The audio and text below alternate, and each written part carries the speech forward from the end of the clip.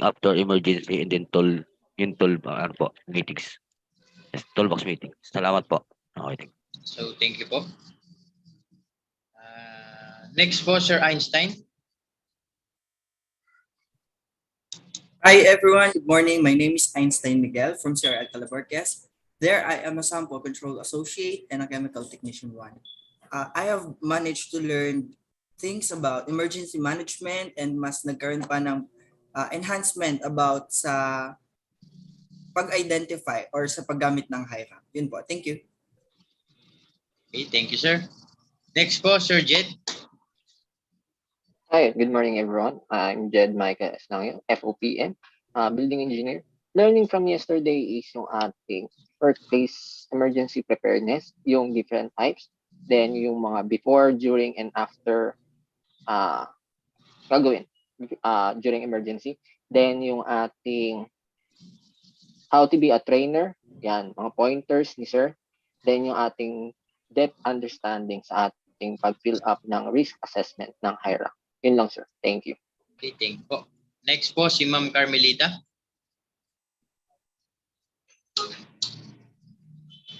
Good morning po.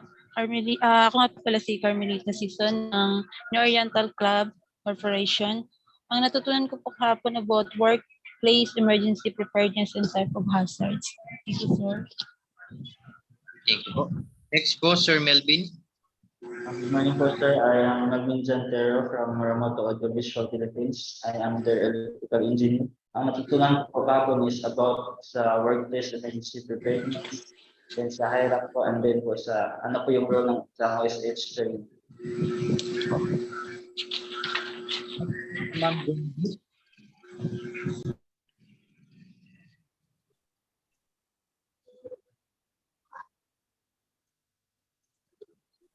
Ma'am Jenny B. Sardenia.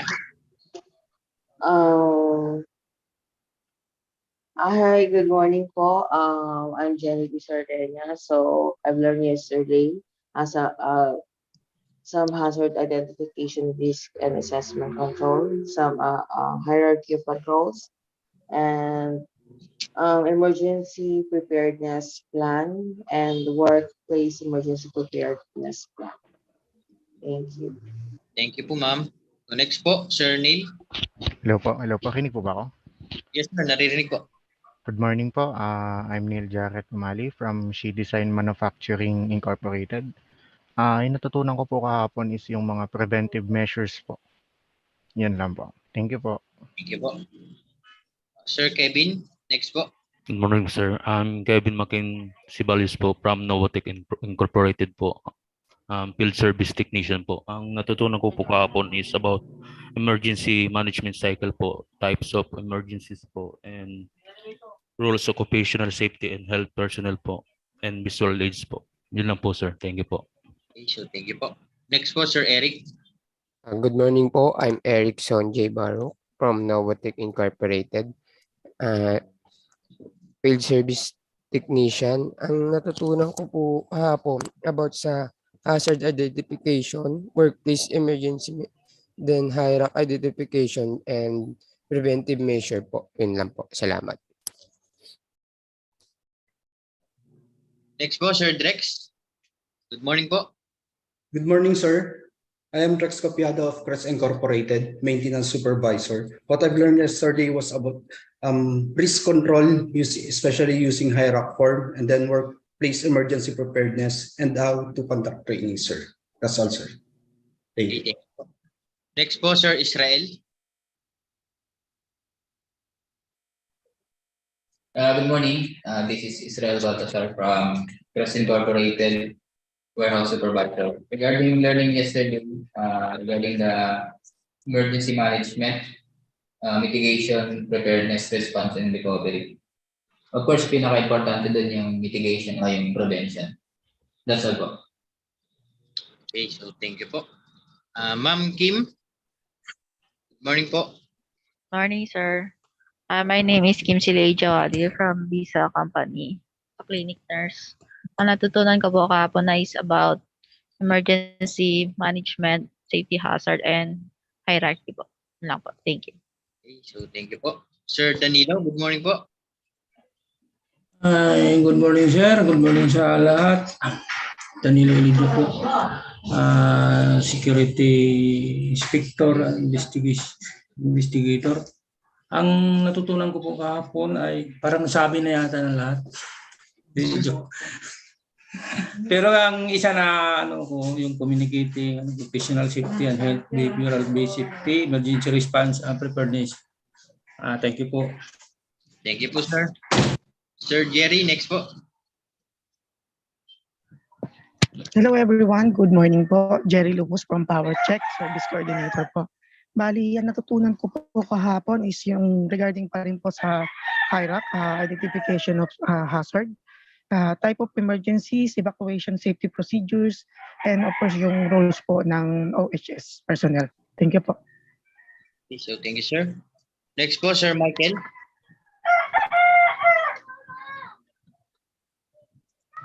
Present po yung manok. Sir, medyo pong may problema po sa audio niyo, sir. Sir, Yan, okay sir, na? okay. Okay na po.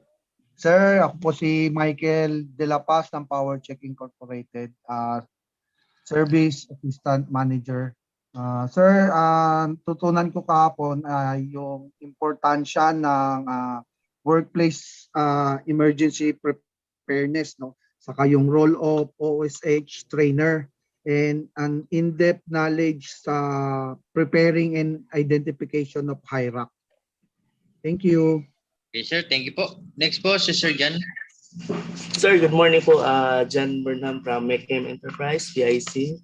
Natutunan ko po kahapon, sir, is yung elements of ERP, types of emergencies, elements of communication, tapos yung evacuation procedures po, sir. Thank you. Okay, thank you po. So next po, Sir Gilbert.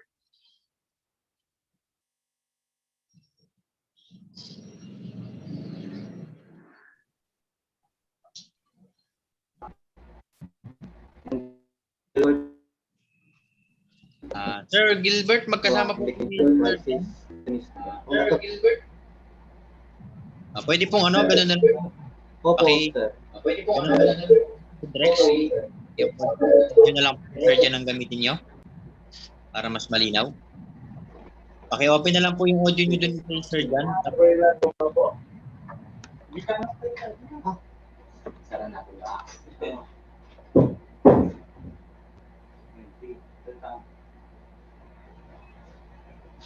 Hello, sir.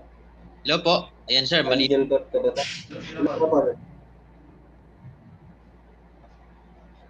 Sige, sir. Continue po. Hello po, sir. Good morning. I'm Gilbert Gabatan from Making Enterprises, production staff. Ang natutunan ko po kahapon ay yung sa fire prevention. Ito lang po, sir. Sir, thank you po. Sir Clet, next po. Good morning, everyone. I'm Cled Gabawa of China Kamsi Engineering Company Limited. The things that I've learned yesterday are the workplace emergency preparedness, type of emergencies, communication and occupational safety and health, and behavioral-based safety, and a deeper understanding of HIRAC, sir. That's all. Thank you. Okay, thank you po. Next po, si Ma'am Blessel. Hello everyone, good morning. I'm Blessel Rakadan from AA Industrial Chrome Plating as sales manager. I've learned yesterday is about the workplace emergency preparedness and additional knowledge for HIRAC. Thank you. Okay, thank you po. So may isa pa lang po na medyo late, si Sir Liban. So siguro mag-join na lang siya habang nag-start po tayo ng training. So, ready na po ba kayo sa last day? Yes, sir. Okay, Yes, sir. Yes, sir. Ready Yes, na sir. po. Ready na po tayo. Ready na din po ulit si Sir Chris. So, babawi daw po siya at meron siyang internet connection problem last Monday. So, sa ngayon po, okay na po yung kanyang internet connection. Malinaw na po yung kanyang video. Okay po. So, Sir Chris, good morning po. Okay, good morning, Sir Dewey. Thank you for starting our session right now. Good morning, participant. Good morning, everyone. Good morning, Morning, sir. sir. Morning, sir. Sir. Good morning, sir. Morning, sir. Morning, sir. Good morning. Nice to see you all again, no? Pero merong familiar face sa akin dito eh. Hindi ko lang po na-observe na naging participant namin siya ni Sir Jessin during our recently conducted BOSH training. Si Sir Carl, tama no? Sir Carl yun. No? Sir Carl, nice to see you again, sir. Yes, Hindi kita sir. na-recognize nung Monday. I'm sorry, Yes, sir. sir. Kasi mahina ang aking internet connectivity nun. So Yes, kaya sir. para pag in ko kanina, sir, kala ko nagkamali ako napasok. Parang last week ko itong Nag-isipan. Wala. Yes, sir. Nag-take up ka rin ng COSH. Yes, sir. Yes, sir. Okay, sir. Very good, sir. Congratulations, sir, in advance. Kasi meron kang time para improve ang iyong knowledge and skills. Yes, sir. And competency, sir. Okay, thank you very much. Yes, sir. Welcome, Thank you. everyone. Thank you. Okay, so before we start, I will start. Allow me to start our session with our usual opening prayer, just like the first time. Okay, a moment of silence, please. In the name of the Father, and of the Son, and of the Holy Spirit. Amen. Loving Father, we humbly come before you in gratitude for the victories and challenges of this fruitful day. We thank you for all the blessings, mercy, and kindness that you have bestowed on us and our families, as we ask for your forgiveness for our sinfulness and shortcomings. We ask for your guidance, knowledge, and understanding for today's safety coaching session, as you continue to open our hearts and our minds and all our human faculties for the new learnings that we will be receiving and encountering today. All this we pray in Jesus' name, amen. In the name of the Father, and of the Son, and of the Holy Spirit, amen. So good Amen. morning, everyone. Okay, nice to see you all. Today is our last session. Kamusta po? The last session na po. After nito, just like day 1, like ko pong nare-remind sa inyo, meron po, kayo po ay considered or classified as Safety Officer 2 eligible. Eligible na po kayo. Ano pa pong element ang kulang after ng completion ng inyong 40-hour training session? Diba may isang element na lang pong kulang? Diba dalawang element po yun? Training certificate, and appointment letter from the HR department. Anong legal basis? Labor Advisory Number 4, Series of 2019. So allow me to pull out my slide para makapag-start na tayo ng ating session. At ang last topic natin, usually pag last day po, ito yung legislation topic, no? So all legal basis when it comes to OSH. So dito na po kayo pwedeng magkaroon ng salient idea, basic idea or foundation regarding OSH po, no? Legislation.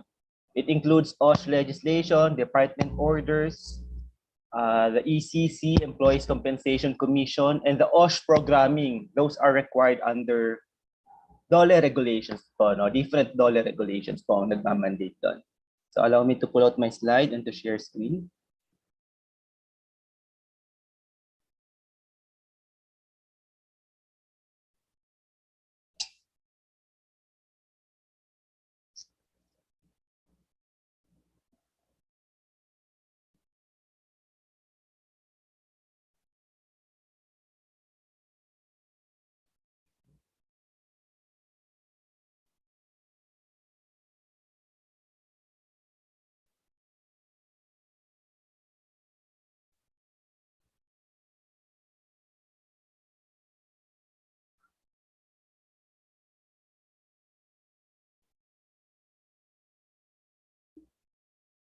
Okay, for a minute.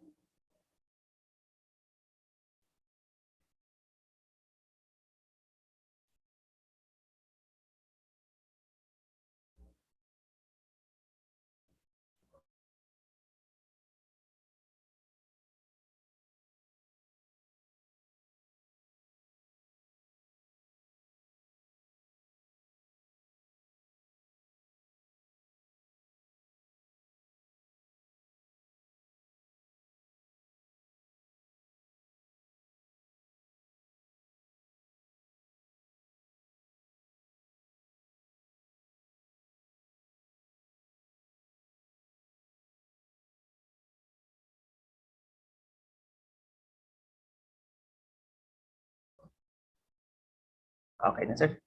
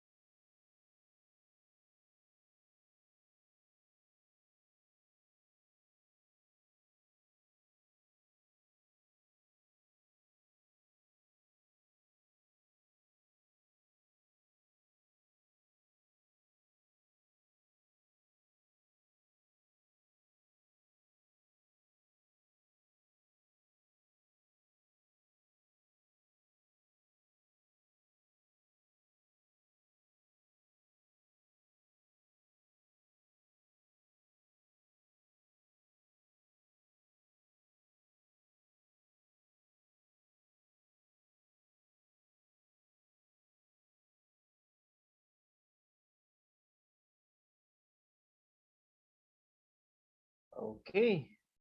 Let us start our session na po, no? So first topic is OSH legislation. So day 1, day 2, day 3, day 4, meron na po kayong backgrounder when it comes to occupational safety and health requirements, no?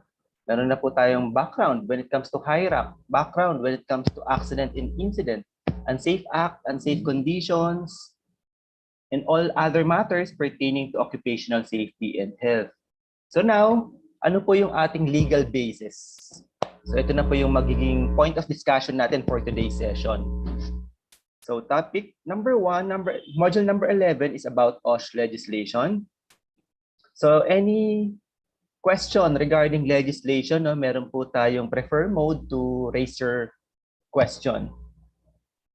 Our preferred mode is to raise your virtual hand so we can recognize you and you can verbalize your question for the information and everyone, and right there and then I can share you my insight, my opinion regarding your specific concern. And the other one is to just simply type your question in the chat box. So pwede, no? Pwede natin basahin for the information again of everyone. Okay. So we have RA 11058. Again, Republic Act number 11058. The long title is an act strengthening compliance with occupational safety and health standards and providing penalties for violations thereof. Ang short title po nito, no? Every laws, no, rules and regulations, normally meron yung long title and short title.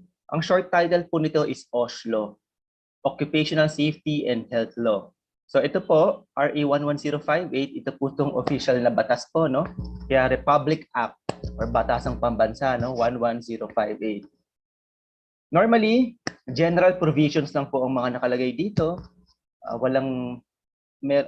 Lacking detailed requirement po ito. For example, kailangan per establishment, merong safety officer designated. Requirements, qualifications of safety officer, hindi po na-mention kung ano po yung mga qualification requirements. Saan po natin makikita yan?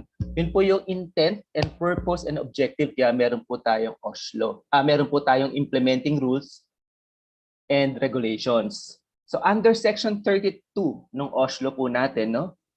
Mandated niya po ang Secretary of Labor and Employment to promulgate implementing rules and regulations.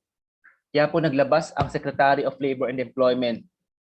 Ang nag-sign po nito yung previous secretary natin of DOLE na si Secretary Silvestre H. Bello III in year 2018. So nag-took effect po ito ng January 24, 2019. Ito po yung Department Order 198 Series of 2018. Ito po yung Implementing Rules and Regulations of Republic Act 11058 or yung OSH Law. So ito na po yung mga specific requirement. Detailed information, dito nyo na po makikita sa DO 198-18. Ito po yung latest issuances ng Department of Labor and Employment regarding occupational safety and health rule. So what is Republic Act number 11058? Of course, for the history, no? First time nagkaroon tayo ng legislation when it comes to occupational safety and health. Kaya po ang short title nito is OSH Law, no? Kasi first time nagkaroon tayo ng batas pertaining to OSH. All other DOLE issuances, lalo na yung mga long-time issuances ng Department of Labor and Employment, mga implementing rules and regulations po yun, no? Hindi po yun considered as law or legislation. Although it has the force and effect of a law, IRR pa rin po sila, implementing rules and regulations. So mas malakas po itong RA 11058. Kaya na-institutionalize na po ang OSH Law through Republic Act. Parang pinapalakas po ito dito. Ito pong intent, purpose, and objective kung bakit nag-issue ng Republic Act yung ating Congress, signed by President, and published in a newspaper of general circulation to institutionalize yung OSH Law natin, magkaroon ng pangil, magkaroon ng puwersa at lakas. Kasi lahat ng mga issuances ng DOLE pertaining to OSH, OSH Standard Book, OSH DOLE Regulations, Department Orders, ito po ay implementing rules and regulations. So it was signed by President Rodrigo Duterte, yung ating previous President of the Republic of the Philippines, in August 2018 po. During President Duterte's time po ito, no? So under Section 32 ng RA 11058, mandated, di ba, within 90 days ang Secretary of Labor and Employment to promulgate the necessary implementing rules and regulation. Kaya ang Secretary of Labor po that time, si Secretary Silvestre H. Bello III, nag-issue ng Department Order, ito po yung DO 198-18 or Series of 2018, entitled, same title po, nilagyan lang po sa unahan ng Implementing Rules and Regulations of Republic Act number 11058. Entitled, of course, yung long title niya, no? An Act Strengthening Compliance with Occupational Safety and Health Standards and Providing Penalties for Violations thereof. So, this is commonly known as Department Order 198, DO 198 sa mga safety professional, sa mga safety parlance. Ito po, Department Order o DO 198-18. This is commonly known po, no? Or ito po, pag tinatawag po namin to DO 198 para hindi mahaba sa safety parlance po, no? And dito na po, yung mga specific requirement, detailed information regarding compliance to RA 11058. So, hindi po ito batas, it's itong implementing rules and regulations of RA 11058. Doon po siya naka-anchored yung kanyang power, pero it has the force and effect of a law. So yun din po yung lakas ng isang IRR. It has the force and effect of a law. Para din po itong batas. kasi naka-anchor to isang batas unless rendered unconstitutional ng ating court. Kung wala pong ganun declaration, ang implementing rules and regulations, it has the force and effect of a law. Parang batas na rin po ito. So declaration of policy. So ano pong sabi dito? The state affirms labor as a primary social and economic force, and that a safe and healthy workforce is an integral aspect of nation building. So ano pong ibig sabihin nun? So kinikilala ng Estado, no, ng government, na ang labor or workforce ang pangunahing sanhi ng pag-unlad, no, ng ating ekonomiya. So ito pong sinasabi dito. Kaya kailangan malusog at ligtas ang manggagawang Pilipino dahil mahalaga ito. Mahalaga po ito sa pag-unlad ng ating bansa. So ito lang pong sinasabi dito. The state shall ensure a safe and healthful workplace for all working people. So lahat ng working people, it doesn't matter kung expatriate ka, di ba? Philippine national ka, working in the Philippines. As long nagkatrabaho po sa Philippines, the state shall ensure a safe and healthful workplace. In other words, walang discrimination. By providing them full protection, kailangan ligtas 100% against all hazards in their work environment. So hazards, di ba? Di ba? May mga classes of hazards, physical, biological, chemical, and so on and so forth, no? Dapat protected ang all working people sa Philippine territory. And the employer and the state ensure that all employer establishments shall comply with all provisions of the Labor Code of the Philippines. Number 1, all domestic laws. Labor Code of the Philippines, dapat po nagko-comply si employer. Second, all domestic laws. When we say domestic laws, laws within Philippine territory lang po. Domestic. And internationally recognized standards on occupational safety and health. Ano po ba yung internationally recognized standards on OSH? American standard po on OSH, ito po yung OSHA, no? Pag UK standard naman po, British BOSH. Diba? So, all other internationally recognized standards on OSH are being fully enforced and complied with by whom? First and foremost, by employers. And it shall provide penalties for any violation thereof. So, malinaw po dito, no? Walang discrimination, foreign or local national working in the Philippine territory. Dapat they are afforded full protection against all hazards in their work environment. 1, and the employer shall comply with all provisions of the Labor Code. Number 1. Number 2, all domestic laws. Internationally recognized standards on OSH are being fully enforced and complied with by the employers primarily. Failure to comply shall be meted with corresponding penalties. So ito lang pong sinasabi dito. Meron na pong penalty pag hindi nag-comply.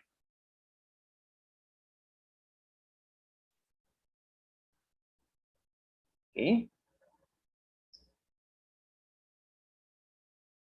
So coverage. So meron pong coverage or meron jurisdiction po ang scope, ang issuance, ang sphere of influence ng ating Department of Labor and Employment. Hindi naman po lahat covered ng kanilang regulation. Diba po? We are talking about DOLE regulation. Meron po silang coverage, meron po silang jurisdiction, meron po silang sphere of influence or authority. Hindi po lahat pwede lang i-cater sa kupe, no? Mag-overstretching ng kanilang jurisdiction. So meron lang pong coverage ito, no? DO 198-18 or yung OSH law. Specifically DO 198-18 of the DOLE applicable to all establishments, projects, sites, including PEZA establishments, no? PEZA, sino po bang nasa isang PEZA establishments dito? Sir Levan, naka-PEZA po kayo, sir? Under po kayo? Yes. Okay, sir. Pasensya na po. Akala ko po, nausog po yung natin, yung online. Okay. Bagong dating si sir. Okay, bagong dating. Okay, sir. No problem, no problem, sir. No problem. Welcome, sir. Welcome. Kala ko nasa PEZA si sir. PEZA establishments. So PEZA stands for Philippine Economic Zone Authority under po ng Department of Trade and Industry, not Department of Labor and Employment. So dati po kasi hindi sila covered ng other DOLE issuances, ng mga previous DOLE issuances, ngayon po covered na po. And all other places where work is being undertaken, in all branches of economic activity, as long na merong economic activity, covered po ng provisions ng DO 18-18. So in other words, parang lahat po, no? Covered po ng Department of Labor and Employment. Ng DO 18-18 pertaining to OSH, there is one exception, that is public sector. Hindi po covered ng DO 18-18 ang ating government or public sector. And why is that? Sino pong makakasagot? Si Sir Carl, alam ko din. Naging discussion na po ito ng ating BOSH, no? Sino pong may jurisdiction when it comes to public sector? Bakit po exempted sila under the rules? The local government, sir. Okay, Sir Carl, pwede rin naman, sir. Pwedeng stretch ng LG yung power nila over sa kanilang establishment na under ng kanilang jurisdiction within their territorial jurisdiction. Pwede po, pwede. Good ano, sir. Good answer po. Kasi merong power ang local government unit, naka-anchor naman po to sa local government code natin. Pero limited po yon sa kanilang establishment na within their territorial jurisdiction. Thank you, Sir Carl. So ang may coverage po when it comes to public sector is Civil Service Commission. So civil service, for example, DOH, DOLE itself, DNR, pwede ba silang pasukin ng labor inspector ng Department of Labor and Employment?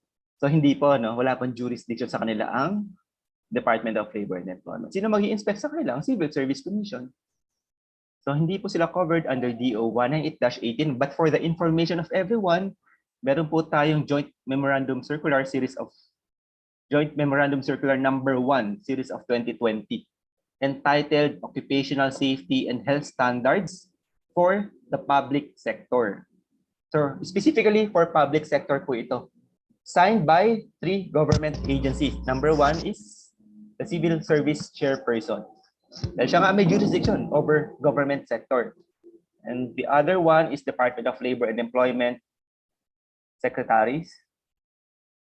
And the third one is DOH Secretary. Tatlo po. So pertaining to government sector, please be guided accordingly by JMC number 1 series of 2020. Okay, the Secretary of Labor and Employment shall issue appropriate standards of OSH based on the number of employees, nature of operations, and the risk of hazards involved. So risk classification ng inyong hierarchy, no? Who will determine ng risk classification ng isang establishment? Okay. Diba ang establishment po?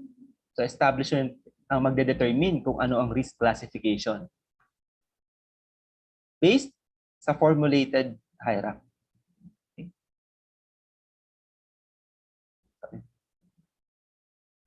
Okay. So definition of terms, covered workplaces. Of course, pag sinabing covered workplaces, insofar as DO 198 is concerned, insofar as this rule is concerned, covered workplaces refer to establishments, projects, sites, and all other places where work is being undertaken, covered po ng provisions ng DO 198-18.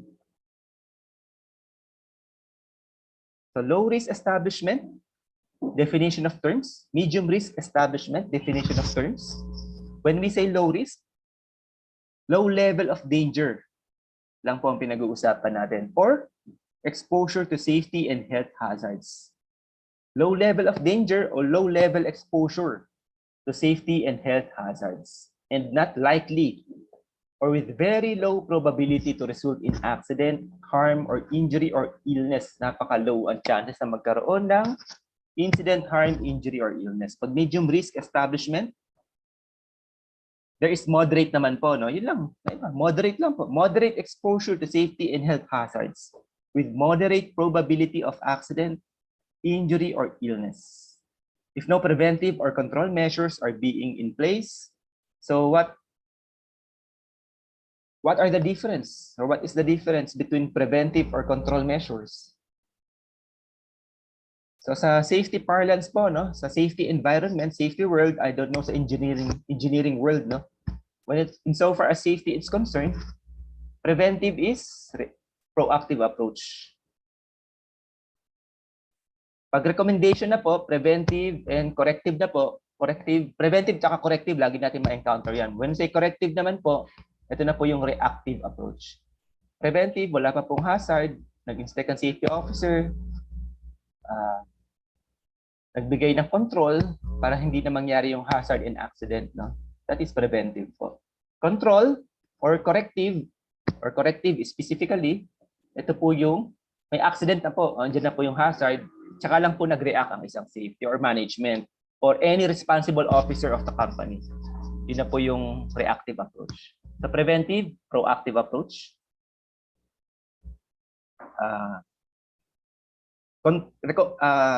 Corrective, ito po yung reactive approach.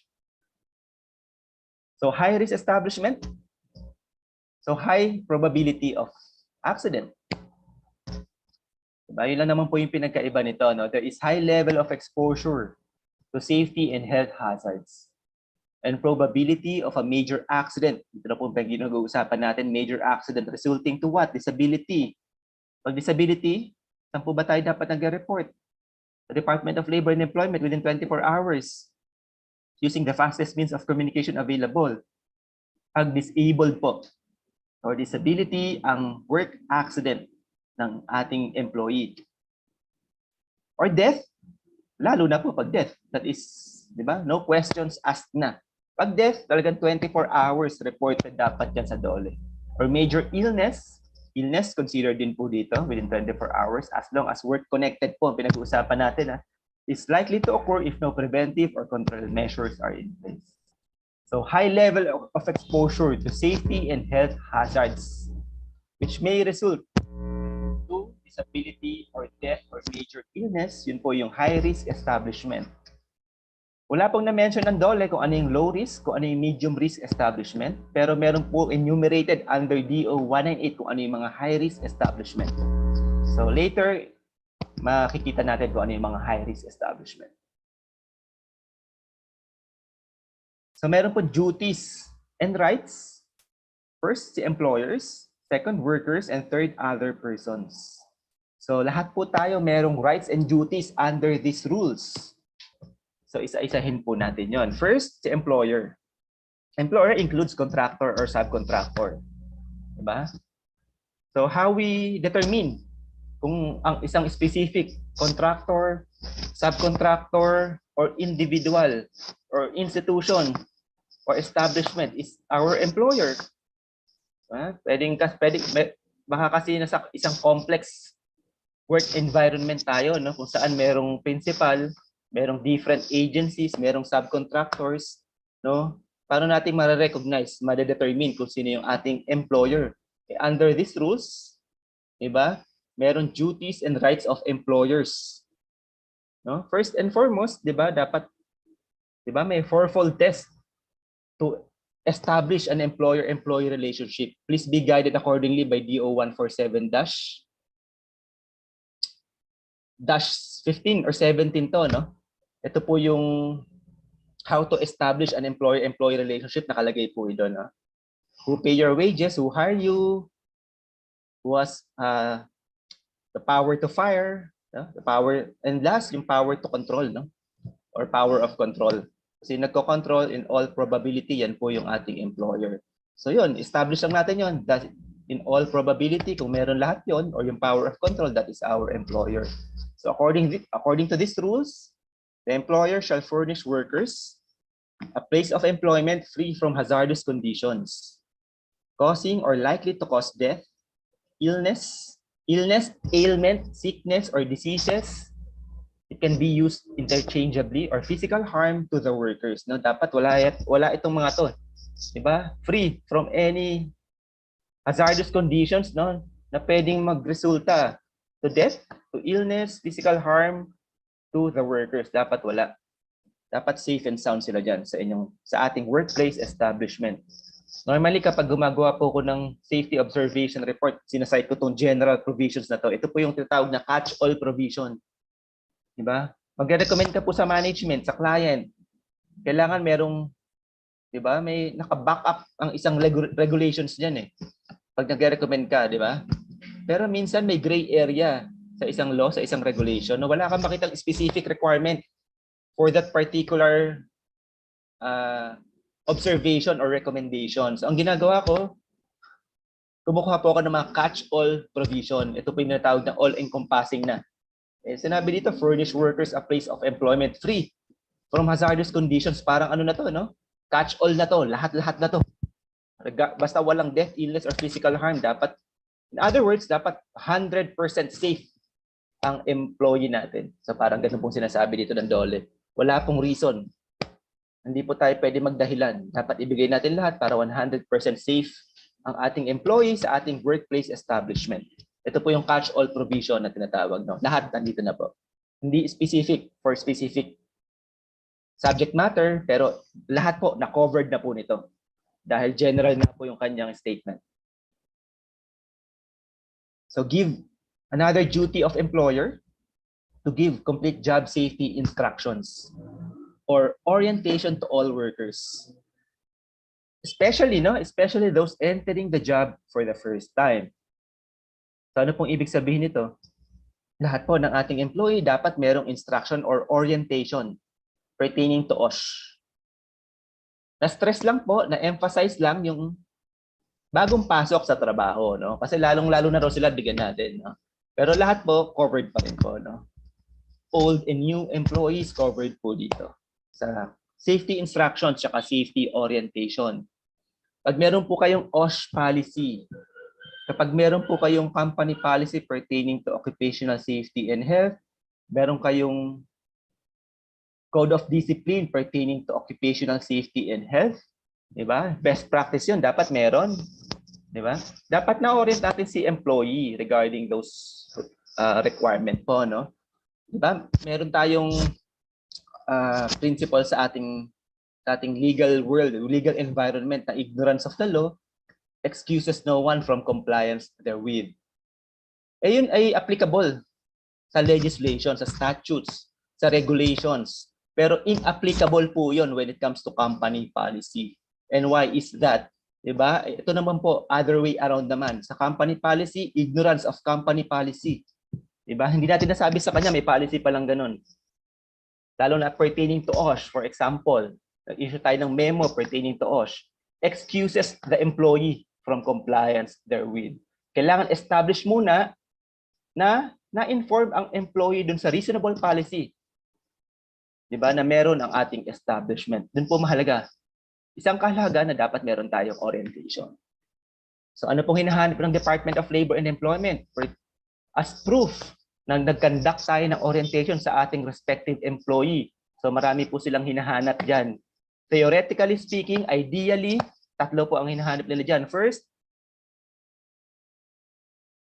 proof of attendance, number 1. Diba, kailangan nakasign ang employee doon. Yan yung pinaka-best proof na meron tayo. Second, certificate of attendance. Nag-issue tayo ng certificate of attendance or completion sa respective employee or employee concerned who participated the orientation. Number 3, ito po yung photo documentation. Better kung meron tayong picture.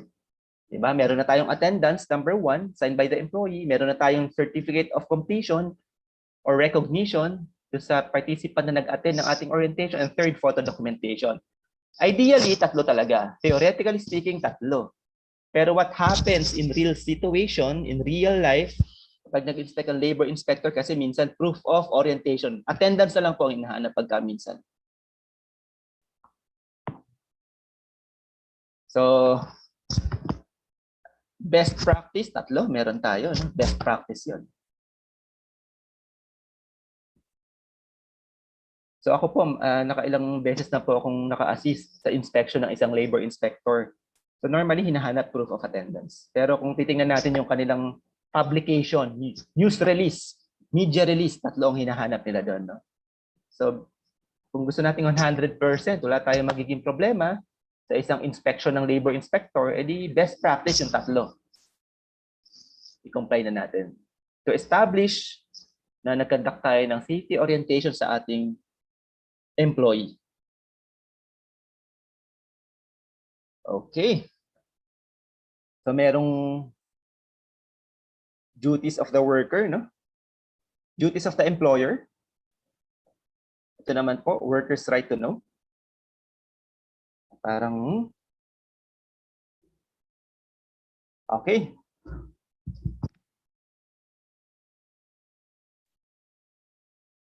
Workers' right to know, no? The right to safety and health at work shall be guaranteed.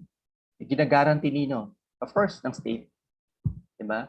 Sila yung may regulatory power over the employer and the employee, no? Sila yung may overseeing power regulatory body. 'Di ba? Nakalagay sa ating constitution, nakalagay sa labor code. The government, 'di ba? Shall regulate the relation between the employer and the employee. 'Di ba? Sila yung regulator, no? So all workers shall be appropriately informed by the employer about all types of hazards in the workplace. During your orientation, please notify your employee about all types of hazards in the workplace.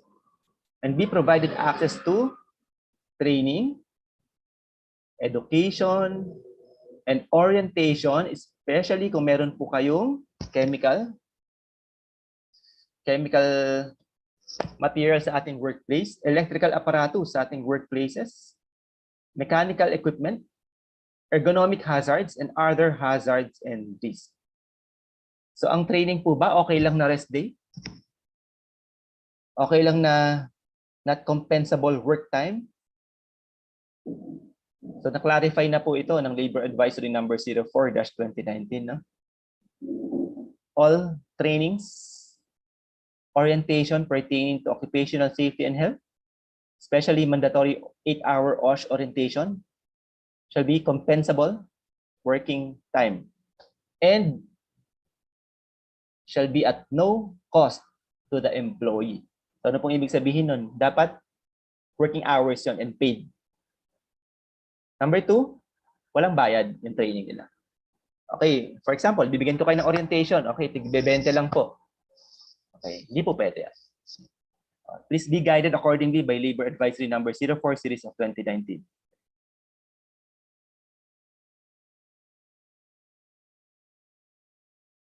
So all workers, including new hires, shall be provided training and information for all types of hazards in the workplace in a language and dialect that workers can understand. Training and information materials used shall be made readily available and accessible to workers. So all workers po, no, dapat merong orientation. Na-highlight lang po yung new hires. Bakit? Bago sila hindi sila familiar sa work environment niyo po.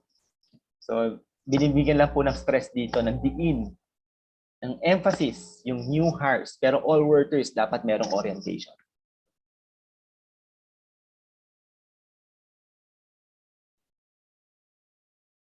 So, safety and health orientation, ito po yung example ng safety orientation sa isang, I believe, construction setting po ito. No? Kasi naka-safety shoes, tsaka reflectorized vest.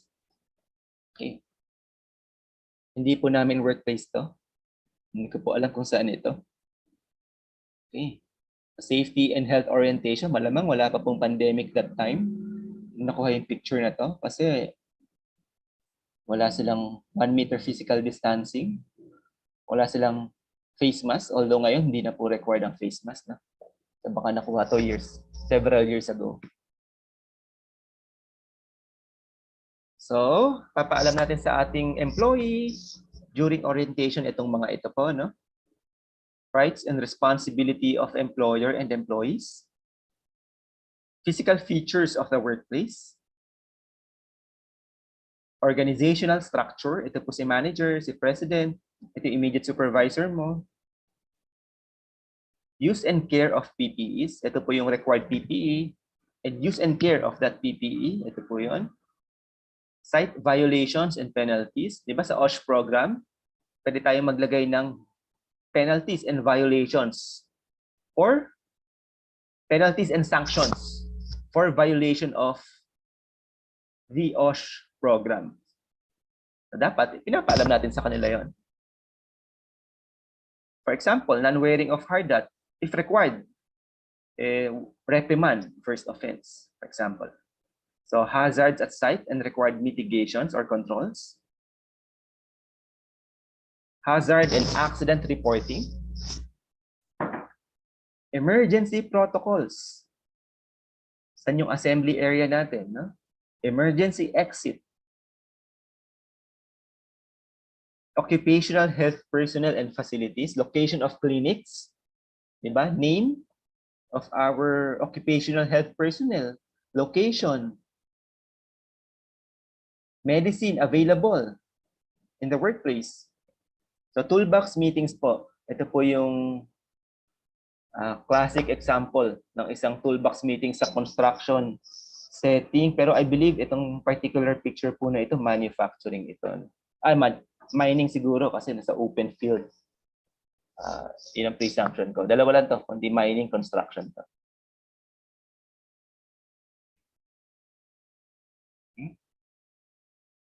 So when it comes to toolbox meetings, ano po yung best practice?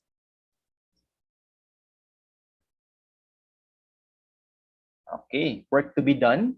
Ito yung magiging discussion natin, no? Diba? Ano yung trabaho for that particular day? Ano yung goal for the day? Diba? Tapusin yung trabaho for that particular day in a safe manner. Diba? Safety policy for the day. Items for coordination. Announcement. Diba? May mga announcements sa company. Baka may DOLE advisory na lumabas dyan. Company policy. May revision sa ating company protocols. Okay, Okay. So kung walang job safety instruction or orientation yung ating respective employee, that is 20,000 pesos per day of non-compliance po. So 20K ang monetary penalty. Excuse, Okay, sir. meron po tayong nag-raise ng question. Sir Danilo, sir, you may unmute your mic. Sir, isuyo lang para rewind yung bago yung toolbox. Ano ba yung... babalik ko, sir? Okay, balik lang po. Okay, sir. Okay. Thank you, thank you. Bago yan. Yung isa po, yung bago dyan. Okay. Baka yung orientation. Ayan po. Ayan. Salamat po, sir. Welcome, sir. Okay, sir. Baka pinicturean ni sir, na. May question po dito, sir, sa safety and health orientation.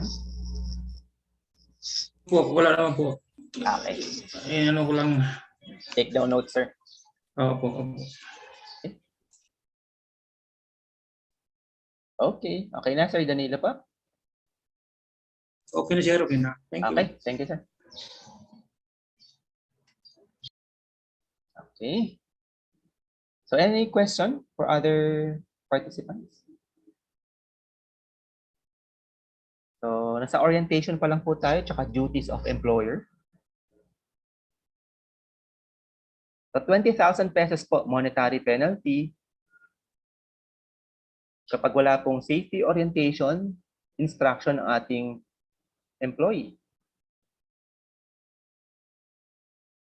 So please be guided by section 29 of DO 118-18.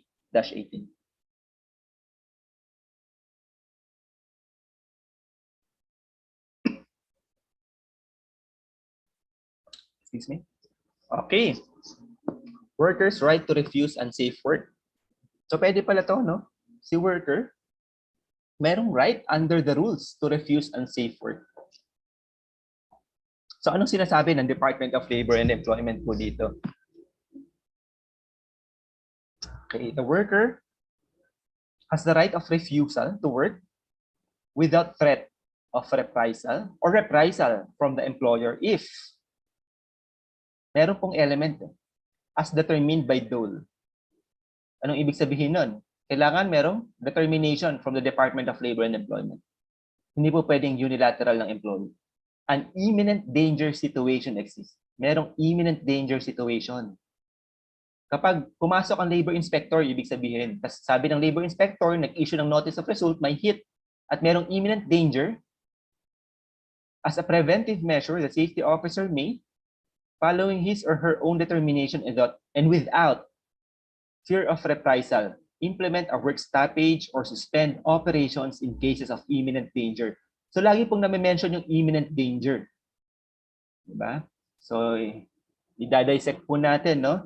Worker has right of refusal to render work kapag meron pong imminent danger. Pero may isang element po pag may determination ng isang competent officer ng Department of Labor and Employment. So what is imminent danger po? Back to definition of terms.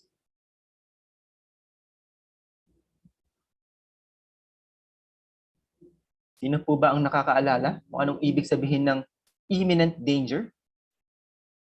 Mahalaga pong alam natin yung terminology, definition of terms. Pagkatanungin tayo ni employer, safety, kailangan ko ba mag-report ito? May imminent danger tayo. Eh meron po yung technical definition under the rules. Hindi po lahat ng accident is imminent, hindi po lahat ng hazard is imminent danger po. So imminent danger, a condition, diba? 10% of accident is due to unsafe condition, 10%. So imminent danger is a condition and practice, diba? Practice or behavior. 88% ng accident dahil sa unsafe behavior. So imminent danger is a condition or practice which could reasonably be expected to cause, dalawa lang po, serious physical harm or death. Kung meron na pong possibility na magkaroon ng serious physical harm or death, that is imminent danger. At pumasok ang labor inspector, nag-inspect, nakita nilang merong imminent danger, pwede na mag-refuse ang worker na magtrabaho. At dapat paid yung kanilang idle time po. Okay. Meron naman pong option si employer, no? Diba? I-transfer from one work to another na hindi naman prejudice yung kanilang safety and health dun sa transfer. Or kung wala talagang paglilipatan, dahil may imminent danger, as determined by DOLE, wala talaga magagawa. Paid yung kanilang, diba, stoppage of work. So ganun po ang application nitong Section 6 of DO 198-18. So si safety officer naman, that is pertaining to workers, tsaka si DOLE. Ito naman sa safety officer, following his or her own determination, using his or her own judgment. Diba? Walang takot, no? Na mapapagalitan, matatanggal, mababalikan. Pwedeng mag-implement a work stoppage or suspend operations kapag may imminent danger. Ano pong ibig sabihin yan? Binigyan ng elbow room, binigyan ng authority, binigyan ng privilege ng Department of Labor and Employment ang isang safety officer na mag-declare ng work stoppage order kapag merong imminent danger sa kanilang respective establishment. Yun lang po ang sinasabi dito.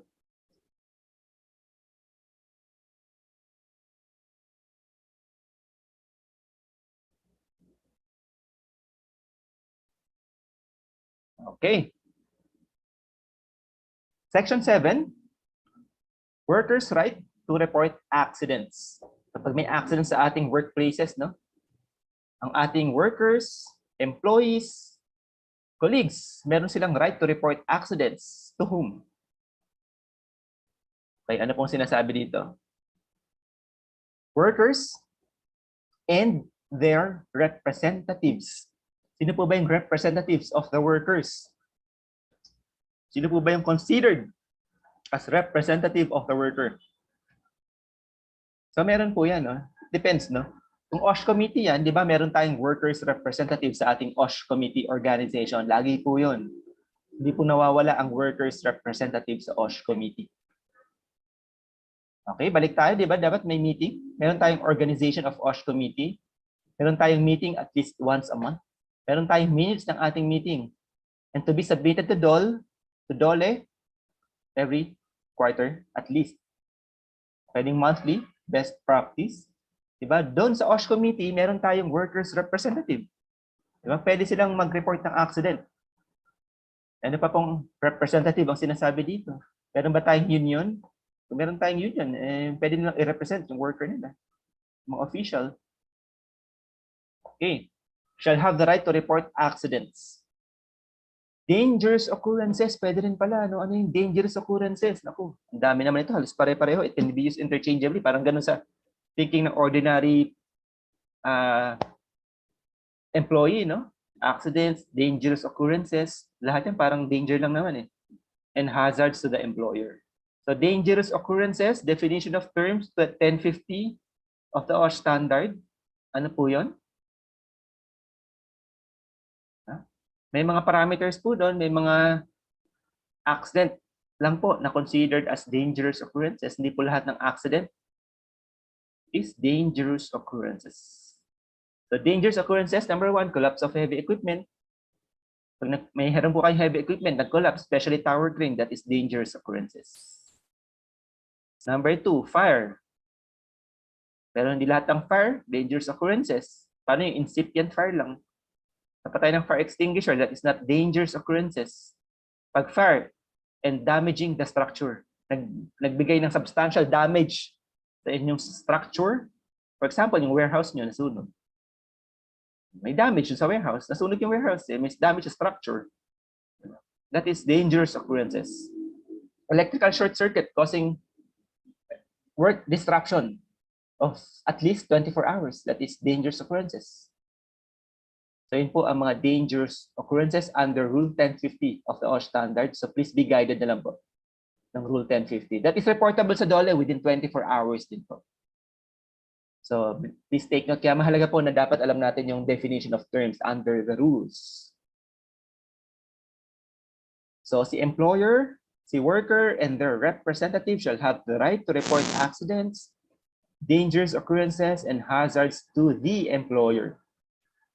First, to DOLE, pwede rin po, to Department of Labor and Employment, and to other concerned competent government agencies. Sino po yun? Concern is environment, pwedeng sa DENR. For example, another example, ang concern or ang hazard, di ba? O ang concern ng employee is regarding canteens, di ba? Yung ating mga crew sa ating company canteens, di ba? That falls under, example, wala silang health certificate. Diba? Yung mga service crew natin sa ating company-provided cafeteria or canteen. Ano pong rule and regulation na govern doon? That is Sanitation Code of the Philippines. Kung Sanitation Code of the Philippines po yan, ang implementer po natin yan is local government unit. So, pwede sila mag-report doon. Kung fire po yan, pwede sa DOLE or pwede sa Bureau of Fire, for example. So yun po yung concerned, competent government agency na sinasabi po dito. And they shall be free from any form of retaliation for reporting of any accident. So please take note po, no?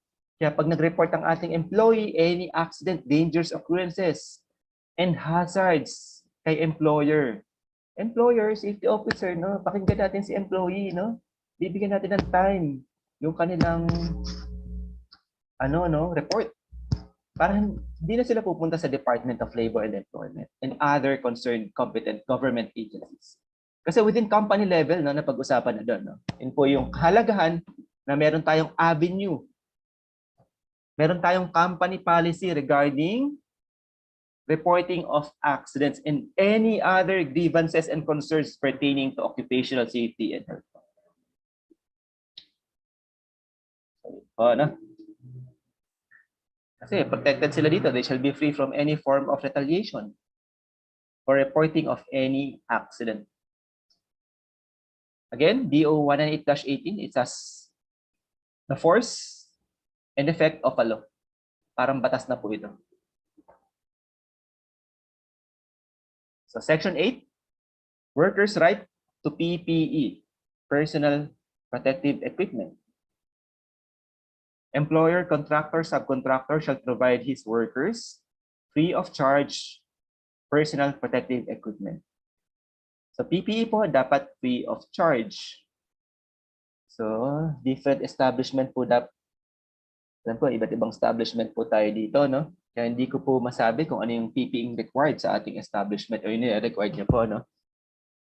So pwede dito, ano po, no?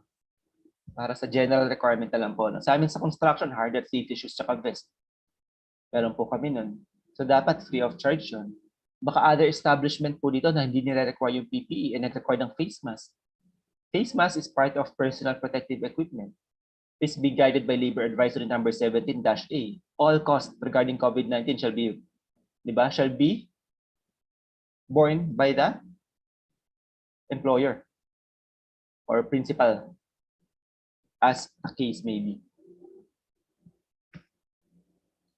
Cost of PPE shall be part of safety and health program and a separate pay item under Section 21 of this DO.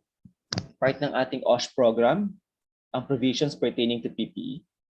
All type of PPE approved and tested by DOLE. No? Ito po yung usual PPE sa high-risk establishment po. No? Dapat approved ng Department of Labor and Employment. Yung mga supplier po natin or distributor ng PPE po. Tingnan lang po kung yung distributor or supplier natin ng PPE is approved, recognized, accredited ng Department of Labor and Employment. So wala pong pinag-iibayan by analogy, similar to sa mga firefighting equipment distributor po, no, kailangan accredited sila ng Bureau of Fire. So ganun din po ito. Diba? Pag bibili tayo ng fire extinguisher, diba, yung supplier natin kailangan recognized or accredited ng BFP. Ganun din po sa ating personal protective equipment, dapat accredited ng Department of Labor and Employment yung ating supplier, distributor ng personal protective equipment. So usage of PPE in all establishments, projects, sites, and all other places where work is undertaken shall be based on the evaluation and recommendations of the safety officer. Ano pong ibig sabihin nito? Baka naman po other establishment po kayo. Safety officer merong using his own determination, sound judgment, no?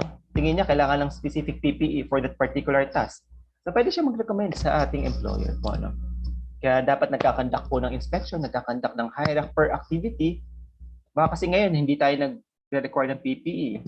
Kala natin low risk establishment tayo, yung pala better, more safer sa ating employee kung mag-provide ng particular PPE for that particular work task. Pwede po mag-recommend ng ating safety officer sa kanilang employer. Okay, meron pong question si Sir Michael. Sir Michael, go ahead, sir. You may unmute your mic, sir. Sir, question lang. Yung regarding sa PPE, do DOLE have a list for the accredited supplier? Okay, sir. Good question, sir. Thank you for your question. Yes, sir. Meron po silang list ng mga accredited PPE supplier po nila. Nakalagay po yan sa website ng www.dole.oshc.gov.ph.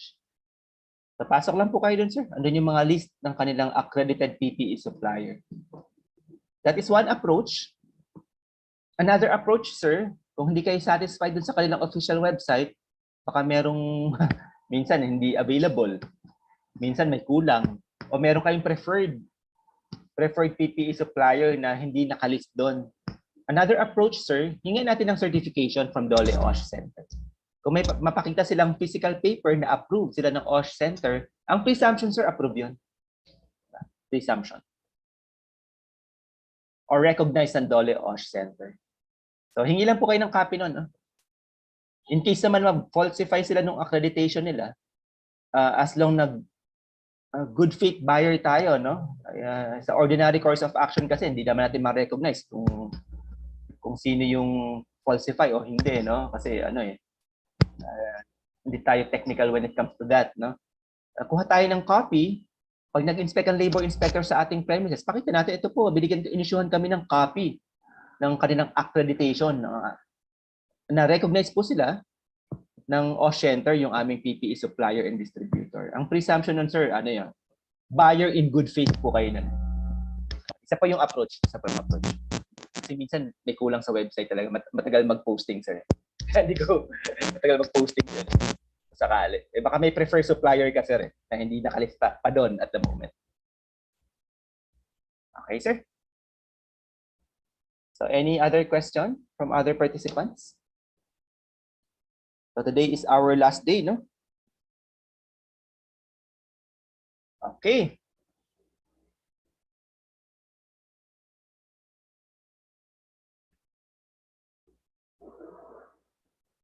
So, workers' right to PPE, so all personal protective equipment, must be of appropriate size, weight, and type to specific workers exposed to hazards from which PPE are meant to ensure effective protection.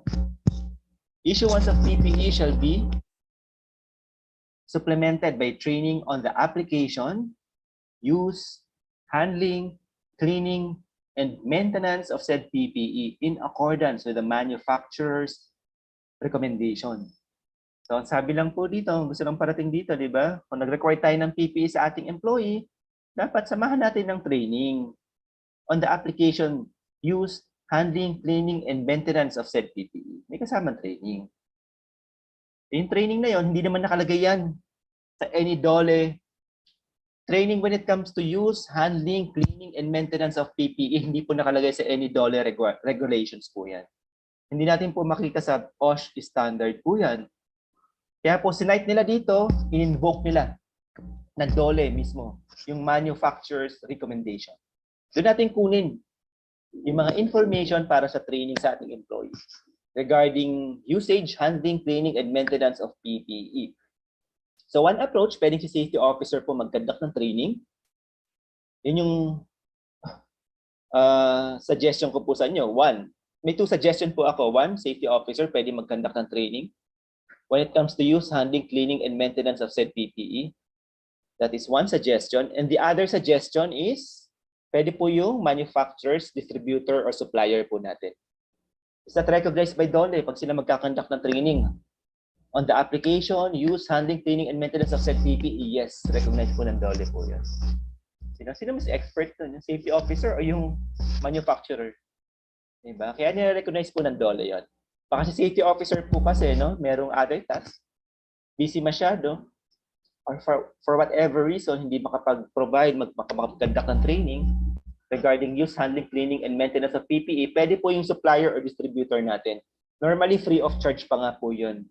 Just make sure meron po tayong attendance, photo documentation, at hingi po tayo ng either tayo mag-issue o yung supplier, distributor natin mag-issue ng certificate of completion.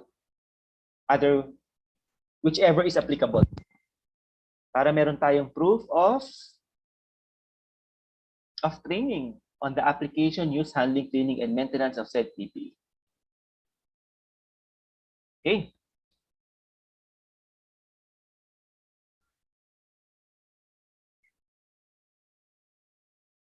A failure to provide appropriate PPE in high-risk activities shall give rise to the right of the worker to refuse unsafe work. Okay, high-risk activities tayo at hindi nag-provide ng PPE, pwede na po invoke ng worker ang kanilang refusal to render work because merong unsafe practices po. So, pwede nang tumanggi magtrabaho ang worker. So, ang perfect example po dito kasi baka hindi naman tayong construction. Yeah? Sa hospital setting, for example, pandemic ngayon, no? Ang hospital po considered as high-risk establishment, hospital. Kasi biological, di ba? Biological hazard ang number 1 dyan. So, consider sila as high-risk establishment, hindi nag-provide ng face mask, walang sanitizer, walang soap, walang physical distancing. That is, di ba? That is prejudicial to their health. High-risk sila, pwede na mag-refuse to render work because of unsafe condition ng kanilang respective employee. Ito po sinasabi dito. Okay, may question po. Ma'am Blessel, ma'am, you may unmute your mic, ma'am. Sir, paano po kung nagbigay kami ng PPE pero hindi naman ginamit? Okay, good question, ma'am. No? Paano pag nag-provide ng PPE tapos hindi ginamit? Okay. Opo. Best practice, ma'am, meron tayong company policy, no? Meron tayong company policy regarding that matter. Tapos merong clear-cut provisions regarding failure or refusal to wear PPE shall be meted with, for example, disciplinary action. First offense, warning. Second offense, suspension, 1-day suspension, for example. Yun ma'am, kung meron I-apply na tayong namin yung company, rule namin. yes ma'am, kung meron tayong company policy, make sure lang po na notify natin si concerned employee doon. Baka hindi natin nabigyan ng orientation. Kasi di ba ma'am, pag meron tayong company policy, ignorance of the company policy excuses the employee from compliance therewith. Kung hindi natin siya na-orient doon, exempted siya from compliance therewith. Excuse, kumbaga. Kung hindi natin nabigyan pa ng orientation, i-orient muna natin sa kanya. Pa-receive natin, no? Papirmahan. Ito, nabigyan ka namin ng orientation regarding that company policy.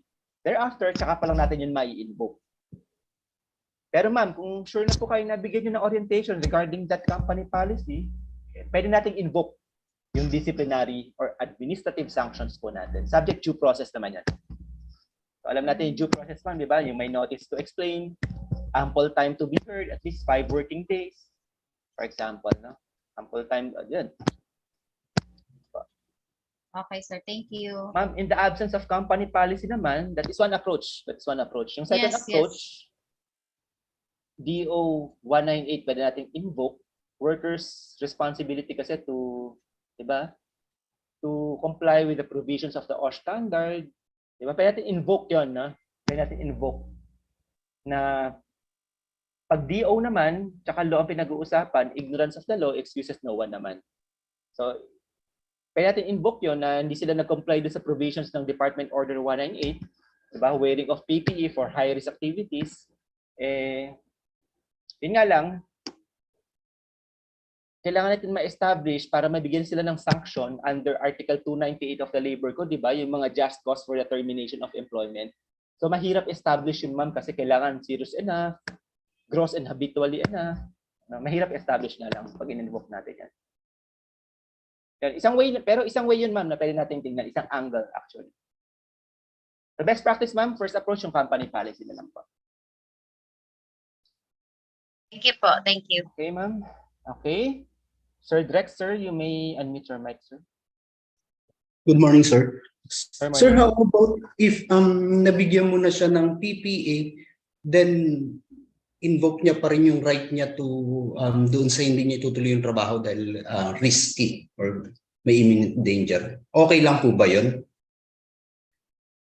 Sir, bali ang context ng tanong, nabigyan siya ng personal protective equipment free of charge, and thereafter ayaw pa rin niya mag-work kasi sa kanyang paningin, high risk pa rin yung activity. Parang ganun, sir, no? Tama? Yes, sir. Okay. Regular, ano to, sir, no? Rank and file employee, for example. Hypothetically speaking, rank and file employee, no? Okay. Any other employee siguro, sir, no? May mga approaches tayo dito, sir, actually,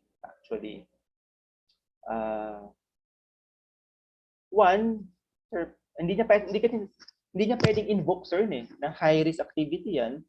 Therefore, refuse to render work because of unsafe condition. Especially provided naman siya ng personal protective equipment. Unless merong other consideration si employee. For example, merong environmental condition na talagang hazardous sa establishment. For example, sir, ito yung classic example, perfect example. Meron nga siyang PPE. Provided siya ng face mask, for example, hospital setting. Pero, majority of employee, di ba, ng hospital na yon, walang vaccination, walang 1 meter physical distancing. Yes, although nag-provide tayo ng personal protective equipment, hindi po yun reason, no, para hindi ma-establish na merong imminent danger or high-risk activities po yun. Kasi walang vaccination in the very first place, mga employee. Second, walang face mask. Lalo na kung na-instigate pa to nung wala tayong hand sanitizer or hands of the establishment. Pero if everything is fair and equal, sir, may PPE, tas ordinary high risk lang siya, kasi na-classify lang as high risk, compliance naman sa lahat, hindi pwedeng invoke po ni employee yon to render work because of unsafe or because of For the simple reason na high-risk activities po yung kanilang establishment. So, ang ating remedy naman dun, sir, redress, I suggest pwede nating issuehan ng ano, no? Ng number 1, notice to explain. Bakit siya magre-refuse to render unsafe work? Because, yun nga, provided naman siya ng PP. Anong reason? Hingin natin siya ng reason. So, it depends kung anong magiging response niya. Kung wala siyang valid reason, sir, so meron namang pwedeng ano yan other remedy under the labor code, di ba? Issuehan natin another back to work instruction. Kasi provided ka ng PPE, no? Ito, nabigay namin sa lahat. May orientation ka. Compliance naman tayo sa other OSH requirements. Although high-risk establishment tayo, yan yung nature ng ating business eh. Di ba? High risk. So, di ba? Nag-apply ka dito. Alam mo namang hospital tayo. Classified tayo as high risk in the eyes of the DOLE. Nagko-comply naman tayo sa requirement. Return to work ka. Kasi nagko-comply naman kami. So, pag tumanggi pa rin po si employee to render work, papasok na po dito yung invoke na po natin yung Article 298 of the Labor Code. Ito po yung willful disobedience. Diba? To valid company instruction. Diba? May trabaho kang gagampanan eh. Diba? Kailangan ka namin dito. Safe kami. May PPE ka. Tapos ito, may instruction kami. Diba? Bumalik ka sa trabaho mo, ayaw mo pa rin. Diba? Willful disobedience yan. Kung gross niya ng ginagawa, paulit-ulit. Diba? May effect sa company. Dahil sa pag-absent niya, nagkaroon ng effect sa company, nagalit ng client. May pasyente tayong nainis. Lalong nagkaroon ng problem yung health niya. Di gross and habitual neglect of duty yun. Example, sir, no? And under Article 298 of the Labor Code, that is terminable offense po. So, pwede siya matanggal sa trabaho. In the absence of company policy, sir, no? Pwede nating invoke yung Article 298 of the Labor Code. So, thank you, sir. Documented tayo. Documented. Okay, sir. Thank you, sir. Okay, sir. Thank you for your question. Sir Danilo, sir? Do you have another question, sir? Clarify ko lang po ito. Sa security industry kung saan ako nabilong, sir. Yes, sir. I used to issue penalty sa mga hearing guards. Yes, sir. Yung general order, isa na po 'yon na na company policy. Yung general order ng security guard, sir, no? Parang 10 yun eh. Hindi ko nagkakamali, sir, no? Saan po ba yun? 11 general 11 order. general orders. Security officer. Code of conduct, code of ethics. Pwede basihan po yan na once na ma-violate yun ang basis na mag-issue ng NTA, kasunod, penalty. Yes, sir. Pwede yun, sir. Kasi yung GO, General Order of Security Guard, it is deemed inherent company policy, no? Kaya nga tayo na-issuehan ng license as security officer. First and foremost, di ba, meron tayong oath and undertaking to comply with the GO. Parang inherent na po yan sa company policy natin. Inherent na po yan sa any employment contract. Inherent na po yan sa parang silent na po yan provisions ng Article 298 of the Labor Code. Kasi meron tayong oath and undertaking pa nga para ma-issuean tayo ng license. Yes, sir, definitely pwede. Pero make sure lang, sir, na orient natin si employee doon, yung concerned security guard natin. Ginagawa naman po namin. Okay. Kung meron po tayong orientation, meron tayong attendance, tapos in case of violation, so the GO natin po na yon, general order, yes, pwede natin issuehan definitely lang notice to explain. Kasi yung pag-issue nga ng notice to explain, sir, actually part of due process yon. Hindi naman agad. Due process, opo. Hindi po ibig sabihin nun may pagkakamali na sila. Binibigyan nga natin sila ng pagkakataon na, mukhang may kayo na violate ha. Ito po yung NTE para bigyan namin kayo pagkakataon para ma-explain ang inyong side. Yun lang naman yung reason namin. Gusto namin malaman. Kung may valid reason kayo, bakit hindi nyo na-comply, edi natanggapin naman namin yun. Kung wala naman kayong valid reason, pwede po namin kayong bigyan ng corresponding sanction in accordance dito sa ating company policy. So, pwedeng Thank you, sir. definite. Thank you, sir. Thank you. Thank you, Sir Danilo. Nasa right track ka po, sir. Tama-tama. Okay. Parang may nag-raise po kanina. Okay.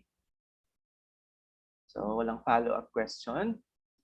So, wait lang po tingnan ko yung time. Baka nag-i-exceed na ako dun sa break time natin. Okay. So, any other question? So, 9:53. So, meron pang 7 minutes. Okay, tuloy pa natin. Exactly 10 o'clock na po tayo mag-break time. Okay, PPE, done na po, no? Okay. So, pertaining to COVID-19, all costs regarding COVID-19, including face mask provision, please be guided by Labor Advisory number 70-A. So, ito po, no? So, nakalagay doon. Ano po yung nakalagay doon, no? All costs regarding COVID-19 such as provision of sanitizers, trainings, face mask kung na-required nyo sa employee nyo, di ba, shall be free of charge. So, yun po yung provisions dito. Kung meron po kayong principal, meron po kayong client, nasa manpower agency kayo, at nasa construction setting kayo, the cost shall be borne by the principal and or client of the agency po. And any contract contrary therewith shall be deemed amended accordingly. Yun po yung sinasabi doon. Okay. Ang PPE po dapat free of charge. Ito po lang yung sinasabi dito na free of charge ang ating personal protective equipment. Okay, ito po yung Labor Code 2017 edition. So ito, yung author po nito si Arnold F. De Vera, no? Isang labor expert po yan. So meron din po kayong labor code book sa inyong workplace establishment. Kasi po ang occupational safety and health standard is part of the general labor standard provisions under the labor code. Okay. Parang naka-unmute si Sir Gilbert. Okay. Okay. Non-provision of PPE sa high-risk establishment. Or, nag-provide nga ng PPE pero merong charge. Dapat, di ba, free of charge yan? That is 50,000 pesos monetary penalty po.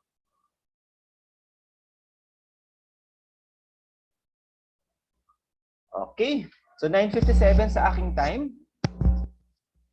Okay lang po ba? May 15-minute break tayo? Or exactly 10:15 po, no? Resume tayo ng ating discussion, no? So, break time po muna. Okay lang po? Okay, sir. Okay, para hindi po Okay, sir. Thank you. Okay. Thank you po. Thank you, sir. Thank you, sir.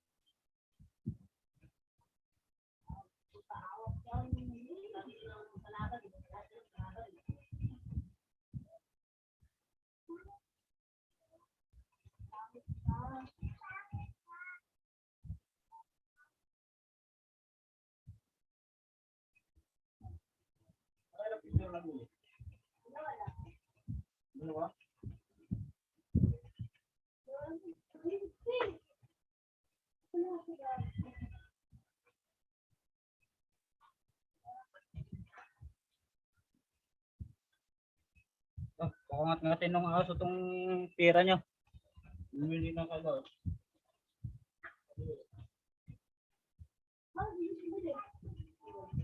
Kaya nila bumili. Bakit?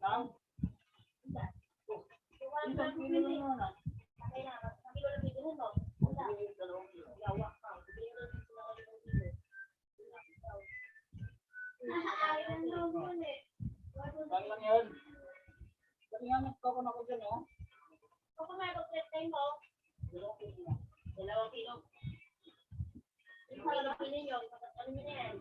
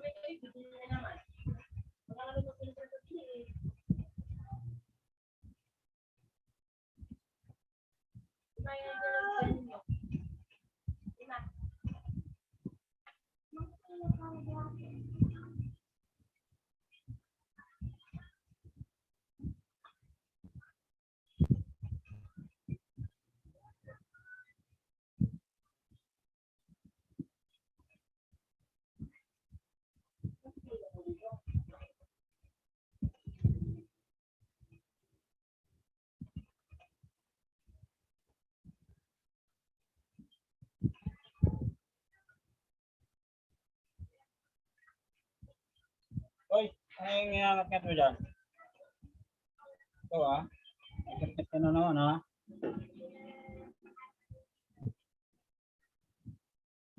Nagkakit ka. Isa.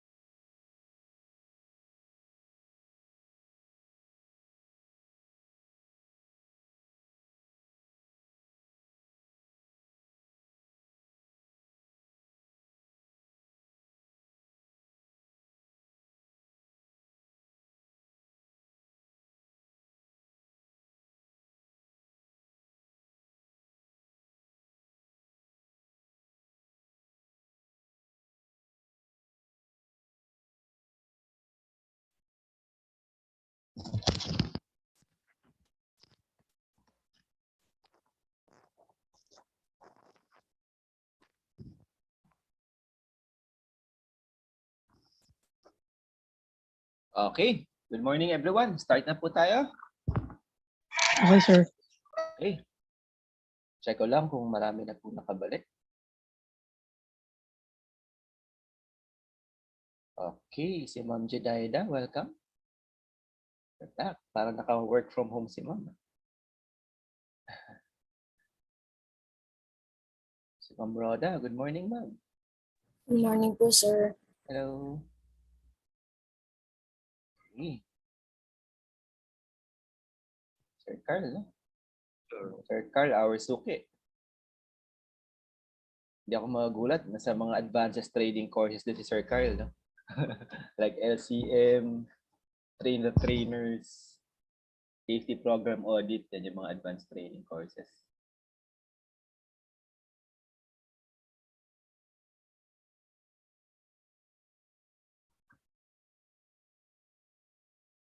And ako po kahit sa safety din po yung aking field of expertise, lumalabas din po ako sa aking comfort zone, no? Nag-training din po ako ng ang hilig ko po mga labor matters. Yan. The data privacy, yan po pinapasukan ko lahat. Anything related sa legal environment, yan po pinapasok na rin yan. Para hindi lang po ako naka-confine sa safety environment. Okay, start na tayo, no? Personal protective equipment. By the way, happy holiday po sa lahat. Naging abrupt yung declaration, no? Executive order, no? Third question, yung DO224, ano siya, implemented na siya as ano na siya o standard na siya, sir? Department Order 224. Yung COVID sa workplace, yung COVID. Ito yung ventilation. Tama, yes, sir. Yes, sir. Parang nabasa ko lang kagabi. Yes, sir. Matagal na po ito eh. Parang year 2020, 2021 pa po ito, sir. If not mistaken. No? Yes, sir. Ang tanong ko, sir, ano siya?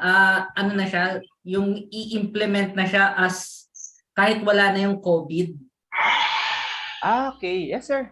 Actually, very timely yung question mo, sir, no? Kasi pinabasa ko yung IATF resolution kagabi. Ito yung nationwide on the implementation of alert level system as of June 4, 2022, if I'm not mistaken, June 4 yun, sir. So yung provision under DO224, yung ventilation in the workplace, tsaka yung IATF resolution na yun, in-emphasize na yung ventilation in the workplace is part of parang minimum public health safety standard. Parang ganon yung na-mention doon. So parang lalabas yun, sir, parang walang conflict between DO tsaka IATF resolution. Therefore, enforceable siya in DO224, sir. Yes, sir. Bali, kung yung mga ongoing projects, kunwari sa construction, yes, yung mga ongoing projects, i-implement na talaga i-include na sa design yung DO224, sir. Yes, sir. If feasible, no? Feasible. Kung possible talaga na ma-include siya dun sa design, yung inherent design from the very first start or get-go. Pwede, sir. Pwede. Best practice yon. Kung ma-include siya doon. Kung hindi naman, sir, for whatever reason, talagang hindi siya possible. Kasi sa construction site, ito yung very peculiar yung situation, yung work environment. No? Parang ito yung exception to the general rule, yung construction environment. So kung hindi siya applicable talaga doon, for whatever reason, justification ang kailangan natin sa DOLE. Nag-inspect ang labor inspector kung bakit hindi na-comply yung ventilation requirement insofar as construction industry or operation is concerned, the particular establishment. For example, sir, no? Ito yung face shield. Naalala ba natin yung face shield, sir? Yung requirement ng face shield. Okay. Di ba po ba, sabi doon, di ba, sa workplaces, kailangan nakasuot ng face shield. Pero sa construction po, hindi sinusunod yon. Kasi nga po, peculiar po yung kanilang site condition. Baka by analogy, sir, pwede natin apply yun doon. Justification lang po ang kailangan. Kung hindi talaga ma-enforce yung DO224 sa ating construction environment. Sir, construction po ba kayo, Sir Carl? Yes, sir. Okay. So, kasi normally open naman yung setting sa construction. Actually, sir, sa design ako, sir, sa design, more on design ako ng building. Yes, sir. Tapos, don't forget, sir, yung DO224 is applicable lang siya in 2 following instances. Sir, kung merong, first, kung meron pa po tayong alert level system, that is number 1. And the other is kung meron pa po tayong declaration of national public health emergency. So kung sir, kung nawala na po yung alert level system or yung declaration of national public health emergency, natingin ko po, yun na po yung susunod na i-declare ni President BBM. All over the news, sir, di ba hindi na daw niya po itutuloy? Ikakat na niya yung declaration of public health emergency. In other words, ano pong ibig sabihin nun? DO224 is moot and academic na po. Wala na po silang force and effect of law. Yun lang po yung jurisdiction nila. Yun, baka doon po tayo magkaroon ng problem, sir, kapag part na po siya ng design. Yes, sir. On one, Kasi ang nangyayari, sir, kung isasama kasi siya sa design, medyo costly siya, sir, sa mga equipment. Yun, sir, hindi siya cost efficient. Tapos, yun nga, paano kung wala lang force and effect yung regulation? Kasi ang IATF resolution pertaining to COVID-19, pag may national public health emergency lang naman tayo, tsaka alert level system, pag wala na silang jurisdiction. Similar do sa DO224. Pero ang good thing naman, sir, kung i-adapt nyo, may advantages and disadvantages. Yung disadvantages, sir, yun nga, yung cost. Diba? Tapos, paano yung legal standing natin dyan? Kasi wala nang effectivity yung batas kapag back to normal na. Wala nang declaration of public health emergency. Anong legal standing natin dyan? Best practice na mag-a-apply, pwede mo nating sabihin sa client, sabihin sa other stakeholders na, kasi ito yung best practice. Di ba? Dapat naka-back up isang regulation dyan. Kung wala, baka mas lalo tayong mahirapan. That is one. Ang good advantages naman na nakikita ko, sir, baka kasi in preparation to sa mga darating pang pandemic, kasi any moment baka magkaroon ng another pandemic similar sa COVID-19. So yung design natin is inherent na or adapted na doon sa ganong situation, environment, hindi na tayo mag-a-adjust later. So yun lang na nakita kong advantages, sir. It is within your court na, sir, to decide. Okay, sir. Okay. Sir. Thank you, sir. Thank you. Okay. So yung DO224, ma-advise ko lang, sir, kapag wala ng pandemic tsaka alert level system, wala na pong force and effect yung DO224. Thank you, sir. Thank you po. Thank you po. Okay. So safety signage and devices, no, meron po tayong mga mandatory safety signages sa ating workplace establishment. So ano pong sabi dito under section 9? All establishments, project and sites, and all other places where work is undertaken shall have safety signage.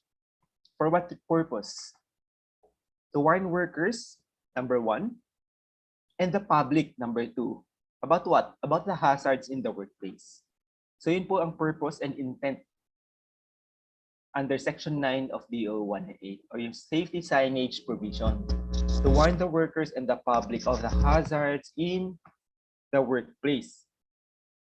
Kaya meron po tayong safety signages in the workplace. The safety signage shall be posted in prominent positions at strategic locations. Sa mas madaling makita ng mga tao, no? In a language understandable to all. And in accordance with DOL standards. Okay, DOL standards, yung sizes niya, rule of thumb na lang ang ginagamit naman normally dyan, no? Readable, di ba? Understandable to all, kung Tagalog. For example, sa amin sa office, meron po kaming maraming expatriates, marami kaming local employee. Saan ang located ng workplace namin? Sa Bulacan. So anong dialect sa Bulacan? Tagalog. So yung signages namin, merong English translation, merong Tagalog translation. So yun po. Yung English para sa expatriates na nagpupunta sa site. Yung Tagalog para sa aming local employee. So ganun po yung na-adapt namin sa aming workplace. So, naging speaker niyo po kahapon si Sir Jesse Lopez, no? The same work po kami noon ni Sir Jesse. Magkasama kami sa trabaho. Kahapon nag-leave yun para makapagturo. Okay.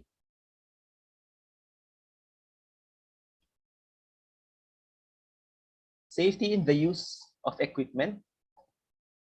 Meron po tayong office equipment.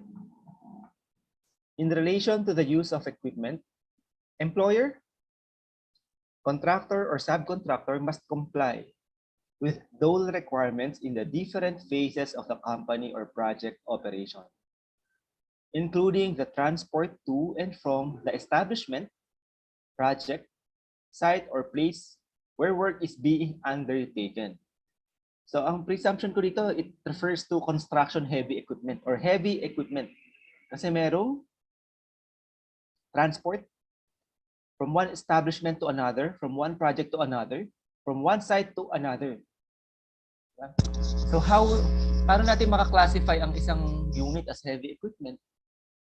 Diba? Pag heavy equipment po kasi regulated ng Department of Labor and Employment. Yung unit itself dapat may DOLE certification. Yung unit pa lang po yun. Yung operator po niyan dapat TESDA certified. So yun po ang ating heavy equipment. Tapos meron daily checklist yung operator and competent mechanic dun sa heavy equipment. So tatlo pong requirements kapag heavy equipment na siya. So paano natin maka-classify kung heavy equipment ang isang equipment? Definition of terms. Balik din po tayo sa definition of terms. Okay, may nag-message.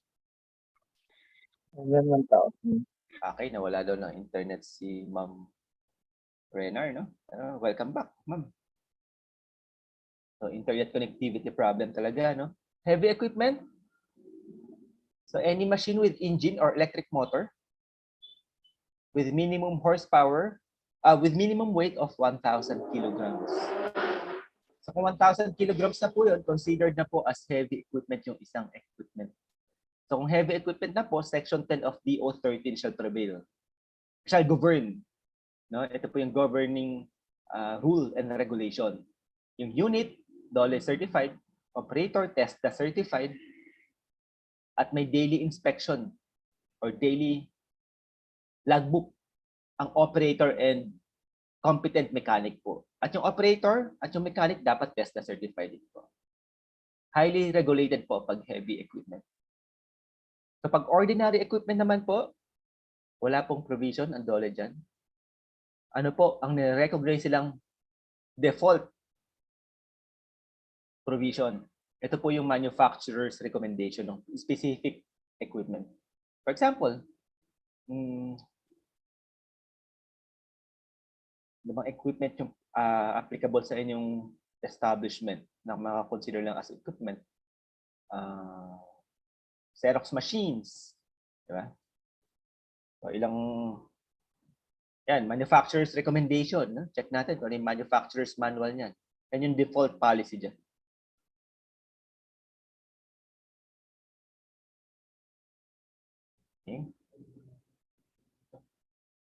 Okay. Use of approved or certified devices and equipment for the task. Ibig sabihin, no, wala kayong approved or certified devices and equipment for the task. Kung heavy equipment nga yun, wala mga certification and so on and so forth. 50,000 monetary penalty po yan. Per day of non-compliance po yun. Okay. Continuation sa safety in the use of equipment. Okay, operator dapat TESDA certified kapag heavy equipment.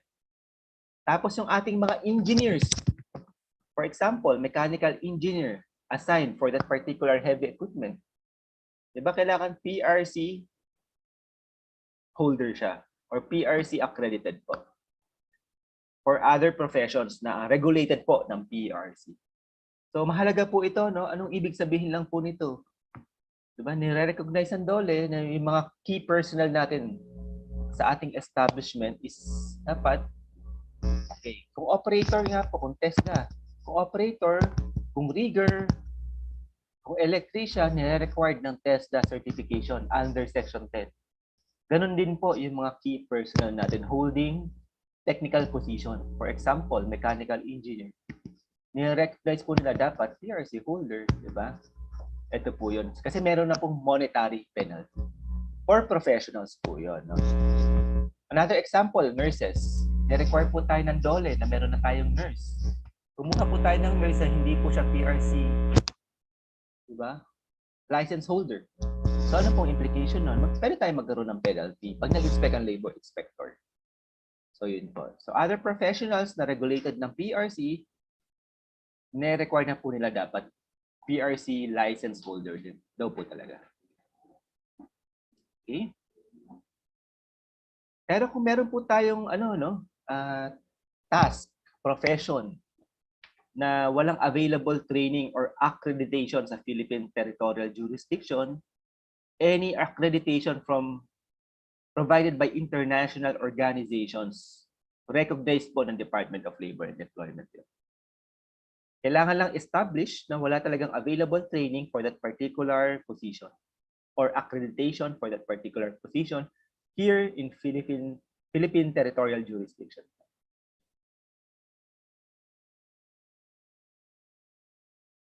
Okay. So dati po, hindi po nire-record ang DOLE. No? Dito nga po ako medyo nagulat din. Kasi parang management prerogative. No? Kung i-hire niya is, for example, nurse na walang training. Walang PRC accreditation. Engineer na hindi pa PRC license holder. For example. Ngayon, meron na rin po. Nire-recognize na po ng Department of Labor and Employment. Okay. Meron na po siyang 40,000 monetary penalty for professionals required by the OSH standard to be certified. At wala pong certification during inspection ng labor inspector. That is 40,000 pesos monetary penalty. So, nasa 20, 40, and 50 po tayo. No? Orientation, 20,000 monetary penalty. Heavy equipment, 50,000. PRC and other certification of key and technical position, 40,000 monetary penalty. Okay, OSH information. Information, parang ano din po ito, no? In IEC, no? Information Education Campaign materials natin. So, employer, contractor, or subcontractor shall provide adequate and suitable information on safety and health standards. Okay, orientation, toolbox meeting, OSH committee meeting, bulletin boards, diba? Democracy walls, email, diba? Correspondence, dito po natin na disseminate yung information regarding safety and health. No? Maraming avenues and appropriate measures, including probable location of those workers for prevention and control of those hazards. Okay, information material shall be revised regularly by the OSH committee. Bakit po meron tayong OSH committee in the very first place? Bakit po ni-require ng DOLE na merong OSH committee ang bawat establishment? All work-related OSH issues and concerns. Ito po yung proper avenue to raise such concern. Diba? Magkakaroon po ng amicable settlement, magkakaroon ng dialogue, magkakaroon ng discussion, magkakaroon ng meeting of minds. Diba? To prevent it from ripening into labor dispute or employment dispute. Diba? Ito po yung proper avenue. Kaya po may minutes yan, submitted to DOLE every, at least quarterly, yung minutes. So merong avenue, merong redress, merong way, merong medium ang employee to raise their grievance or concern related to OSH, related to employment. Di ba? Hindi sila mag-resort sa external party such as DOLE. Diba? Within management level na pag-uusapan na isa pa po yung kahalagahan kung bakit meron tayong OSH committee. Actually, yun yung intent, purpose, and objective ng OSH committee. Within management level, pinag-uusapan lahat ng employment concern pertaining to OSH, pero nag-ano po yan, nag-e-extend, nag-e-expand po yan, hindi lang talaga OSH ang purpose niya. Nag-e-expand po yan ng all employment related issues and concern.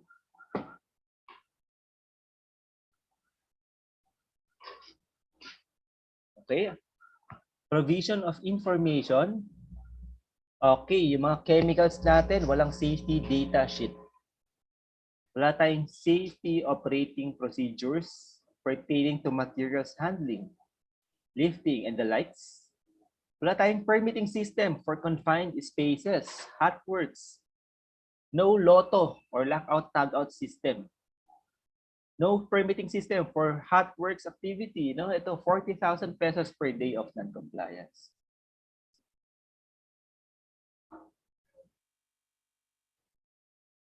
The Safety and Health Program or OSH program. Ang tanong, required po ba tayo may safety and health program?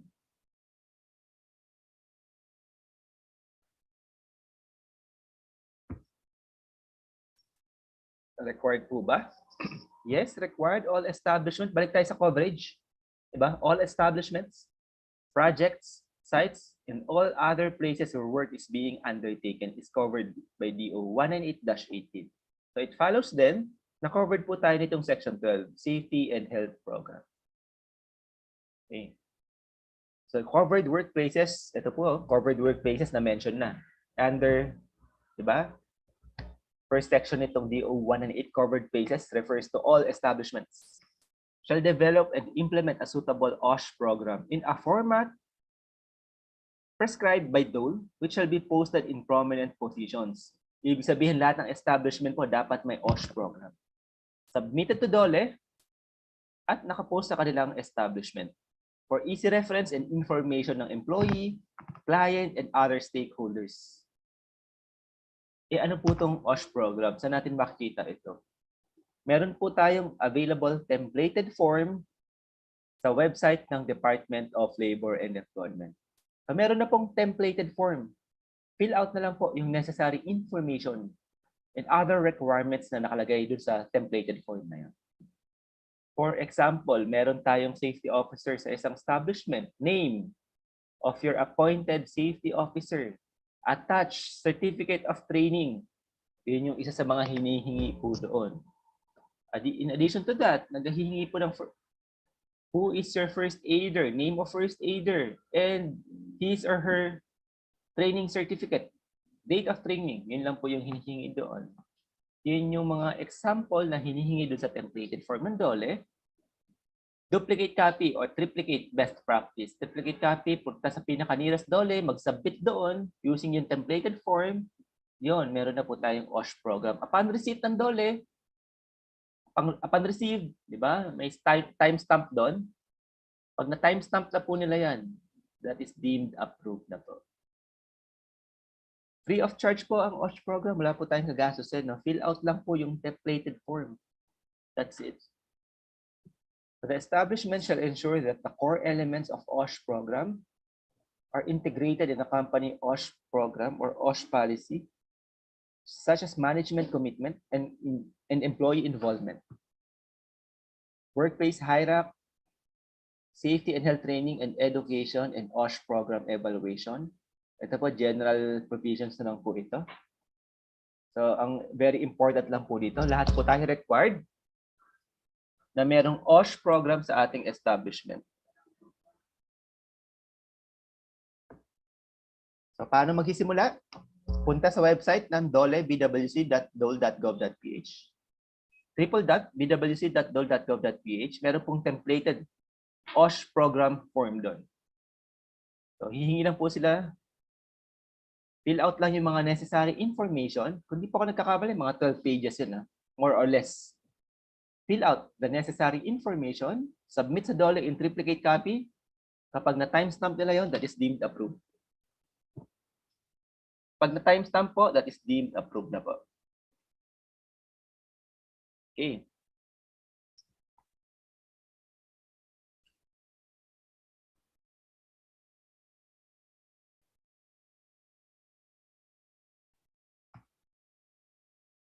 Okay, OSH programs in the pre-approved template. So meron na silang pre-approved template available sa website. Wala na pong formulate si employee dyan, si employer dyan. May be modified by DOLE as necessary. Pwede nila baguhin from time to time based on existing laws, rules, and regulations, and other issuances or upon validation of the program during inspection. If there is a modification made by the company shall submit a revised copy of the OSH program to DOL. Ano pong ibig sabihin nito? Ang OSH program as a general rule, valid for lifetime. One-time submission as a general rule. Exception to the general rule, kapag merong substantial changes in laws, rules and regulations, and other issuances pertaining to OSH. But when there is modification made by the company, mag-resubmit sa DOLE po ng inyong amended OSH program. So yun lang po. As a general rule, valid for lifetime. Exception to the general rule kapag may substantial changes in laws, rules, and regulations, and other DOLE issuances pertaining to OSH. Okay, Ma'am Blessel, ma'am. You may unmute your mic, ma'am. Sir, nagtanong kami sa DOLE, no? Yes, Yung ma'am. sa rule kasi, sabi kasi, kung magre-revise kami, isasubmit pa ba? Sabi namin ganon. Sabi naman po, kahit hindi na, basta na-i-explain sa mga empleyado. O, ganun po ba? Okay lang po ba yun? Thank you for your question, ma'am. No? Okay. DOLE po nagsabi mismo, ma'am. DOLE, nagpunta kayo sa Yes, kanila. sir. Yes. Okay. So, ma'am, hindi ko siya isasuggest na i-adapt natin or i-follow natin yung instruction ng Department of Labor and Employment. Unless, ma'am, siguro meron kayong black and white, nag-seek kayo ng clarification or ng opinion nila through email or through letter. Thereafter, nag-respond sila dun sa letter or email nyo, citing na, no, stating na hindi na kayo require, mag-resubmit sa kanila whenever there is amendment or modification in your OSH program. So, ano pong purpose nun, ma'am? Para meron kayong proof pag nag-inspect ang labor inspector, o bakit kayo may OSH program na mayroong revision and modification? Hindi to yung originally na submit sa amin, na. So, anong papakita niyo sa labor inspector? So, sir, meron kaming black and white. Nag-email po kami sa inyo o nag-issue ng letter. Nag-respond naman kayo na hindi na kailangan. For your own protection, ma'am. Ngayon, kung verbal lang po na suggestion yun ng isang labor officer, nagpunta po kayo sa office nila, verbally, physical communication, mahirap po yan i-establish, ma'am, pag nagkaroon na ng hit ang labor inspector. It's your word against, he said, she said po yan, ma'am. Mahirap ilaban. Ang sabi naman, sir, basta as long as na yung in-explain nyo sa kanya, yung role nyo, mayroon silang attendance at pumirma. Pwede, ma'am. Pwede naman siya, pero actually, hindi siya best practice. Hindi ko siya masasuggest. No? Hindi pa rin po masyadong siya. Hindi siya, no? Okay, kasi bakit ko nasabi hindi siya best practice, ma'am, no? Kasi many times na rin po ako naka-encounter, nag-seek ako ng consultation sa Department of Labor and Employment. So normally, iba-iba po ang DOLE ng kanilang interpretation for specific queries or concern. So baka itong si employee A ng labor, ganito yung naging advice sa inyo verbally. Interpretation ng labor inspector na papasok sa inyo, iba naman. Diba po? Iba naman yung kanyang interpretation. Hindi, kasi nakalagay sa DO 198 kapag may revision, no? Submit a revised copy of the OSH program to DOL. That is clear. May clear-cut requirement under the rules. Sino po ba nagsabi sa inyo? Parang gano'n, di ba? So, to prevent lang po yung open for other interpretation, gray areas, discussion, better sana ma'am meron tayong black and white. Sige sir, yung approach ma'am, tanungin niyo po siya. Sir, okay lang po ba mag-email ako sa'yo? Na ganito, same question po, same queries. Tas, sir, pasuyo na lang po, reply din po kayo kung anong nasabi niyo po sa akin ngayon. Para at least sir, pag mag-inspect ang labor inspector, magtanong yung management ko, meron naman po akong legal basis, black and white. Ito po yung inyong opinion. Okay lang ba yun, sir? Pag sabi, ay, wag na, magduda na rin po kayo dyan. So, hindi po best practice. Hindi ko po siya isasuggest na gawin po natin dyan. Diba? So, anong yun? DO 198-18. Ito po, Section 12 na. Section 12 ng DO 198-18. Section 12. Okay. Yun. Hindi siya best practice, ma'am, actually. Kasi merong clear-cut requirement under the rules, di ba? May resubmission ng OSH program. Ganito po yun, ma'am, no? nag-formulate po tayo ng OSH program natin at pina-receive sa DOLE yung original information provisions doon. So by analogy, di ba, it follows then na kapag meron tayong amendment and revision, di ba, parang contract yan eh. Pag may amendment and revision ka, di ba? Di ba? Renegotiation. Parang gano'n, di ba? Doon sa concerned party, kung tatlo kayo sa contract, by analogy, similar po to sa OSH program. Nagbago ka eh. Hindi ito yung nag-modify ka, hindi ito yung originally submitted mo sa amin. Eh bakit hindi mo nire-submit sa amin? Parang ganun po yun. It cannot be made unilaterally. Parang ganun. Okay. So, Okay, sir. Thank you po. for safety purpose, ma'am, yun po ang i-advise ko sa inyo. Hanggang wala po kayong black and white coming from DOLE, ang ginagawa ko, best practice, nag-email ako, nag-issue, nag-letter po ako sa kanila. Yan, protection na po natin yan. Ito po yung opinion, no? Pagpasok ng labor inspector.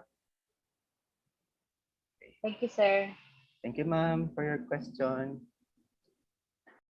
Okay, another question. Sir Michael, sir, you may unmute your mic, sir.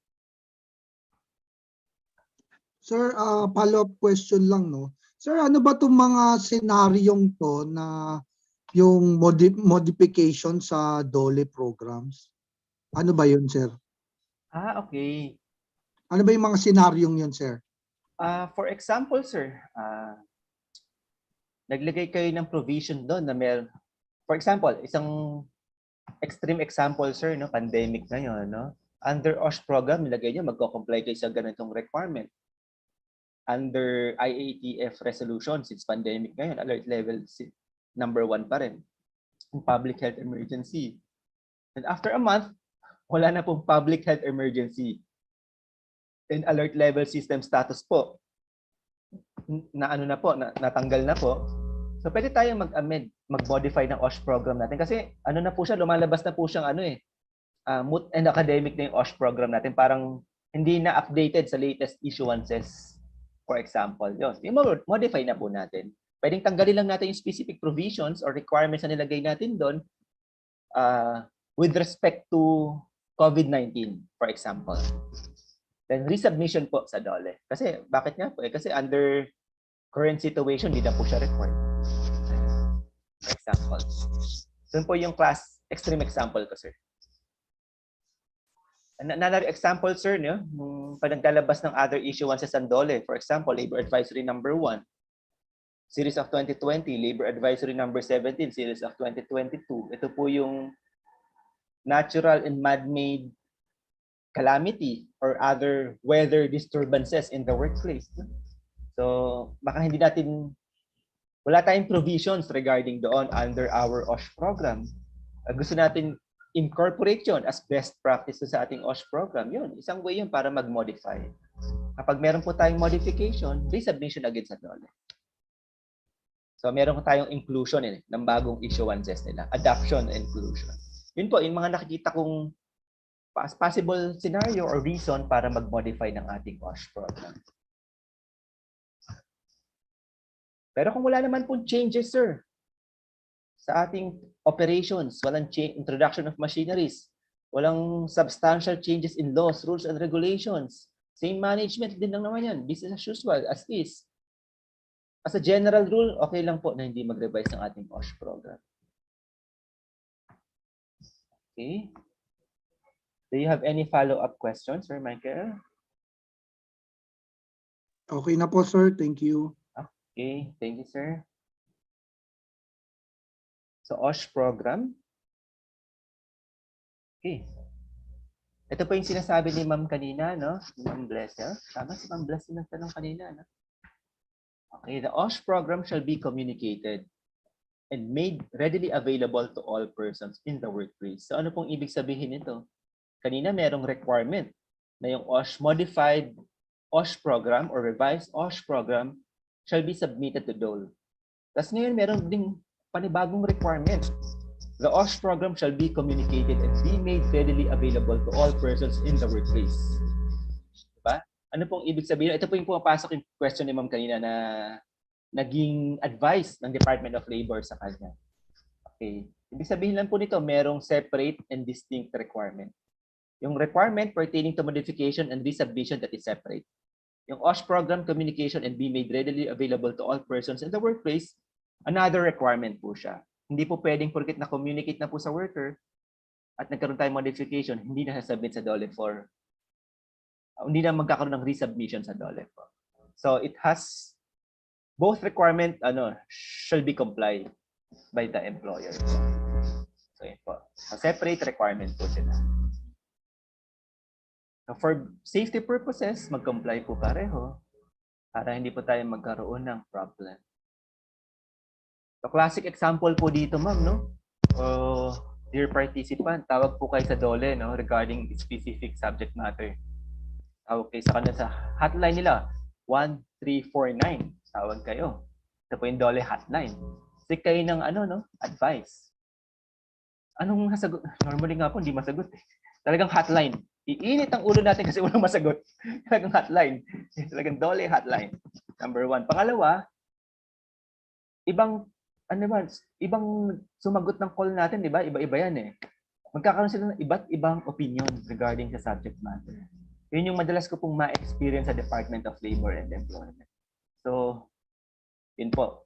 Kaya hindi ko po masyadong tinatanggap pag yung verbal advice ng DOLE officer po. So, Sir Einstein, sir, you may Yes, sir. Good afternoon. Good morning po. Sir. Good morning. For the DOLE hotline po, as is lang po siya 1349. Wala po tayong ibang characters. Wala po, sir. Ano na po siya? Alright. 1349 talaga. All over the po. Alright. Thank you po. Okay, sir. So, pwede po kayong tumawag anytime. Pero, talagang hotline talaga siya. Sir, iinit talaga ang ulo natin. Kayo na pakatawag ng tawag. Walang masagot. Yan. So, OSH program. Pero nile-develop naman po nila yun, sir. Ang kanilang hotline. Okay. Wala tayong OSH program or merong OSH program pero walang implementation. Diba? Parang lang siya, just a piece of paper na nakatabi lang sa ating desk. At nakita ng labor inspector, that's 40,000 pesos per day of non-compliance. Okay. So, OSH programming po to, no? So, OSH committee, meron na po ba tayong established OSH committee sa ating respective workplace? So, I believe ang primary objective and purpose talaga kaya tayo umatid ng trainings is to comply sa DOLE requirements, no? So, ito po yung mga DOLE requirements. So, OSH committee, no? Dapat meron tayong established OSH committee sa ating workplaces. Meron po bang exception dito? Paano, sir? Maliit lang business lang naman kami. Sir, barangay micro business enterprise lang naman kami. Diba? Under the BMBE law. Diba? Kung minimum wage ka, exempted kami eh. Dapat sa OSH committee din, exempted kami. Eh, mas mabigat yata ang requirement yung minimum wage law. May criminal sanction pa yan. Eh, OSH committee, administrative lang to. So wala po. OSH committee covered po. Regardless of capitalization ng ating workplace establishment. Exception to the rule, ito yung silent exception kung one employee ka lang. Ikaw na yung owner, ikaw pa yung employee. Di ba? For example, BMBE nga na ikaw na yung owner, ikaw pa yung nagtitinda. Ikaw na lahat. Di ba? Kasi ka lang, bigasan, for example. Paano ka mag-establish ng OSH committee? One employee ka. Yun yung mga silent exception to the rule. But as a general rule, covered po lahat ng workplaces po. Okay? Anong objective po ng ating OSH committee? To ensure that the safety and health program, kaya in the very first place, dapat meron tayong OSH program. Because the OSH committee observed and enforced the OSH program. Okay? Ang minimum composition po ng ating OSH committee. So minimum composition. Ibig sabihin, pwede pong pataasan pa. Chairperson, company owner, or manager. Ano pong position natin as safety officer? Sa OSH committee, hindi po ito pwedeng mabago. Laging safety officer po ang secretary. Yes po. Lagi po tayong secretary ng ating OSH committee. At least one worker representative. Diba? Yan po yung minimum composition. Pag construction setting po tayo, baka meron po tayong construction dito, nasa construction environment, construction operations, under ng PCAB, di ba? Hindi po tayo sa DO 198 papasok. Meron po itong Section 11 under Department Order Number 13. Andun po yung composition ng ating OSH committee. Okay? So kung hindi po tayo nagpa-fall sa construction industry, hindi po tayo regulated ng Philippine Contractors Accreditation Board or PCAB pursuant to Republic Act number 4566. Section 13 of Section 13 of DO 198 ang ating governing rules and regulations when it comes to OSH committee requirement. Ito po 'yan. Okay? So the safety officer of the workplace, paano? Pwede bang may other designation?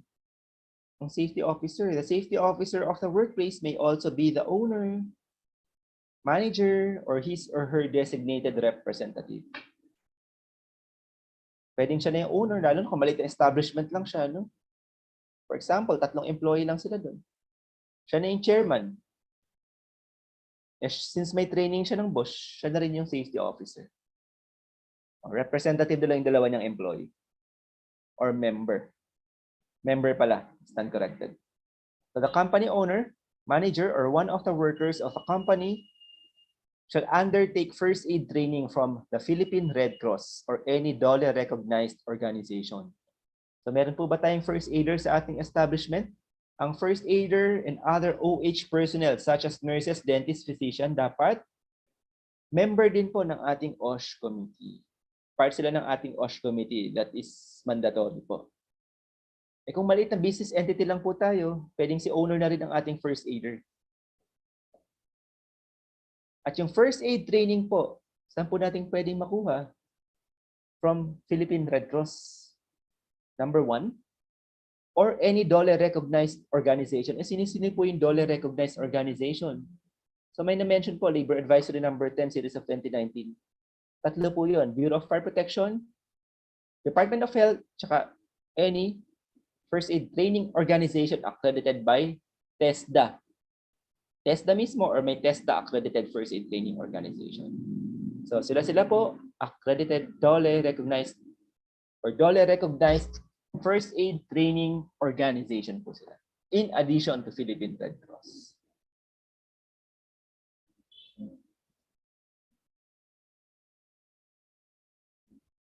So OSH committee po, no? Ex officio chairperson. Laging chairman dyan, yung employer or his duly authorized representative. Hindi po nababago dapat. Dapat highest ranking officer of the company or project or branch. Ex officio meaning by position. Dahil yan ang position niya, ito yung corresponding position sa OSH committee or designation. Safety officer, laging secretary po, no? At kung meron po kayong contractor or subcontractor sa inyong respective workplaces, dapat meron po silang sariling safety officer representing yung kanilang contractor or subcontractor po. So yun po yung requirement dito. So sino po itong contractor or subcontractor na na-mention po dito? Okay, pag sa construction industry po tayo, of course ito yung contractor na gumagawa ng building, yung general contractor. Kapag nag-engage siya ng isang activity ng isang another contractor under ng kanyang jurisdiction, that is subcontractor. Pag regulated po ng PCAB, yun po sa usual construction setting. But for all other establishments not falling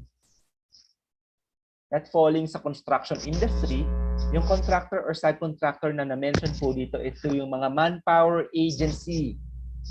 Diba? Such as janitorial agency, security agency, na under sila ng Department Order 174 Series of 2017. Ito po yung contractor and subcontractor arrangement. Ito na sinasabi dito. Dapat meron silang safety officer representing the contractor or subcontractor. Ito yung merong principal client at merong agency relationship.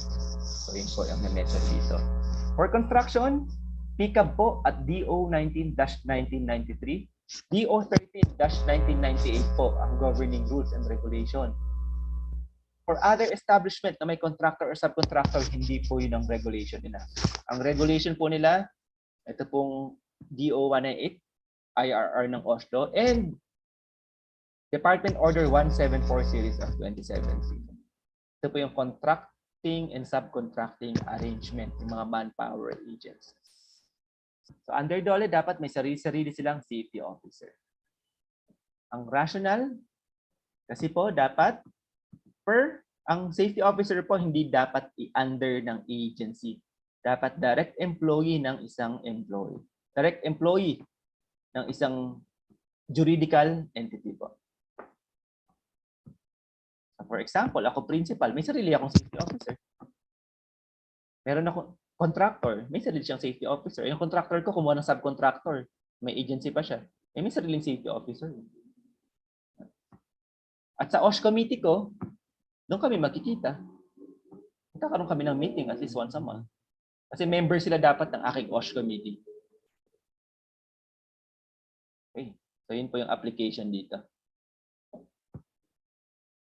Okay. At merong workers representative. Ang sinasabi po ditong organized establishment, ito po, safety officers representing the contractor or subcontractor as a case may be, and representatives of workers who shall come from the union. Paano pag walang union? Diba? Pwedeng voting system. Kung sinong, diba? Iboto ng rank and file employee na po yung member nila ng OSH committee. Or pag sinabing organized establishment, ito po yung may union. Pag unorganized, ito po yung walang union. Okay, safety and health meeting. So I believe sa construction setting po ito, no?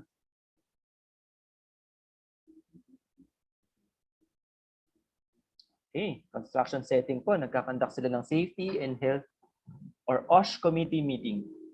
Dami pong tawag, kayo malito, OSH committee meeting, safety and health meeting, safety committee meeting, ang dami, halos pare-pareho lang naman yan.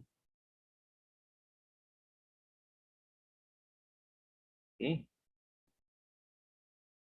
Wala tayong established safety and health committee. That is 40,000 pesos per day of non-compliance po. Okay. So, kailangan talaga mag-establish ng safety and health committee, no? Laki-laki ang monetary penalty. Okay, sa safety officer naman po tayo. Okay, check ko lang kung merong. Hindi ko nakita pag mag-raise hand, no? Double check ko lang po. Okay. So, safety officer. Gano'n ba kadami ang safety officer na dapat meron sa isang establishment? So, ito po ang basis natin. The number and qualification of safety officers shall be proportionate to the total number of workers, that is number 1. Total number of workers. And risk classification of establishment. So, dalawa po. Okay. Yung number and qualification ng ating safety officers. Safety Officer 1, Safety Officer 2, Safety Officer 3, and Safety Officer 4. Nakabase po yan sa number of workers, number 1. And the other is risk classification ng establishment, low or medium or high risk establishment. Anong basis po? Labor Advisory Number 04, Series of 2019. Sorry. Please be guided na lang po ng Section 14 of DO 198. Mamaya po papakita ko yung matrix. May matrix po doon.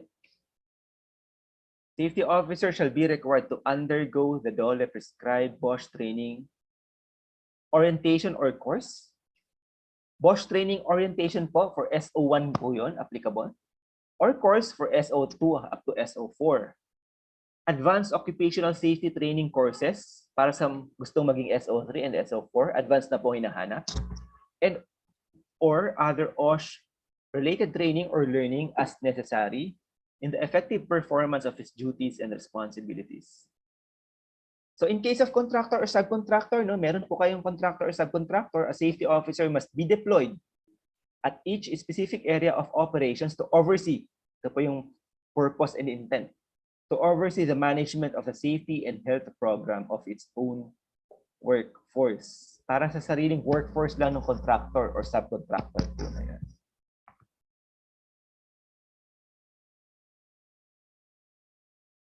For example, no, si Sir kanina, no, si Sir Daniel, no, nasa security agency, no, officer siya doon, no. So, kailangan meron silang safety officer per client na whenever na ano sila, merong engagement sa isang client at meron silang personnel doon, dapat merong isang security guard doon na trained safety officer na din po. Lalo na kung knowledgeable yung client or principal, i-require sila. Or mag-inspect ang labor inspector, nakitang wala sila. Okay, ito po yung sinasabi lang po dito. To oversee the management of the safety and health program of its own workforce.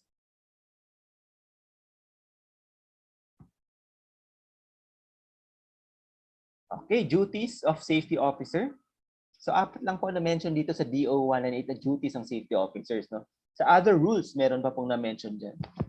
Pero insofar as DO 198 is concerned, apat po general duties and functions. Number 1, oversee the overall management of the OSH program in coordination with the OSH committee. Ano pong ibig sabihin nito? Diba? Yung OSH program natin required in the very first phase. And second, dapat manage na, handle natin ng tama. Tinitignan kung na-enforce. Tinitignan kung adapted pa rin pa ba ito o in accordance with latest issuances. Eh, baka naman marami nang nabago ngayon. And third, mag-establish ng OSH committee kasi lahat ng, diba, kung meron tayong revision, modification, amendment, discussion regarding OSH program, pinag-uusapan po yun sa OSH committee. Hindi po siya sole responsibility ng isang safety officer. Yun po ang rationale dito. We frequently monitor and inspect any health or safety aspect of the operation being undertaken. Ano pong ibig sabihin nito? Mag-conduct lang po ng safety inspection sa ating workplace. O mag-HIRAC, hazard identification, risk assessment sa ating respective workplaces. Letter C. Ready na ba kayo dito? Letter C. Assist government inspectors in the conduct of safety and health inspection. Ano pong ibig sabihin? Kapag pumasok po ang labor inspector, kapag pumasok po ang Bureau of Fire Protection, mag-i-inspect ang DT, ang LGU, dapat mag-a-assist si safety officer po sa kanila. Pwede pong hanapin yan ng labor inspector, ang safety officer. Kapag hinanap po tayo ng labor inspector, titignan ang inyong training certificate at titignan ang inyong appointment letter from your HR department. Theoretically speaking, ganun po nangyayari. O ganun po ang nakasulat. Pero what happened in real situation, minsan hindi na hinahanap. Pero kasi hindi best practice kung wala tayong... Gusto natin mag-comply na rin. Kasi may training na rin naman tayo. Eh. Why? Di ba? Bakit hindi pa mabigyan ng appointment letter? Para 100% compliance na tayo. So far as training and appointment letter is concerned. So issue work stoppage order when there is imminent danger po. So ito lang po ang sinasabi sa letter. So apat po, no? Management of the OSH program in coordination with the OSH committee, conduct safety and health inspection or HIRAC. Assist government inspectors. Then, when there is imminent danger, issue work stoppage order. Okay, under section 14, number of safety personnel required, diba, versus number of employees and risk classification of the establishment. Okay, for example, kami na lang po, 200 to 300 employee po kami sa aming workplaces, sa aming workplace. A high-risk establishment po kami ni Sir Jess kasi construction and railway industry po kami. So, nasan po kami? Nasa 251 to 500 employee or number of workers. Then, nasa column ng high risk. So, 1 SO2 and 2 SO3 na po ang required sa amin. Okay, magtatanong po ako ng isang participant. Ha? Ma'am Bless?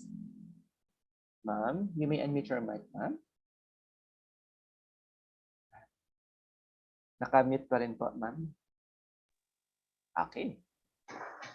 Ma'am, ilan pong number of workers na ating establishment? 13 po.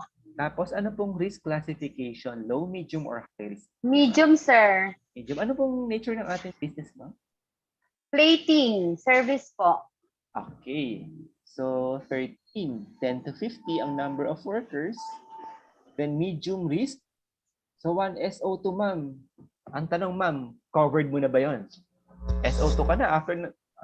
Yes Congratulations. po. Congratulations pala. Last day nyo ngayon. No? SO2 na. Congratulations in advance. Yes, ma'am. Pasok na pasok po. Ano? 10 to 50 nga po. Covered mo, ma'am. Pwede pa kayo magdagdag hanggang 50 employee. Wala nang gagawin yung iba, sir, pag mag-hire pa kami. Yun lang. Kamalugi. No? Okay, ma'am. Congratulations in advance and thank you, ma'am. Thank you po. Merong question si sir. May nag-raise ng hand kanina. Teka po. Yes, sir. Go ahead po.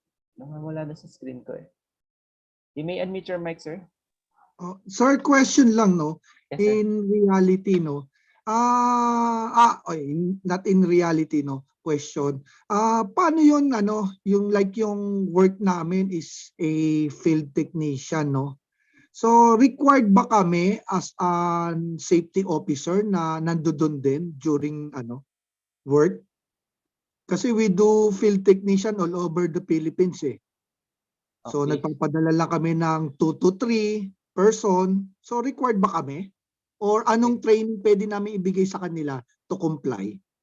Okay. Thank you, sir. Okay, thank you for your question, Sir Michael. Sir Michael, field technician po ng what? Parang mga air conditioning. Tama ba, sir? Automotive, industrial equipment, sir. Oh, wow. Industrial equipment and automotive. So may machineries and industrial equipment. Sir, Car transport. Car lifts, elevator, compressor, garage equipment, sir. Usually is garage equipment. Maaari tayong pumasok actually ng high risk dyan, sir, no? Possible. So kung 2 to 3 employee po ang sinusupply natin dun sa specific work area natin, no? Actually, sir, yung mga pinupuntahan naman namin, meron din silang safety officer. Yes po. Yes, sir. Okay. Yun po yung reason, sir, in purpose and intent ng DO 198 kung bakit ang safety officer hindi dapat. Ang required po kasi ang safety officer, direct employee of establishment. Now, kung meron po silang contractor, kung meron po tayong subcontractor, or any other employee na hindi direct employee ng principal or client, at meron silang sariling employer nila, dapat po meron silang sariling safety officer. To oversee lang po yung OSH program ng kanilang specific establishment. So, ang ibig pong sabihin nun, sir, yes po, sir, dapat meron kayong sarili yung safety officer. For example, 2 to 3 employee lang po yung pinadala nyo, no? Pinadala nyo po dun sa client establishment nyo para mag-render ng technical works. Isang employee po dun, sir, na mayroong training as safety officer is deemed compliant sa requirement po. Or compliant sa DOLE requirement po. Kasi ang rationale nga po, iba't ibang employer dapat may respective safety officers. So, hindi po sila kargo-kargo kumbaga ng principal or client, parang gano'n. Although, lalabas po ang principal or client as indirect employer, pero meron po kasi tayong tinatawag na direct employer muna. Ito po yung sarili nating management po. At duties and responsibilities ng management na magpa-train ng employee niya, na lalo na kung yung mga employee niya nagka-cater sa isang principal or client, to comply with the provisions of DO 198-18. So, sir, suggestion is ipatrain ko rin sila ng SO1. Okay, itong good question, sir. Kasi yung aking mga technician. Itong good question eh, practicality dito, no? Kasi lahat papatraining mo yan, iba-ibang iba't ibang nature. Pero sir, kasi parang naging presumption ko, high-risk establishment kayo eh. Ang maging first advice ko, sir, formulate muna tayo ng hierarchy natin, hierarchy. Kasi parang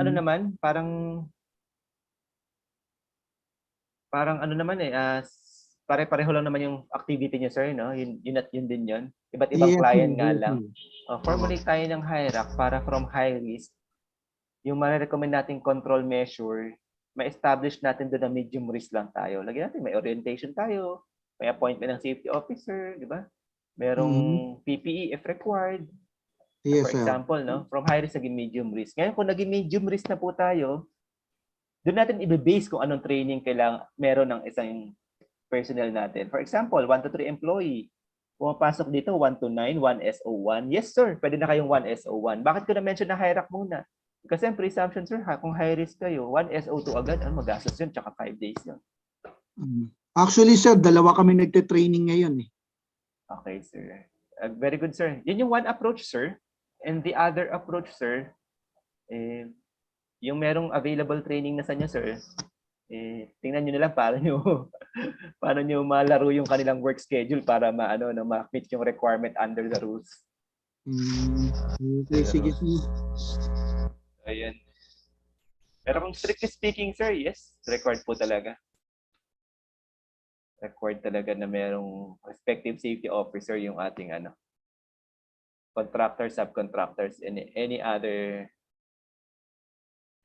indirect employee po or employer. Anyway, minsan yung client, sir, mismo mahigpit din eh, no? Depende yun eh. Pag may mahigpit na client, required na agad eh. So magpapadala kayo. Sir, actually yung other client namin, no, sabihin ko na rin, no, yung Toyota, no. So, ang requirement lang nila pag pumupunta kami doon is to undergo seminar, no? Seminar. Sa safety. So, pagkatapos noon, allowed na kami magtrabaho sa loob. Okay. So, good, sir, kung ganun lang yung required nila. Baka hindi sila nagkaroon ng implementation ng rule. So, pero, pag may nangyari din sa employee natin, sir, kasi, mahirap establish yung due diligence of a good father of the family kasi wala tayong trained safety officer to oversee the OSH program of our own workforce. So, baka hindi ma-absuelto si management doon, di ba? Di ba, pag nagkaroon, sir, ng accident, for example, ito yung extreme example natin, extreme scenario. Kapag nagkaroon ng work accident in relation sa kanilang work, may work connectivity po, no? Kasi meron yung meron yung pag nagkaroon ng litigation po dyan, di ba? Subject civil damages si employer kung hindi niya ma-establish na wala siyang due diligence. Yung due diligence, sir, di ba? Lalo na sa safety and health, ito yung compliance with OSH requirement. Baka sabihin ng employee, sir, wala nga akong, di ba, obligation natin na merong safety officer to oversee the OSH program of the establishment. Pinadala nyo kami ditong 4, wala man lang sa aming isang safety officer or trained safety officer dito. Baka mag-decide ang court, sir, or labor tribunal, lalo na yung civil courts, favorable dun sa employee na na-accident. So ano nila? Pwede nilang makuha against sa establishment, di ba? Yung loss of income benefit, loss of earning versus life expectancy. Di ba? Kasi hindi na-establish na may due diligence si employer to comply with OSH standard. Kung, for example, 30-year-old siya, na-aksidente, disabled na siya, hanggang life expectancy kasi, according sa Supreme Court, hanggang 60. Minimum wage siya, minimum wage. Babayaran yan, 30 years old hanggang 60 years old, minimum wage. Diba? Tapos, minus lang yun sa kanyang sa kanyang cost of living. For example, 5,000 siya per month, 10,000 reasonable cost of living niya, ma-minus yun doon. So, magkano yun in 30 years? So, yung possible extreme scenario, sir, kung magkaroon ng work accident, yung legal counsel ng victim employee, ika-counter, i-allege na walang due diligence si employer. For example, ako yun, or ikaw yun, Sir Michael, i-allege niya. Si employer naman, di ba, magde-defense na hindi, meron kaming due diligence. Paano niya masasabi nga yan kung nabutasan siyang wala siyang trained safety officer? Ito yung extreme example, sir. Kaya ako, naging basis ko dito, sir, yung case ng Abrohart tsaka Cosmos Battling, decided ng Supreme Court. Namatay yung si Abrohart doon kasi meron silang fun run event. Batang-bata, di ba, nasagasaan, fun run event. Ngayon, sabi ng Cosmos Battling tsaka Intergames, yung management na kinuha nila, third party, hindi namin kasalanan niya kung na-aksidente siya. Pinapirmahan namin ng waiver yan . Di ba? Alam naman yung pag-fund run. Di ba? May risk yan. May risk. Hindi naman namin kasalanan yun. May mga tao naman kami yan naka-deploy. Nag-perform ko ng due diligence, no? Umabot hanggang Supreme Court yun. Sabi ng Supreme Court, wala kayong due diligence as a good father of the family. Kaya hindi kayo absuelto. Sabi ng Supreme Court. Bakit? Bakit nag-fund run kayo? Di ba? Dapat, ang takbo ng mga participant, opposite sa direction ng sasakyan para kita nila yung babangga sa kanila. Ang ginawa nyo, di ba? Yung flow, similar dun sa flow ng sasakyan. Hindi nila alam kung sinong babangga sa likuran nila. That is one. Kung meron kayong due diligence of a good father of the family parang sa mga anak mo, ikaw tatay para sa mga anak mo, papayagan mo may mga anak mo, ganon. Diba? Parang ganon na sabi ng Supreme Court, naging position ng Supreme Court. So anong kinalabasan, sir? Nagbayad sila dun sa beneficiaries ng victim, the deceased victim, ng minimum wage hanggang sa life expectancy niya. 60 years old, sabi ng Supreme Court. Minus lang yung cost of living niya per month hanggang sa 30 years na yan. So yun po, kasi walang due diligence sa good father. Yun yung extreme example ko, sir. Thank you, sir. Yes, sir. So on the part of Toyota naman, sir, hindi nila kayo na-required, lalabas sila indirect employer. Magiging solidarily and severally liable din sila sa damages kung magkaroon ng work-connected accident po. In the event na si employer po, kayo po yun, Sir Michael, for example lang, hypothetically speaking, ay hindi nakapagbayad for whatever reason. Baka hindi kaya, walang pera, sama sila sa kasuhan, si Toyota.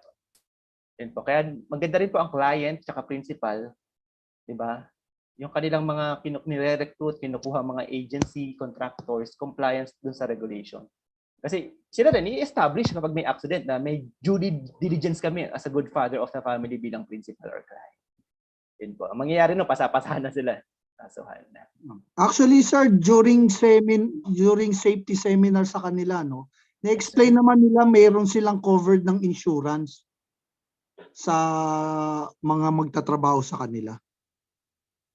Okay, sir, kung insurance, that is good. Kung meron silang insurance provisions para sa kanilang indirect employee. Pero separate and distinct yan, sir, pag nagkaroon ng, di ba? Lalo na kung fatality na yan, di ba? Oo, fatality. Good yun. Siguro, bababa yung ano nila. Bababa yung magiging damages, yung mga financial implications sa kanila kasi meron silang insurance. Yes, sir. Kasi I'm weighing this no, to explain to my employer. Yes, kasi sir. I have 8 technicians, no? Yes, so sir. I'm deploying them all over the Philippines. So Yes, kailangan ko silang ipatrain ngayon ng SO1 to duly comply for DOLE, no? Yes, sir. Para makatulong, sir, no, pwede mong i-cite itong DO 198, di ba? Yung all contractors, subcontractor must have their own safety officer to oversee the implementation of OSH program for their respective workplace lang. So, ibig sabihin nun, dapat meron. That is 1. Sabihin natin yung monetary penalty, sir. That is 2. Tapos third, sir, yung due diligence of the good father of the family. Sabihin mo, sir, in the event of accident nga, no? How can we establish na talagang meron tayong due diligence? Ibig sabihin kasi pag may due diligence, pag may nangyari, ano pong ibig sabihin nun? Wala na pong pananagutan ang employer. Ang liability lang po ni employer is to provide first aid treatment or transportation to the nearest hospital in the event of work accident. Ngayon, paano after nun? Sino nang mag-shoulder nun? Diyan na po papasok ang mandatory government benefits.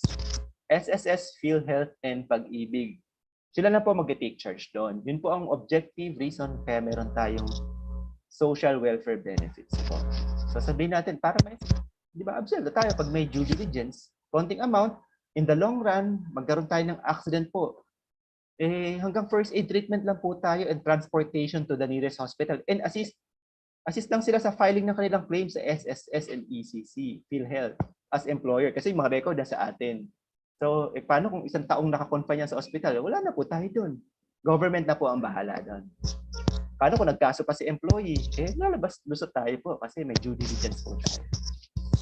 in the long run is makakatipid po. So, at may peace of mind pa po, sir.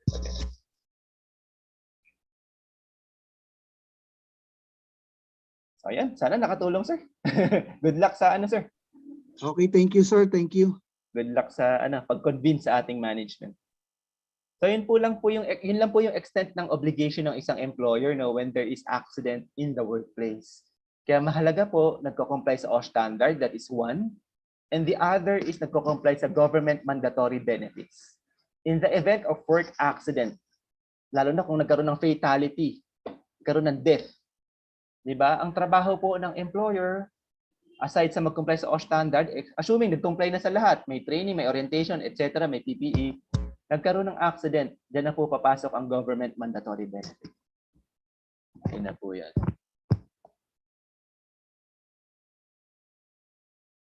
Okay. So please be guided accordingly ng matrix po na ito, kung gaano kadaming safety officer. At classification ng safety officer na required sa ating establishment. Dalawa lang po ang requirement. Naka-base po sa number of workers at risk classification. So for your easy reference po, tingnan na lang po itong matrix na to kasi iba't iba po tayo ng number of employees at risk classification. Okay.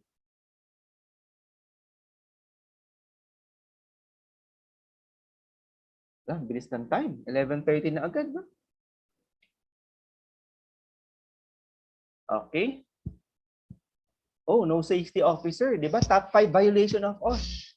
'Di ba? Number 1, no first aider. Number 2, no safety officer. Magkano yung penalty po? 40,000 per day of non-compliance. 'Di ba? According sa Department of Labor and Employment, first aider at safety officer ang top 2 violations pertaining to OSH. 40,000 pesos monetary penalty po pala yan. Okay. Oh. Tapos natin to, no? OH personnel refers to first aider, nurses, physician, and dentist po, no? Dalawa pong requirement when it comes to pag first aider po, first aid training lang po from Philippine Red Cross, DOH, BFP, or TESDA. Pag nurse, physician, tsaka dentist, dapat po dalawa ang requirement ng DOLE. Una, meron silang PRC holder sila, definitely, number 1. Number 2, meron silang BOSH training. Kung nurse yan, BOSH training for nurses. Kung physician po yan, BOSH training for physician. Okay. Pag dentist, di ba? BOSH training for physician or dentist. So, yun po ang training. Dalawa po ang nire-record natin. Training for nurses, physician, and dentist.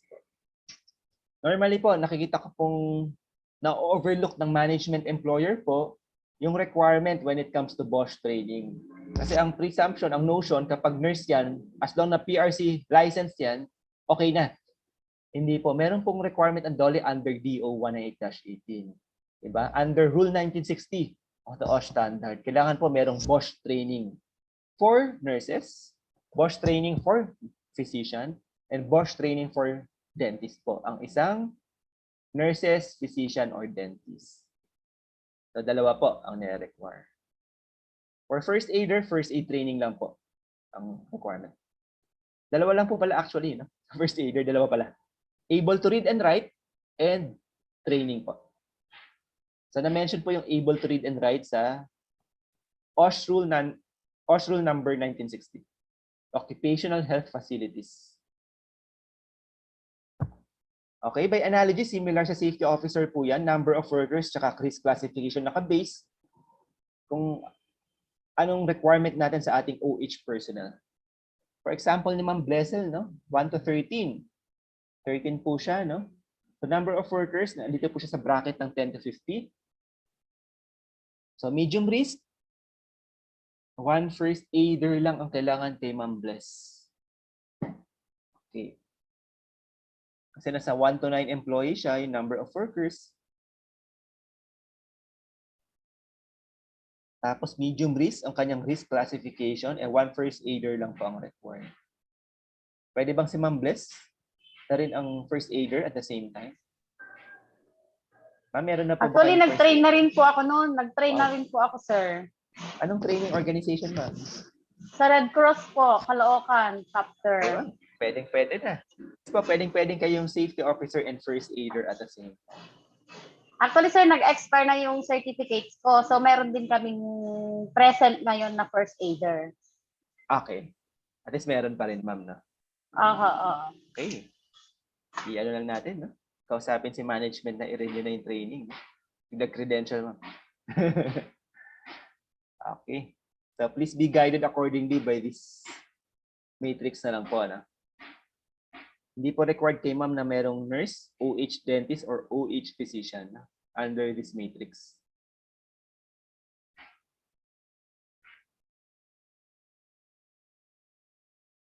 Okay, pag emergency beds po, wag na po kayo malito dito sa matrix na to.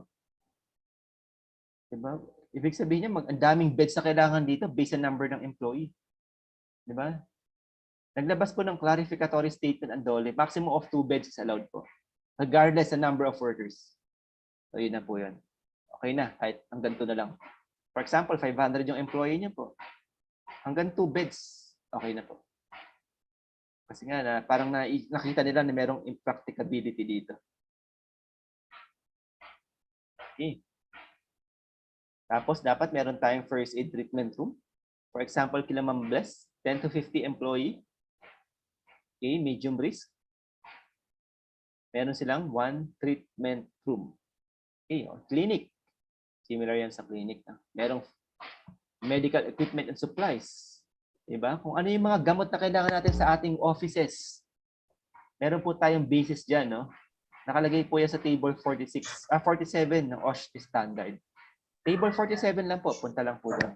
Andun po yung kung ilan yung number ng, for example, paracetamol na kailangan natin versus the number ng employee. Andun na po yung computation. Yes, Ma'am Bless. Sir, example po, meron kaming room pero walang bed. Pero ang ano namin kasi sa DOLE, kalapit namin ang clinic. So nakipag-negotiate din po kami sa clinic na if ever mayroong incident na critical, ganun, mga ano, hindi naman critical yung mga minor lang po na hindi namin, wala sa amin yung first aid na ano, pwede namin itakbo sa kanila. Ang tanong, ma'am, if that is allowed, parang ganon? Yes po. It is okay lang sa DOLE po yun. Ma'am, chinecheck ko tong matrix para hindi nga kayo required in the very first phase ng emergency bed.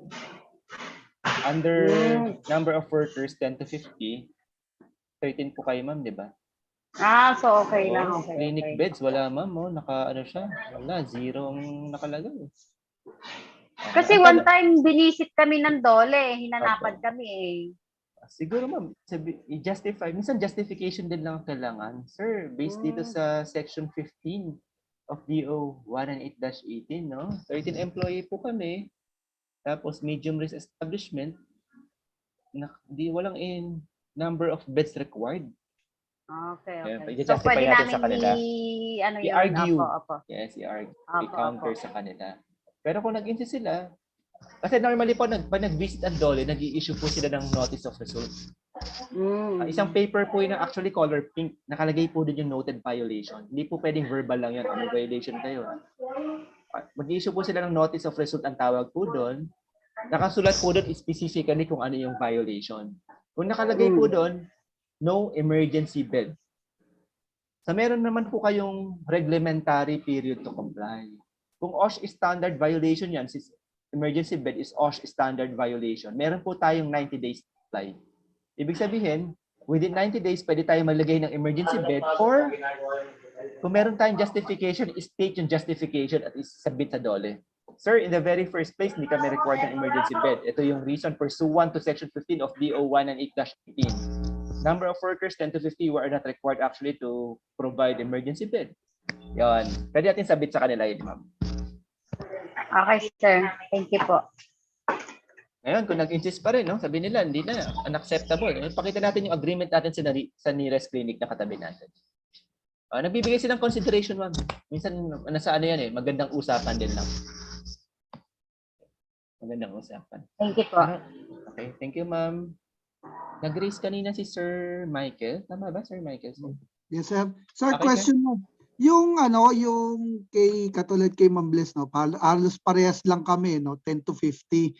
Yung ano, yung first treatment room, is it a physical room or just tables with emergency kit? Pwede na yung ganon? Good question, no? Baka kasi iniisip parang clinic talagang merong Yes. partition, designated clinic talaga, no? Yes, sir. Okay. There is no hard and fast rule, sir, actually. No? There is no hard and fast rule. Pag first aid treatment room, sir, medyo ano yan eh, merong konting elbow room. Diba? Parang hindi na-apply yung ano natin, no? Nakasanayan nating clinic setting.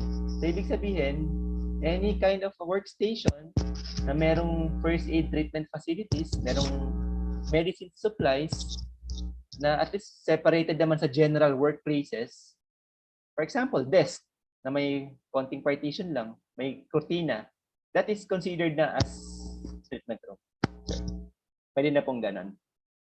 Ang titingnan po ng labor inspector actually dito, sir, yung effort natin na mag-provide ng treatment room. Not necessarily room, pero at least isang specific area sa ating workplace na at least nagbigay tayo ng effort na may, di ba, merong table man lang dyan, di ba? Merong drinking water, merong fan sa worker, merong chair. Pag-uupo sila, di ba? Merong medicines. Di ba? May pang ano dyan, pag-take ng high blood, for example. At meron tayong first aider man lang. Ito po yung tinitingnan nilang effort na binibigay natin. Hindi naman necessarily, sir, na clinic talaga. Ano na kung hindi siya kaya nung or congested yung ating workplace establishment. So, parang ano yan, gusto nila maging mapamaraan. Parang gano'n yan. Okay. Nice question, sir. Kasi nga, maraming ano yan, notion dyan na ano, kailangan clinic talagang room. Hindi naman po talaga gano'n. Okay. Pero yung lactation room, other requirement po kasi ito, under Expanded Breastfeeding Act, meron po silang mga binigay na mga option. So please be guided lang nung department order regarding expanded provision of lactation station in the workplace. So may mga options silang binigay doon, no? Kung ganito kaliit lang ang establishment, di kaya, pwedeng nakakortina lang. Ganun. Pwede na tayo mag-refer dun sa department order ng DOLE. Nakalimutan ko yung specific number. Pero naka-anchor po to sa Expanded Breastfeeding Act of 2000. Okay. May follow-up question po, Sir Michael? Or okay naman po yung aking response? Okay na po, sir. Okay, thank you, sir. Thank you. Si Sir Neil. Sir, pasok po ba as first aid treatment room yung isolation room po? Sir, hindi po, no? Separate and distinct requirement po yun. Kasi different objective and purpose and intent po sila. First aid treatment room, ang purpose and intent is to provide emergency treatment or first aid treatment when there is occupational accident or illnesses po. Yung isolation room naman po, ang intent, purpose, and objective po nito is to provide monitoring kapag ang isang particular employee individual is may symptoms of COVID-19. So, magkaiba po yan. So, separate requirement po siya. Ang first aid treatment room required under DO 198-18. Yung isolation room po, that is required under the DTI and DOL supplemental guidelines on COVID-19 prevention in the workplace. Pero as of February 2022, sir, hindi na po required ang isolation room sa any establishment. Na waive na po yan ng IATF.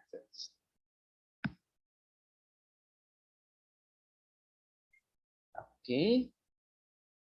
Any follow-up questions, Sir Neil?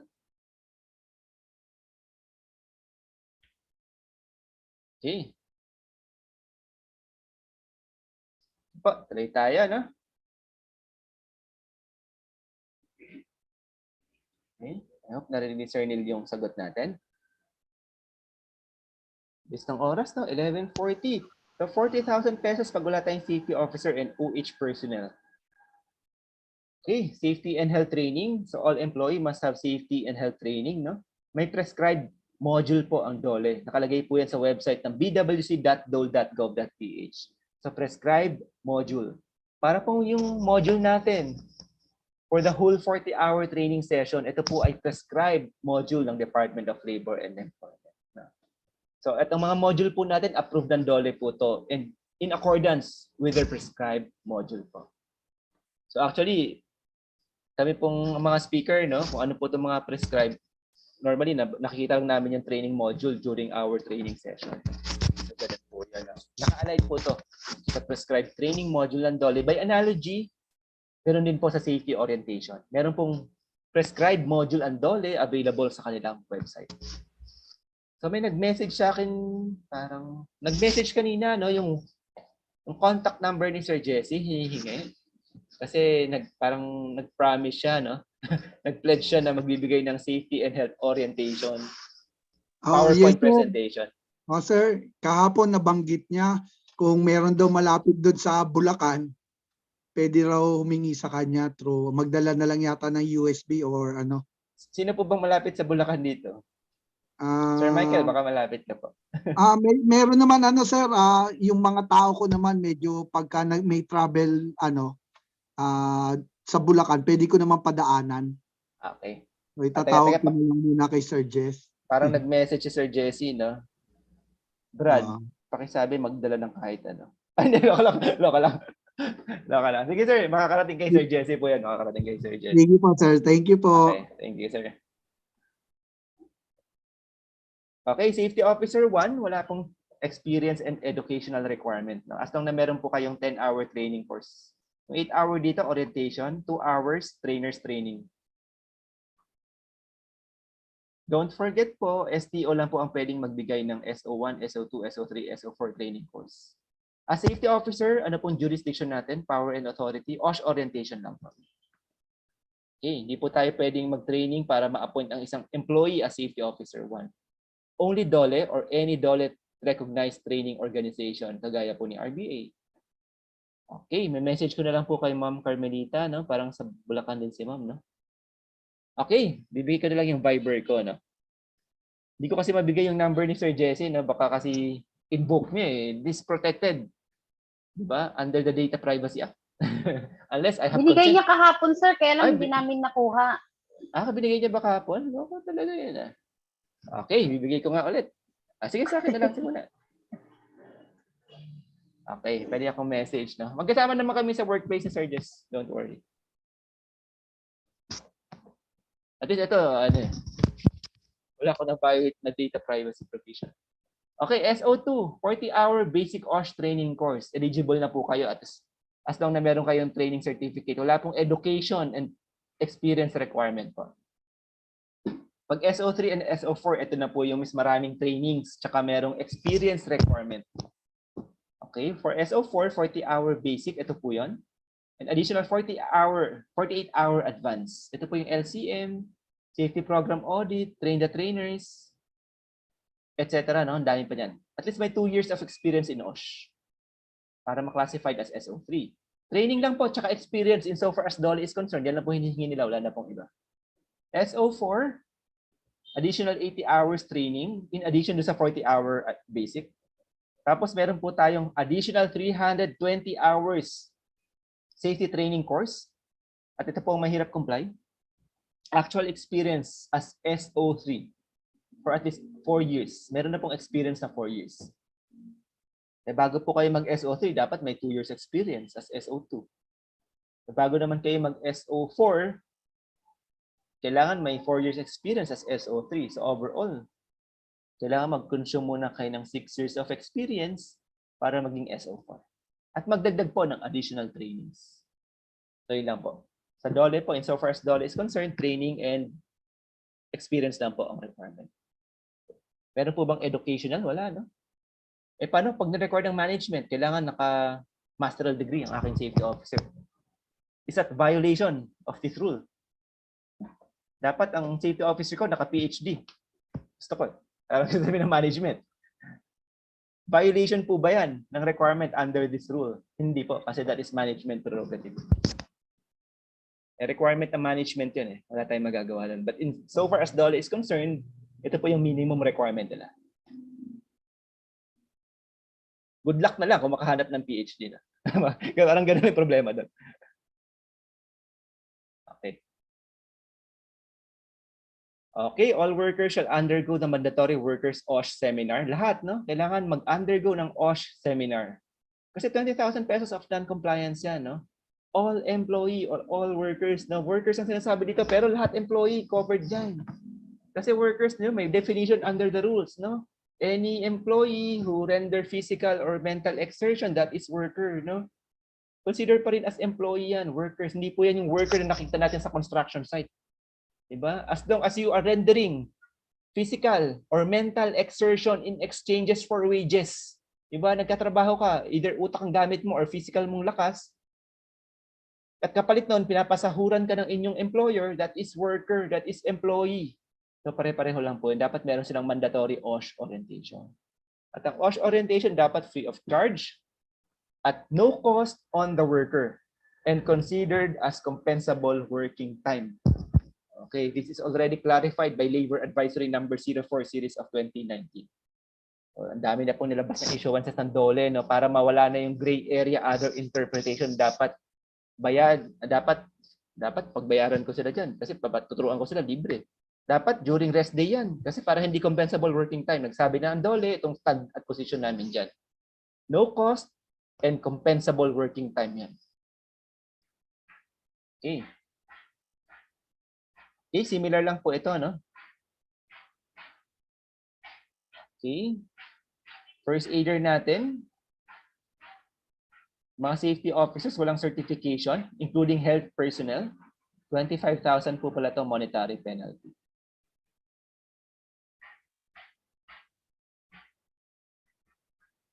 Okay, submission of reports. So meron tayong monthly report, quarterly report, tsaka annual report. So mamaya isa-isahin natin yan. Baka hindi tayo umabot sa lunch break na. After lunch, yung resumption natin ng ating discussion ng 1 p.m. Isa-isahin natin yung OSH administrative report. So later na po yan. So hindi tayo nagsasubmit ng OSH administrative report to the DOLE. Saan DOLE? Having territorial jurisdiction over the workplace. That is 30,000 pesos monetary penalty po. Okay, mamaya nating discuss kung ano yung mga OSH administrative report. Okay, parang naulit lang to. Workers' Competency Certificate. Key technical position, TESDA certified. Other professional position, dapat PRC, license holder. Such as engineer, yung mga regulated po ng PRC po. Okay, paano kung nag-inspect ang labor inspector? Walang TESDA certification, walang PRC, license. Ang mga engineers, nurses, physicians, architects, that is 40,000 pesos monetary penalty po. Okay, workers' welfare facilities, dapat free of charge under this rule. Ano po yung workers' welfare facilities? Adequate supply of drinking water. Adequate sanitary and washing facilities. Suitable living accommodations as may be applicable. As may be applicable kasi kung applicable nga lang siya. Kunyari, NCR. Metro Manila po, nagtatrabaho si employee. Metro Manila yung company. Metro Manila yung project. Hindi yan applicable kasi andito siya eh. Dito siya nakatira lahat-lahat, etc. Pero kung lilipat siya sa Cebu, ano yung project, nakako ng project company, si employee from Metro Manila papadala doon, suitable living accommodation. Required na po yan. Applicable na po siya. Okay. Wala tayong workers' welfare facilities, 40,000 pesos monetary penalty po. So, adequate supply of safe drinking water po, no? Isa yun sa mga laging nami-mention. Okay. Mag-comply sa OSH standard. Ito lang po yung sinasabi dito. Employer, you have the obligation.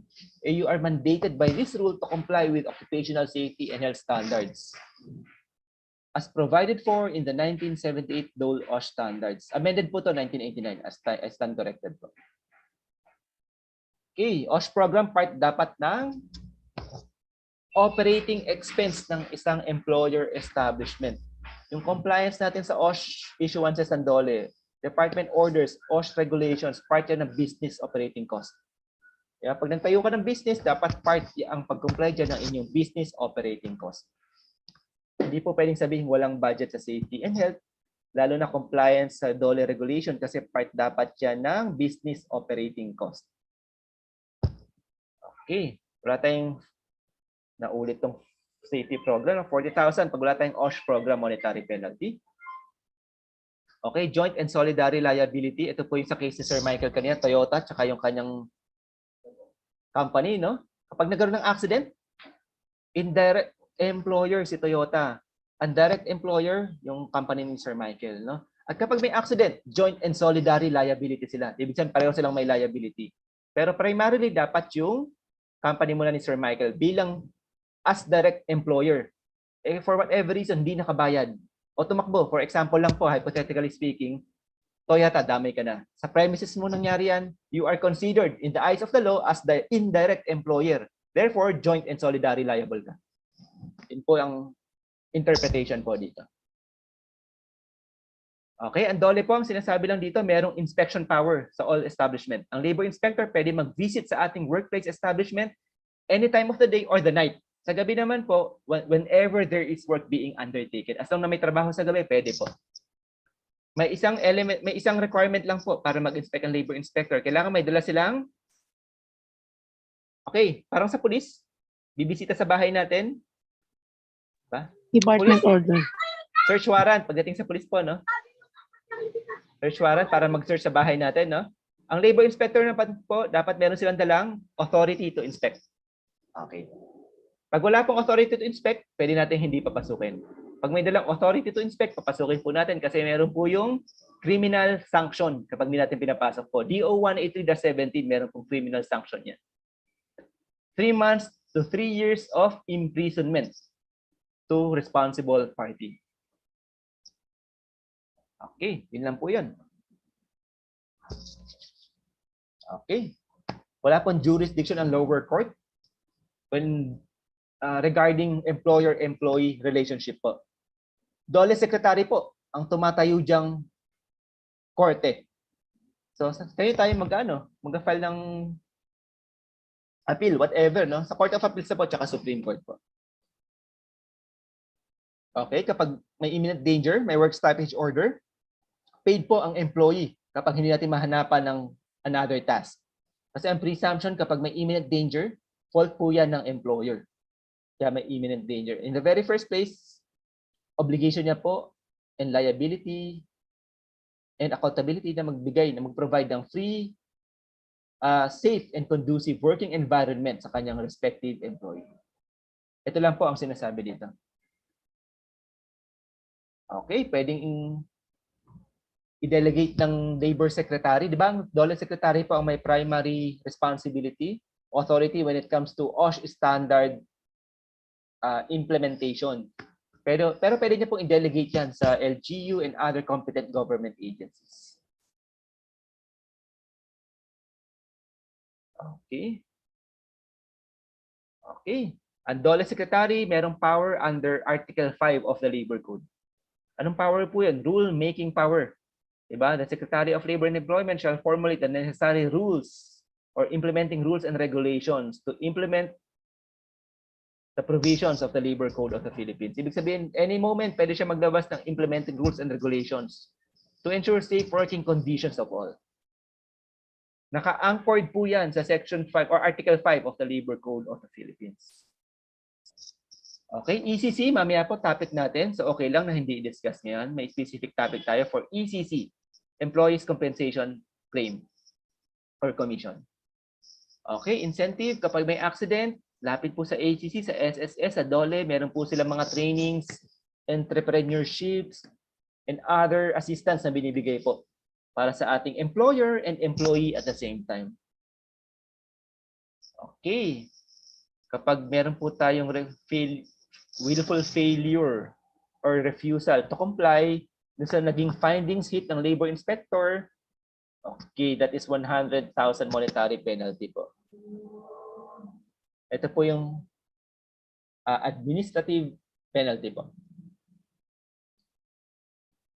Okay, cite lang tayo ng isa. Wala po tayong welfare facilities, 40,000 monetary penalty. Yung highest po dito is, yung lowest is registration of establishment to DOLE number 1.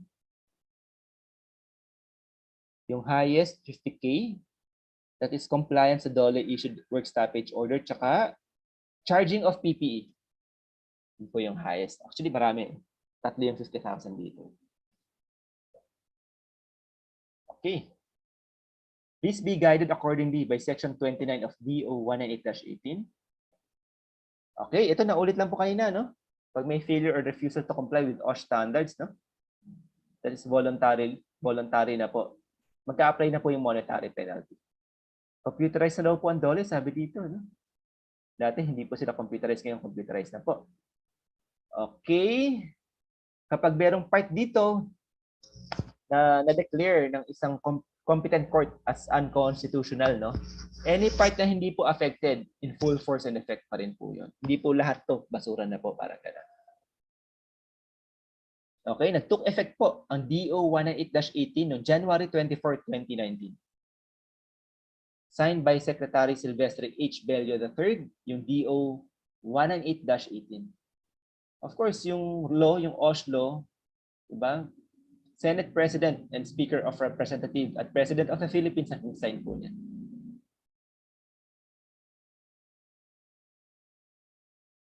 Okay. Mahaba-haba itong discussion. Labor Advisory number 4. So later natin di-discuss yung Labor Advisory number 4. Tuloy-tuloy natin yan. Ito po yung, pati OSH report po kasi nandito, no? Medyo mahabang discussion to. So, any question po? Bago tayo mag-take ng ating lunch. The time now is 11:57. So meron tayong 3 minutes. So kung wala, pwede tayong mag-lunch na and see you all at 1 o'clock. So kung meron kayong question, pwede naman i-raise later. Kasi hanggang 3 to 3:30 meron tayong topic. Thank you, sir. Okay, Thank happy you, lunch sir. everyone. Thank you po, sir. Okay, sir. Thank you. Thank you, sir. Thank you, sir. Thank you, sir. Thank you, sir. Out na kayo?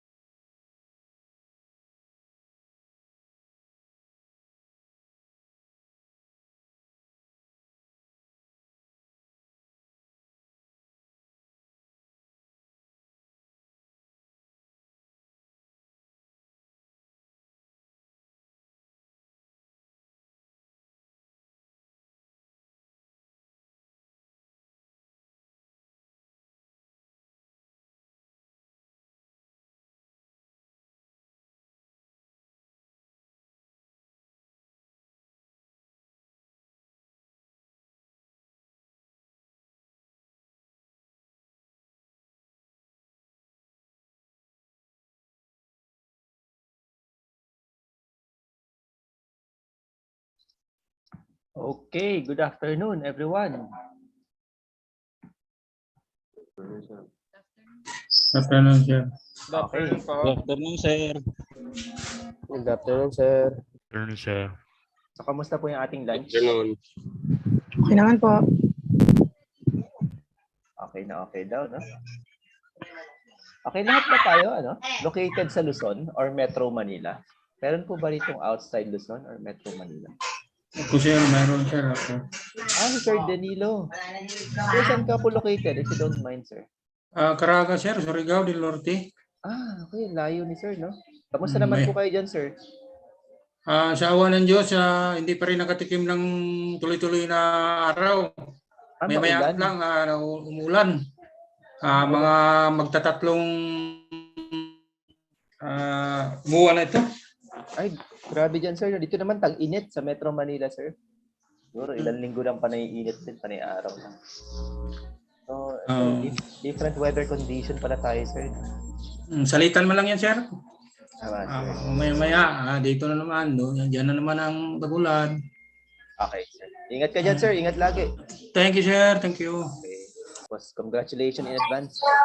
Ilang oras na lang po, no? Thank you, ulit. Ilang oras na lang, certificate nyo. Okay. So, last session kasi natin today, meron tayong re-entry planning. Actually, hanggang 3:30 lang yung ating discussion. 3 o'clock to 3:15 to 3:20 break time, no? So, parang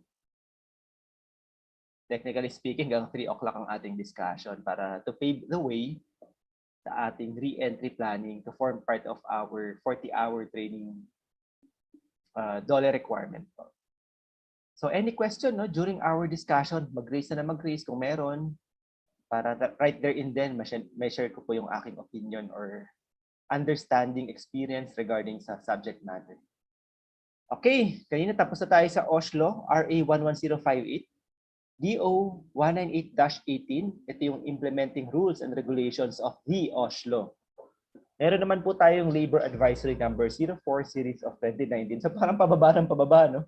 So meron tayong law, di ba hierarchy of law, yung highest sa pinaka-powerful sa lahat ng law, yung Constitution. Then meron tayong law. Tapos meron tayong jurisprudence, ito yung mga decision of the court. Tapos meron tayong implementing rules and regulations. So sa pinaka lowest nun, yung least powerful dyan, yung advisories. Ito po yung advisories, no? Then company policy. Sa employment sector yung pinapasok ko po, no? So anong purpose? Bakit naglabas po ng Labor Advisory Number 4 Series of 2019 ng Secretary of Labor and Employment? Kasi nung naglabas po ng implementing rules and regulations ng DO 198-18, marami pong gray areas. Gray area. So naguluhan si employer on one hand, 'di ba? Si employee, 'di ba, nalito kung paano magko-comply. On the other hand, now si safety officer, ano ba yung i-advise ka management tsaka kay employee? Kay employer or management and kay employee na rin. So para mabigyan ng kasagutan or linaw yung mga most commonly asked questions, yung gray areas doon sa DO 198-18, naglabas po ng Labor Advisory Number 4 ang Secretary of Labor and Employment. Kita niyo naman po yung title, no? Guide for Compliance of Establishments to DO 198-18. Yun po yung objective kaya naglabas ng advisory.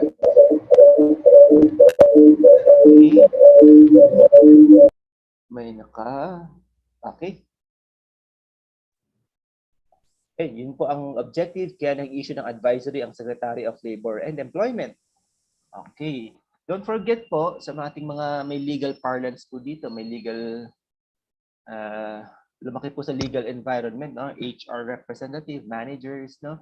Ang advisory po, ang pinagkaiba diyan sa implementing rules and regulations or department orders. Ang advisory po, it has no effect and force of a law. So parang wala po siyang pangil considered or equivalent ng isang implementing rules and regulation or batas. Similar lang po ito sa isang opinion. Diba? Opinion ng isang Secretary of Labor and Employment. Pero bakit nilabas po ito, no? Kasi para maging formal yung kanyang opinion, naka-black and white. Hindi po siya sa press release. Hindi siya sa media, kundi may black and white. So, the word advisory, advice. Diba? In common understanding, when we say advice, ba opinion. Okay, noted Sir Dan. Mahina daw ang kanyang camera, no? Off lang muna. Okay, opinion. The word order, department order. Anong papasok sa ating isip pag sinabing order? Diba? Mandatory requirement. I am the regulatory body, Secretary of Labor and Employment. I am issuing this department order. You have to follow me. Order, kaya nga order. It has the force and effect of a law. Parang batas ito. Pero advisory, I am advising you. I am rendering you. This is my opinion on the subject matter. Diba? Pero anong implication pag sinunod natin to? It can be a valid ground of our good faith. Diba? Kasi sumunod tayo sa advisory ng Department of Labor and Employment. So yun po yung difference sa legal environment ng advisory tsaka department order. Kaya malilito kayo, ba't may order? Diba? May advisory. Anong pinagkaiba nun? Sa ordinary people, pareho lang yun. Pareho namang issuers ng DOLE yan, pareho lang yan. Pero may pinagkaiba po sila. The word in department order yan, mandatory. May effectivity date, di ba? Tapos naka-publish in a newspaper of general circulation or official gazette. Ang advisory, wala pong effectivity date. Hindi po yan naka-publish in the newspaper of general circulation bago mag-took effect. Kasi nga, advisory nga lang naman yan, di ba? It is an opinion of a credible government agency, pero credible kasi Secretary of Labor, yan yung advice niya. Okay. As basis of our good faith. So pag nag-comply tayo dyan, nagkaroon ng problem, pwede nating sabihin, we are complying with a valid advice from a competent government authority, and that is the Secretary of Labor and Employment. Di ba? Due diligence po yan. Okay. Under this Labor Advisory number 4, meron tayong may 5 po silang na-clarify dito, no? So isa-isahin natin yung mga na-clarify nila. Okay, classification of establishments. Ito po yung hindi na-mention sa DO 198-18. Sino pong magka-classify sa establishments? Nakalagay dito, the establishment shall be responsible in determining its own level of classification. Si establishment. Ang magka-classify kung low risk, medium risk, or high risk establishment po siya based on hierarchy po conducted by the company. Kaya mandatory po ang hierarchy. Diba? In the get-go. Bakit? From the very beginning, diba? Kailangan, meron ng hierarchy. Kasi ito, first and foremost, mag-determine kung low or medium or high risk po tayo. Diba? Nasa establishment na po ang responsibility. Ganun po. In other words, ibinato na po ng DOLE. Sa establishment, ang responsibility to determine its own level of classification based on hierarchy po. Kailan po papasok ang labor inspector dito? Ang DOLE. Ano pong mukha nila dito? Anong participation? Kapag nag-conduct na lang po sila ng labor inspection. Okay. For example, yung establishment ni Ma'am Bless, kanina sabi niya medium risk. Pagpasok ng labor inspector, asan yung hierarchy mo? Na-identify mo ba yung mga hazard? Patingin. Okay, ito yung mga hazard. Anong risk? Okay, ito. Okay, anong control mo dito? Sabi mo, maglalagay ka ng PPE, signages, barricades, etc. and so on and so forth. Diba? Hierarchy of control. Sabi mo, maglalagay ka ng engineering, administrative, and PPEs. Okay, tingnan nga natin sa workplace mo kung nailagay mo lahat yan. Okay, pag na-justify ni ma'am na nalagay lahat yun. Diba? Si labor inspector, pwedeng tingnan yung mga documents. Pwedeng mag-interview ng employee. Pwedeng mag-inspect sa premises. 3 pong ginagawa ng labor inspector sa isang workplace pag nag-visit. Interview employee. Inspection of employment documents. And last, inspection of workplaces. Pag nakita niyang compliance si ma'am doon, o nga, no, medium risk ka lang talaga, or another scenario, or from medium risk, naging low risk ka nga, no? Okay, tama.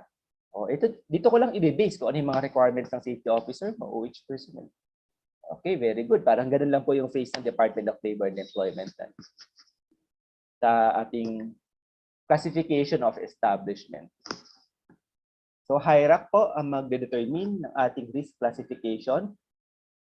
Pero may exemption po. Yung high risk establishment, merong perfect definition po kasi ang DO1 and 8. So na-mention nila kung sino yung commonly associated with high risk establishment. Kagaya po kami doon, construction industry, transportation, hospital, manufacturing, yun po ang mga commonly associated with high risk. Ang presumption kapag na-mention ka doon, under DO 118-18, ikaw po ay high risk establishment. All other establishment na hindi na-mention doon, whether medium or low risk establishment. Maganda ng HIRAC, implement yung HIRAC, pwedeng from medium maging low risk ang inyong establishment po.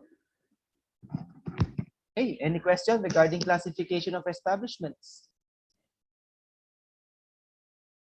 Okay, so kalimutan na po natin yung dating nakagisnan na high risk, hazardous and non-hazardous establishment. Wala na po ngayon yung terminology na gano'n, yung definition na gano'n. Low risk, medium risk, and high risk establishment na po tayo. Okay. So appointment of safety officer. Okay, congratulations in advance. I presume makukuha niyo yung certificate nyo kasi ilang hours na lang po, 2 hours, di pa ba makapag-antay? Di ba? Okay. Appointment of safety officer. The safety officer shall be certified by the company's human resource unit or section based on the qualification requirements such as completion of the prescribed training and minimum years of OSH experience. Training and OSH experience po ang kinukuha dito as provided for under Section 14. Ibig sabihin, kailangan may certification or appointment letter from the company's human resource section. That is 1. Number 2, si HR naman po, hindi dapat subjective yung gagawin niyang certification. Dapat naka-base yun sa qualification requirements such as training, tsaka years of experience provided under Section 14 ng DO 118-18. Di ba dalawa pong hihingi doon para ma-classify or categorize as SO 1, 2, 3, 4, trainings and experience. So kung ano yung ma-meet niya doon based sa kanyang training and experience, yun dapat ang kanyang position sa company, SO1, SO2, SO3, or SO4. Yun po ang kanya magiging, yun po nakalagay na classification under certification provided by the company's human resource section po. Eh, yun lang po yung sinasabi dyan. Kailangan po ba si HR talaga? Hindi pwedeng, paano si manager? Paano si president?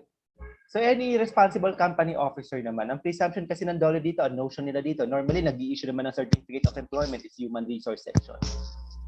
So kung in the absence of HR, baka kasi micro, small, medium enterprises tayo na walang ganong organization yung company natin, no? Any responsible company officer will suffice. Ang notion lang po dito kasi by HR. Kasi kung established company, normally, may mga ganyang critical and very important position yan. Diba?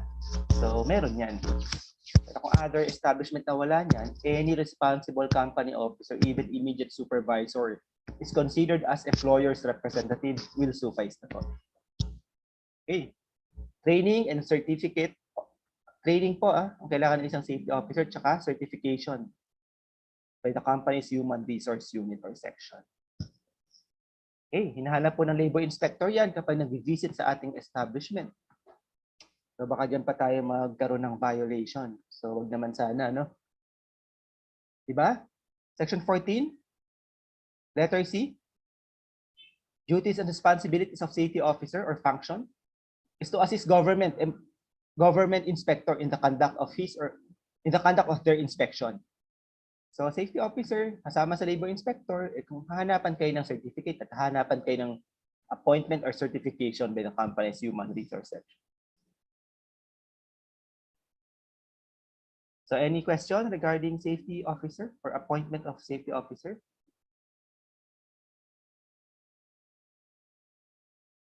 Okay, na-clarify natin na although mahina ang internet ko nung Monday, no? Tensya na kayo, mahina. Sobrang hina ng internet ko.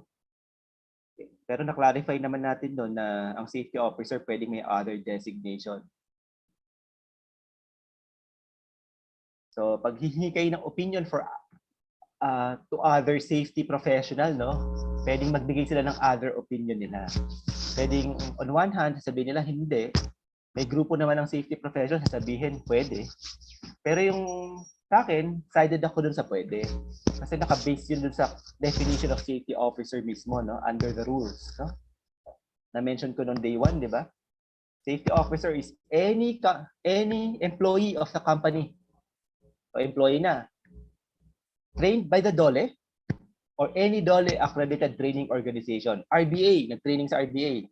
Dalawa na. Employee, tas may training sa RBA. In addition to his regular duties and responsibilities. Ibig sabihin may duties and responsibilities na siyang ginagampanan. Tasked by his employer to implement the OSH program of the establishment in accordance with the OSH standard. Ibig sabihin, employee na siya, pinag-training ng safety training, tas meron na siyang pine-perform na original function, dinagdag na lang last yung pagiging safety officer niya. So yun po yung definition ng safety officer sa DO 198-18. Ano ibig sabihin nun? Existing employee na siya, pwede may other duties and designation siya, no? Or dual function, pwede po. However, hindi po, itong hindi ko na-mention on day 1. Hindi po ini-encourage ng Department of Labor and Employment ang dual designation ng safety officer sa high-risk establishment. High risk po yun. No? O, hindi nila ini-encourage. Anong ibig sabihin po nun? Bawal po ba yon? Hindi rin po. Hindi rin po bawal kasi highly discouraged. Ibig sabihin, baka naman po pwedeng hindi, baka kaya nyo mag-hire ng full-time. Yung dedicated solely for safety officer function. Kung hindi kaya, discouragement lang naman kami, walang prohibition eh. Wala pa kaming nilalabas na rules dyan. So, pwede. Yun po yung ibig sabihin. In legal parlance po. Okay. So, mandatory workers OSH seminar or orientation. It can be used interchangeably po, no? So, establishments are encouraged to immediately conduct mandatory workers OSH seminar for all workers or employees at no cost to the workers, and attendance of such seminar shall be considered as compensable working time. Ano pong ibig sabihin yan? Tuwing kailan po ba tayo dapat mag-conduct ng orientation sa ating workforce? Immediately, sabi ng DOLE dito. Bakit immediately? Walang clear-cut definition kung kailan itong immediately. Okay, ang notion kasi dito, ang presumption dito, baka ngayon lang kayo nagtitraining, no? After nito, immediately mag-conduct na kayo, o ngayon nyo lang nalaman yung requirement. After nito, pwede na kayo mag-schedule, magpa-training ng inyong employee para baunahan nyo na yung labor inspector. Kasi pag naunahan pa kayo ng labor inspector, magkakaroon ng hit sa kanilang notice of result, violation na yon. Walang orientation ng inyong respective employee. That is one. Second, kapag nagkaroon ng work accident. Kapag nagkaroon ng work accident, di ba? Paano natin ma-establish sa labor tribunal? Paano natin ma-establish sa court na meron tayong due diligence of the good father of a family kapag walang orientation yung ating employee? Subject tayo sa, di ba? Sa civil damages. In the very first place, walang orientation ng ating employee. Number 2 po yun. Kaya immediately po ang sinasabi nila dito. Unahan ng labor inspector or baka magkaroon ng accident Iwasan na yan. Kaya magbibigay ng orientation agad yung ating employee. Baka maiwasan yung accident na yun. That is one. At protection na rin ng establishment po yun. Para ma-establish niya na meron due diligence of a good father of a family.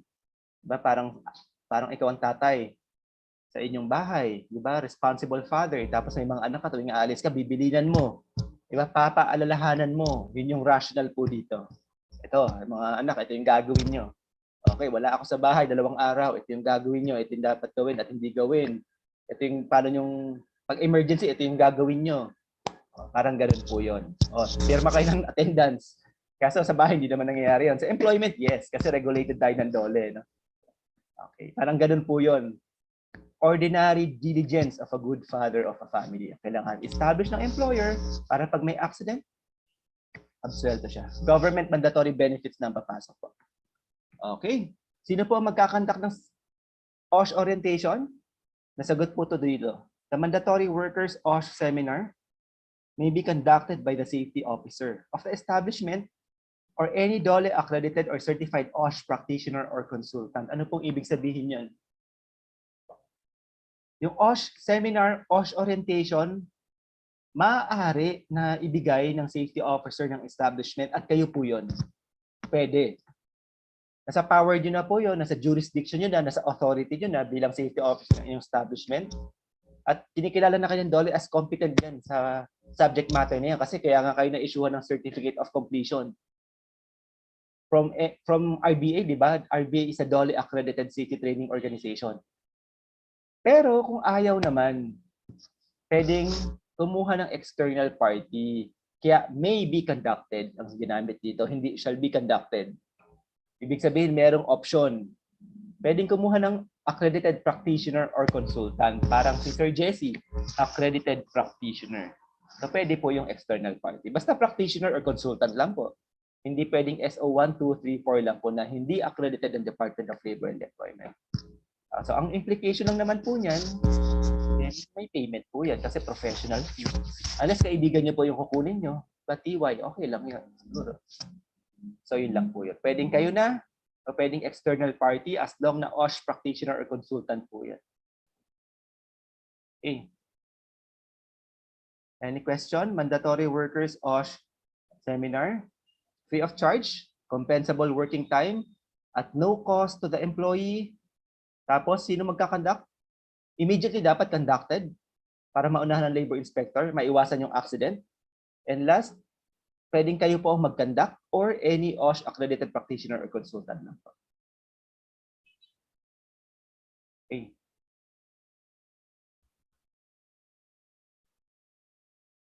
OSH program, na-mention na po kanina yung OSH program, no?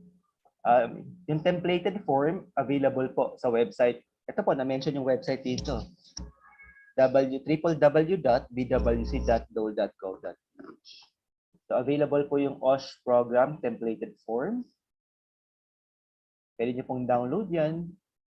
Saan po natin isa-submit? Sa DOLE District Office or Regional Office ng DOLE po. Nearest to your, or having territorial jurisdiction over the establishment. Ano pong meaning ng the company may opt to use the OSH program template? Meron po silang templated form, ibig sabihin yan. Para hindi na po mahirapan yung employer, pwede nang gamitin yon, fill out yung necessary information in duplicate, copy, punta sa DOLE field office, submit. Compliance na po. Pero kung ayaw naman gamitin templated formula, gusto mag-formulate ng sariling form, pwede din po yun. Kaya sinabi po dito, the company may opt to use the OSH program template prepared by DOLE. So, mas maganda kung formula nila yung gagamitin, di ba? Kasi pwede ba nilang questionin yung mga formula at hinihingi lang information doon? That is one. Second, di na kayo mahirapan mag-formulate. Pero kung tingin nyo, gusto nyo best practice na mas lalong mapaganda, ma-enhance, no? Suitable, tailor-fit sa inyong establishment, yung OSH program nyo. Hindi, wala naman. Okay naman. Pwede kayo mag-formulate ng sarili nyong form.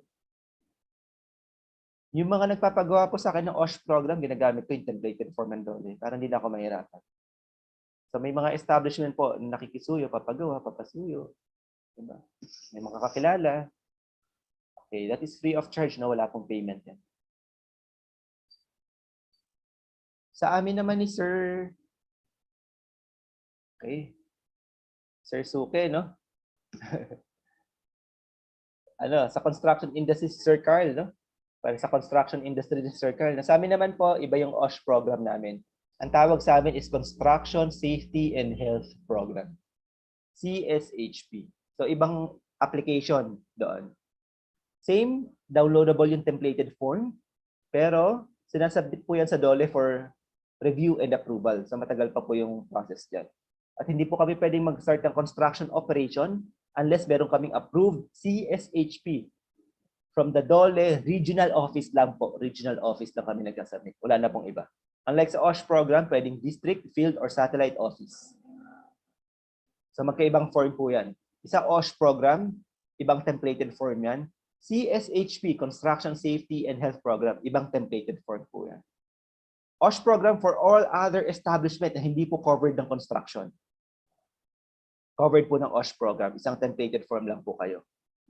You are governed by these rules, Labor Advisory number 4. For CSHP, okay, Section 5 of Department Order number 13 or yung construction safety, ang governing rules and regulation po namin. Sa magkaiba po.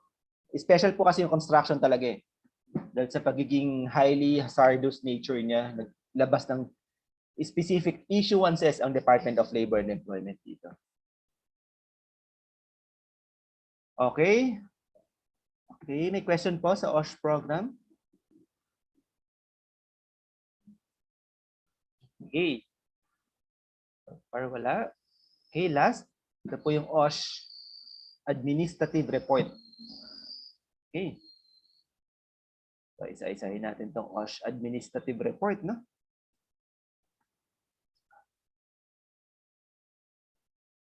Okay, employers shall submit to DOLE the following reports. So, mandatory po ito, no? WAIR. Ito po yung work. May employer siya simula ito, no? Pero sa aming mga safety professionals, work accident injury report lang po namin ina-address to, no? Work accident injury report for work-related cases resulting to disabilities, injuries, or conditions.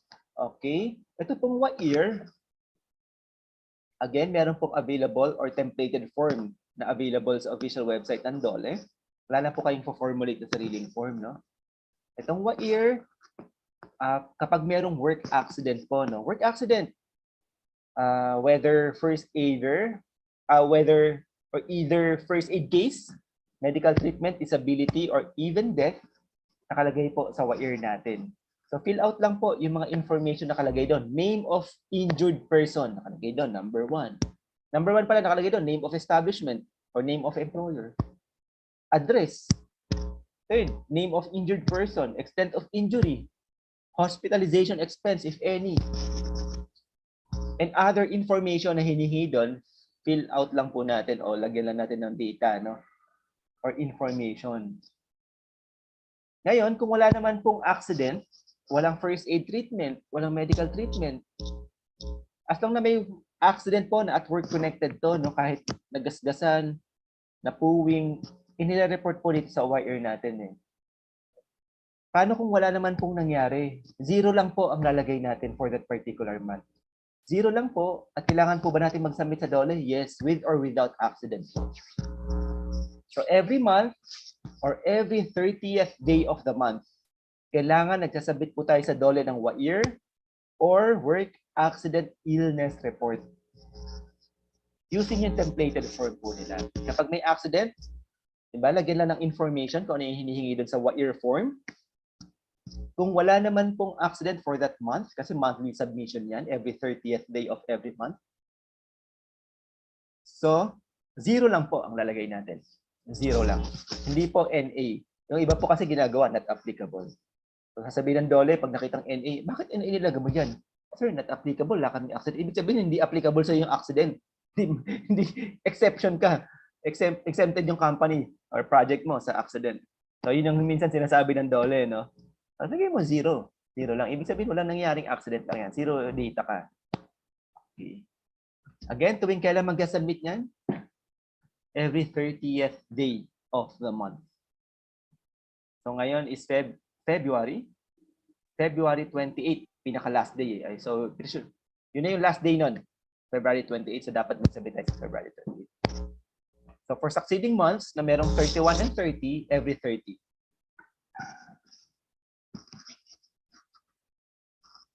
Okay, may tanong regarding sa WAIR, Work Accident Illness Report. Okay, na-clarify ko na rin, no? Kasi nakalagay sa mismong form, pag din-download niyo yung form ng WAIR, no? Nakalagay doon to be submitted to DOLE on or before 20th day of the month. So, wala na po yun. Amended na po yun. Repealed na po yun ng Labor Advisory number 7 series of 2022. The WAIR form shall be submitted every 30th day of every month, with or without accident. Ang nagkamali lang po yung DOLE, hindi nila na-update yung provision dun sa form, dun sa physical form, na nakalagay 20th day of the month pa rin. So para makorek yun, naglabas naman sila ng advisory number 7, series of 2022. Every 30th day of every month. Okay, baka may question? Okay. So WAIR po, no? 30,000 pesos per day of non-compliance ito sa mga OSH administrative report. Kaya mahalaga po ito, no? So next, annual work accident injury exposure data report, no? Haba, no? Yung acronym, no? AEDR. Parang WAIR din lang po to, pero annual to. Ang coverage po nito, no? Yung WAIR reporting natin sa DOLE, no? From January to December of this year, kailangan isubmit sa DOLE not later than January 30 of the following year. For example, year 2022, January to December 2022, WAIR report natin, di ba monthly report? Yung statistics lang po, ilalagay natin dito sa annual. So pag nilagay natin yung statistics sa annual report, yung annual work accident injury exposure data report, kailangan masubmit natin sa DOLE on or before January 30 of 2023. So ganun po yung application dito.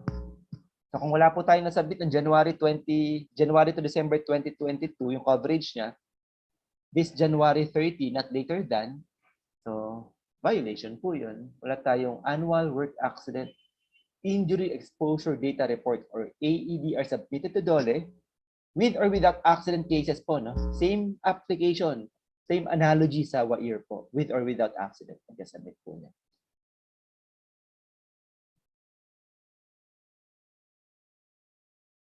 Okay, si Ma'am Carmelita, humihina ang signal daw niya, no? Okay. Okay, Sir Michael, sir, go ahead, sir. You may unmute your mic, sir. Sir, question lang. Sir, kailan kami mag-i-start ng mag-submission ng report kay Dole? Okay. For us, ano yun, after we submitted yung OSH program namin? Kasi this is our first time lang na mag-anong ganito eh. Good question ni Sir. Sir, no, good question yan, no? Kasi minsan kahit yung mga kapwa ko safety professional, katanungan din yan, no? So mahati-hati ang opinion ng mga safety professional dyan. At wala rin pong nilabas na clarificatory statement ang Department of Labor and Employment dyan. So ako, personally, pag ina-analyze ko siya, no, paano nga yung mga ganyang situation? Na ngayon lang po nagpa-training ang employer ng safety, di ba? Ngayon lang po nagkaroon ng BOSH training. Ngayon lang sila nagkaroon ng awareness regarding OSH administrative report. 10 years na tumatakbo yung employer establishment. For example, hypothetically speaking, 10 years, 3 years na lang tumatakbo yung employer establishment. Paano yung mga previous report? Diba? Paano yun? Okay. Dalawa siguro, sir, nakikita kong sagot dito, no? First, pwede kayong mag-start immediately after ng inyong training session. Yung mga pwede pang habulin for this year, habulin na po sa DOLE. For example, ano yung mga requirement for this year? Noong January 30, dapat nakapag-submit tayo ng annual work accident injury exposure data report. Not later than January 30. Pwede pa pong habulin yun since February pa lang naman yan. Wala pong monetary penalty doon. Tinatanggap po ng DOLE kahit late submission. Honest to goodness, good faith tayo, hindi natin alam, ngayon lang natin nalaman, nagpunta tayo sa DOLE to submit yung requirement, tinatanggap po nila yon. Okay, that is one approach. Yung mga previous years, baka mahirapan na tayong i-backtrack yun, sir. Napakahirap ng balikan yon. So, ngayon tayo mag-start. Kung kailan tayo nagkaroon ng awareness, since yung inspection naman ng DOLE is pag nag-inspect sila, itong year din lang naman na ito sila mag-i-inspect, no? It follows then na yung mga requirement for this particular year, ang kanilang hahanapin. That is one approach, sir. That is one approach. By analogy, similar yan sa orientation, sir. No? Wala silang sinabi kung kailan. ngayon lang nagkaroon ng training, awareness, information si employer through the safety officer kasi ngayon lang nag-training, sabi nila immediately conducted. What reason? Maunahan si labor inspector. And second, maiwasan yung accident, baka magka-accident pa. Kaya immediately. So by analogy, pwedeng i-compare by analogy. Immediately, sir, after nito, no, yung mga pwedeng habulin for this year and thereafter, magko-comply na po tayo. Yung mga previous year, sir, pwede natin disregard na yun kasi magiging unreasonable na yun unreasonable. Paano natin mahahabol yun unless ma-falsify natin yung mga information dyan? Unless readily available sa office yung mga information, meron tayong nurse para mag-ano ng, diba, record yung annual medical report, lahat yan mababacktrack natin, and so on and so forth, pwedeng habulin, no? Pero kung hindi, baka maging unreasonable na, sir, this year na lang. Kasi pag meron tayong falsification sa information sa ating report, that is 100,000 monetary penalty. Kaya dapat maging honest po sa ating report. So this year, sir, pwede na, sir.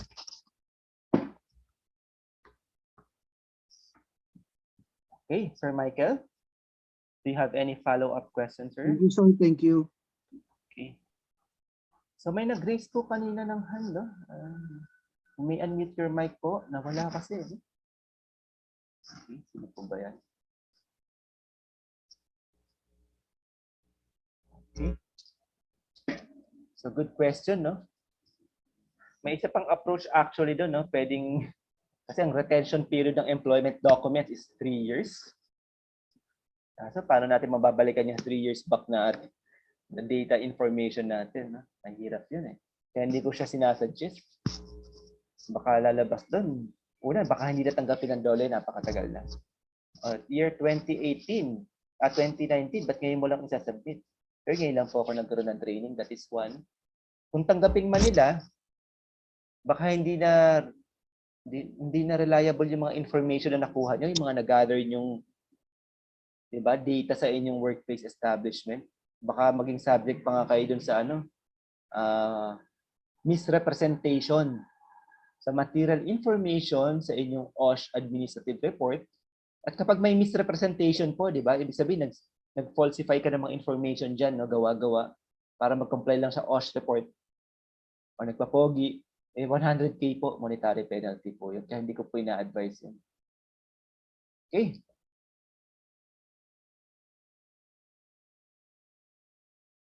So wala na, no? Parang si Ma'am...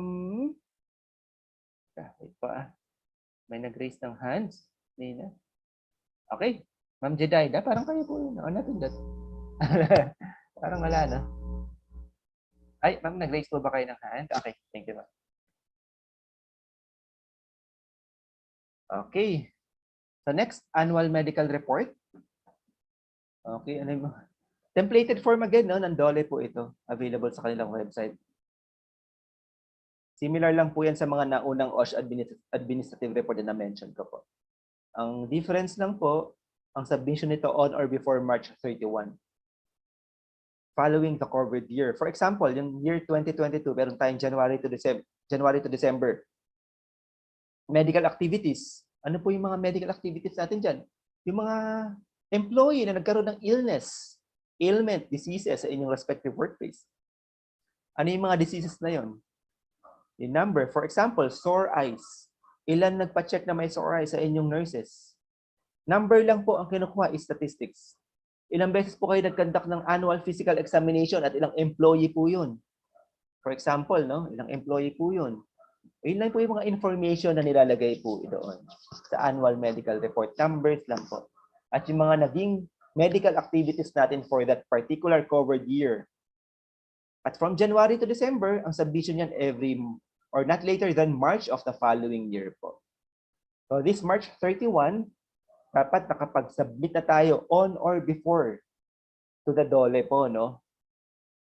Covering yung report natin or medical activity or medical report for the whole year 2022 po. So may time pa po, no, hanggang March 31. Definitely makakahabol kayo nito. Pero ideally, no, nag-design po nito, first aider, nurse, or physician po natin, no? Minsan tinatanong kasi minsan po hindi naman lagi. Tinatanong ng DOLE desk officer, no, yung nagre-receive ng mga OSH report natin. O sino nakasign ng annual medical report? Sir, ako po, safety officer. But ilang employee ba kayo? Sir, ano po, 30. Bakit wala kayong first aider? Or high risk kayo, required may nurse na pag ganito, ganitong number of employee. Okay, baka ibalik sa inyo yung report na kung sakali. Minsan, nire-record nila. Pero yung iba naman, hindi. Medyo maluwag po. It differ from one DOLE office to another DOLE office. No? May maluwag, may mahigpit. No?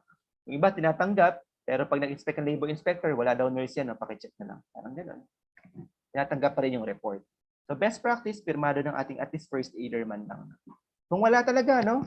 Assuming na wala, kasi ngayon lang kayo nakapag-training, gusto mag-comply dito, pwede naman pong any officer of the company, pwedeng safety officer, tinatanggap po ng DOLE yan pagka minsan. No? Minsan nga, hindi na chinecheck po, no? Receive na lang po sila ng receipt. So, yun po, pwede. Para at least, insofar as COSH administrative report is concerned, nagko-comply po tayo, menos na tayo ng violation. Another concern naman yung non-appointment of OH personnel po. Pag pumasok naman yung labor inspector, doon na tayo makakaroon ng problem. Okay. So, annual medical report. Okay. Si Ma'am Blessel, nalobat? Okay, ma'am. Welcome back. Ako, medyo malayo na kami, ma'am. Hindi, parang kanina, dyan ka pa, ma'am. Sa OSH report lang tayo, medyo na... Sa lahat po yan, may readily available templated form sa DOLE po. No? Wala na po kayong formulate na sariling form. Except lang po sa OSH committee report. Di ba may establishment tayo ng OSH committee? Alam niyo yung organization, secretary po lagi yung safety officer. Once a month, dapat meron tayong meeting, mandatory po yan. Paano natin masasabi sa DOLE no, na nagkakandak tayo ng meeting at least once a month?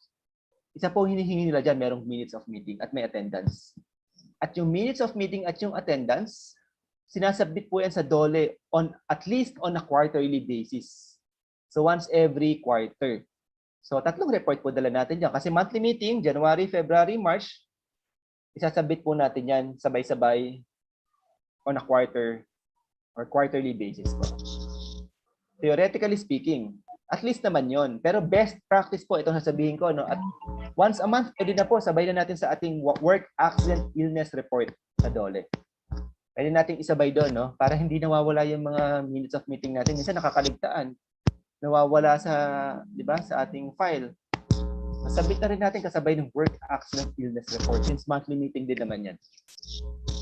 Ang tanong, bawal po ba yun? Hindi. Kasi at least on a quarterly basis sa DOLE, no? Huwag lalagpas doon. Pero kung gusto nyo monthly, nasa nyo pa rin yun, di ba? Best practice yun. Tatanggapin lang po ng Department of Labor and Employment yan. Ako po, 14 years of experience as safety officer po. No? Monthly po ako nagkasabit ng minutes of meeting.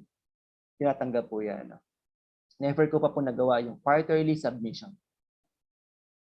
Kasi nga walang prohibition. At least nga po, quarterly, that is the maximum, that is the latest, no? Quarterly submission. Kung gusto mong earlier, monthly, that is okay. Okay. In addition to that, wala na po tayong separate COVID-19 or year COVID-19 report form. Nung peak po ng pandemic, nag-issue ang Secretary of Labor and Employment, then Secretary Silvestre H. Bello III ng Joint Memorandum Circular number 2004-A, which mandates all establishment to report and to use yung ano nila, templated form o yung year COVID-19 templated formula, no? For COVID-19 cases lang po to. Lalagay lang po yung numbers kung sino yung nag-positive, yung close contacts, yun lang po ang nilalagay doon. Purely for COVID-19 lang po yun. Yung special form po na yun, wala na po yun. Na-waive na po yun, na-repeal na po, na-amend na po yun. Hindi na po ini-enforce ngayon yun. So paano kung meron po tayong COVID-19 cases sa ating establishment? Okay, dito na po yun sa work accident illness report form as work-related illnesses na lang po siya. Or occupational illness na lang po siya mako-consider. Wala na pong special form. Okay.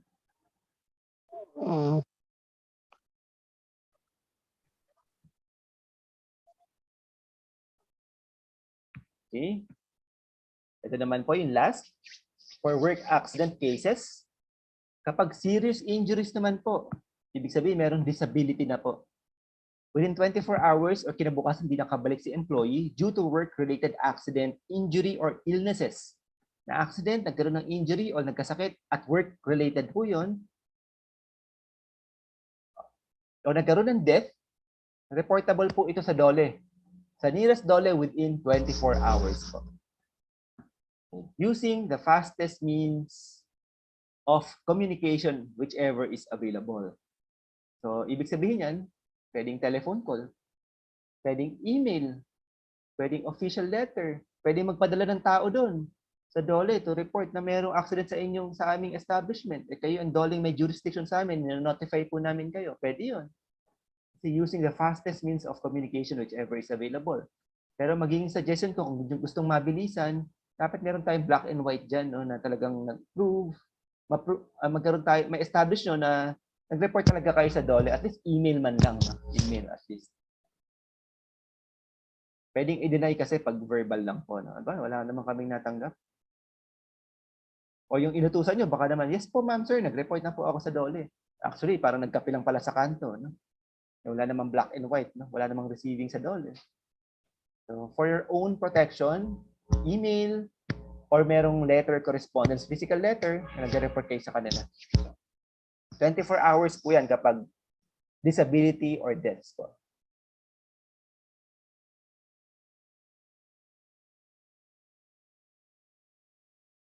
Okay, any question? Labor Advisory number 4 regarding OSH administrative report. Okay. 30,000 pesos monetary compliance po to, no?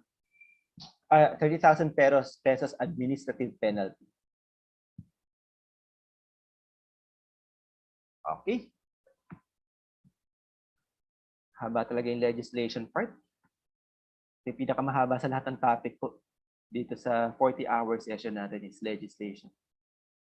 100 slides almost. Okay, any question for legislation?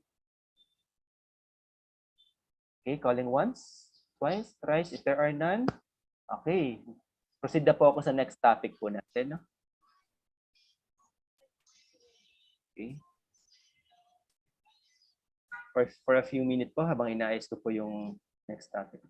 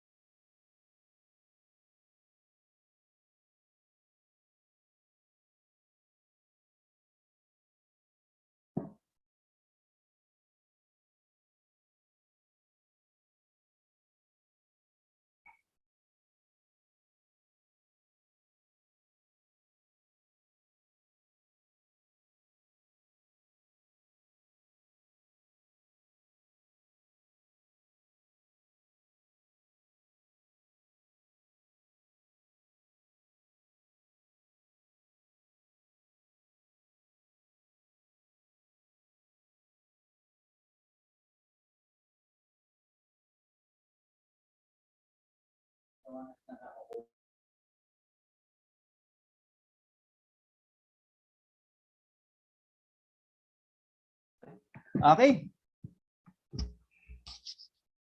So, any questions so far? Employees compensation program po tayo, no? So, sa ating mga HR professional, no? Kagaya ni Ma'am. Yung HR dito, narinig ko si Ma'am Bless. Ma'am Bless, tama ba? HR po kayo? Sa sales po ako, sir. Safety. Okay. Si Miss Grace po. Si Ma'am Grace. Oo na, parang narinig ko kanina. Nagkakaroon tayo ng introduction. Si Ma'am Jedaidia. Si Ma'am Grace, tama. Yan. Yes, sir. Ma'am, anong nature po ng company natin or ng establishment? IT po. IT company po. IT company. Okay, thank you, ma'am. Information technology. Kanina meron pa, no? Parang si Ma'am Kim Sili, no? HR ba si Ma'am? Hindi Pero related din ako, sir, sa HR namin. Okay. Thank you, ma'am. Parang kayo na may HR manager, no? O nagkamali lang ako ng pandinig. Okay. Sales manager. Pero under HR din ako, sir. Okay, ma'am. Si Ma'am Roda. Ma'am Roda, kayo po ba yung HR kanina? Tama ba? No po, sir. Ano po ako? IHWM po. Wow. Ma'am, sino ba nag-discuss ng industrial hygienist? Nag-discuss ba ni Sir Jesse yan? Si Sir Jesse, physical therapist po yan. Si Sir Ariel. Okay, Sir Ariel. Makabenta, no? Naging speaker niyo pala si Sir Ariel. Okay, very good. Nagaling yan, Sir Ariel. Okay. Okay, next topic natin is Employees Compensation Program. Okay. So, any question related to the subject matter, no? Pwede po kayo mag-ask right there and then po.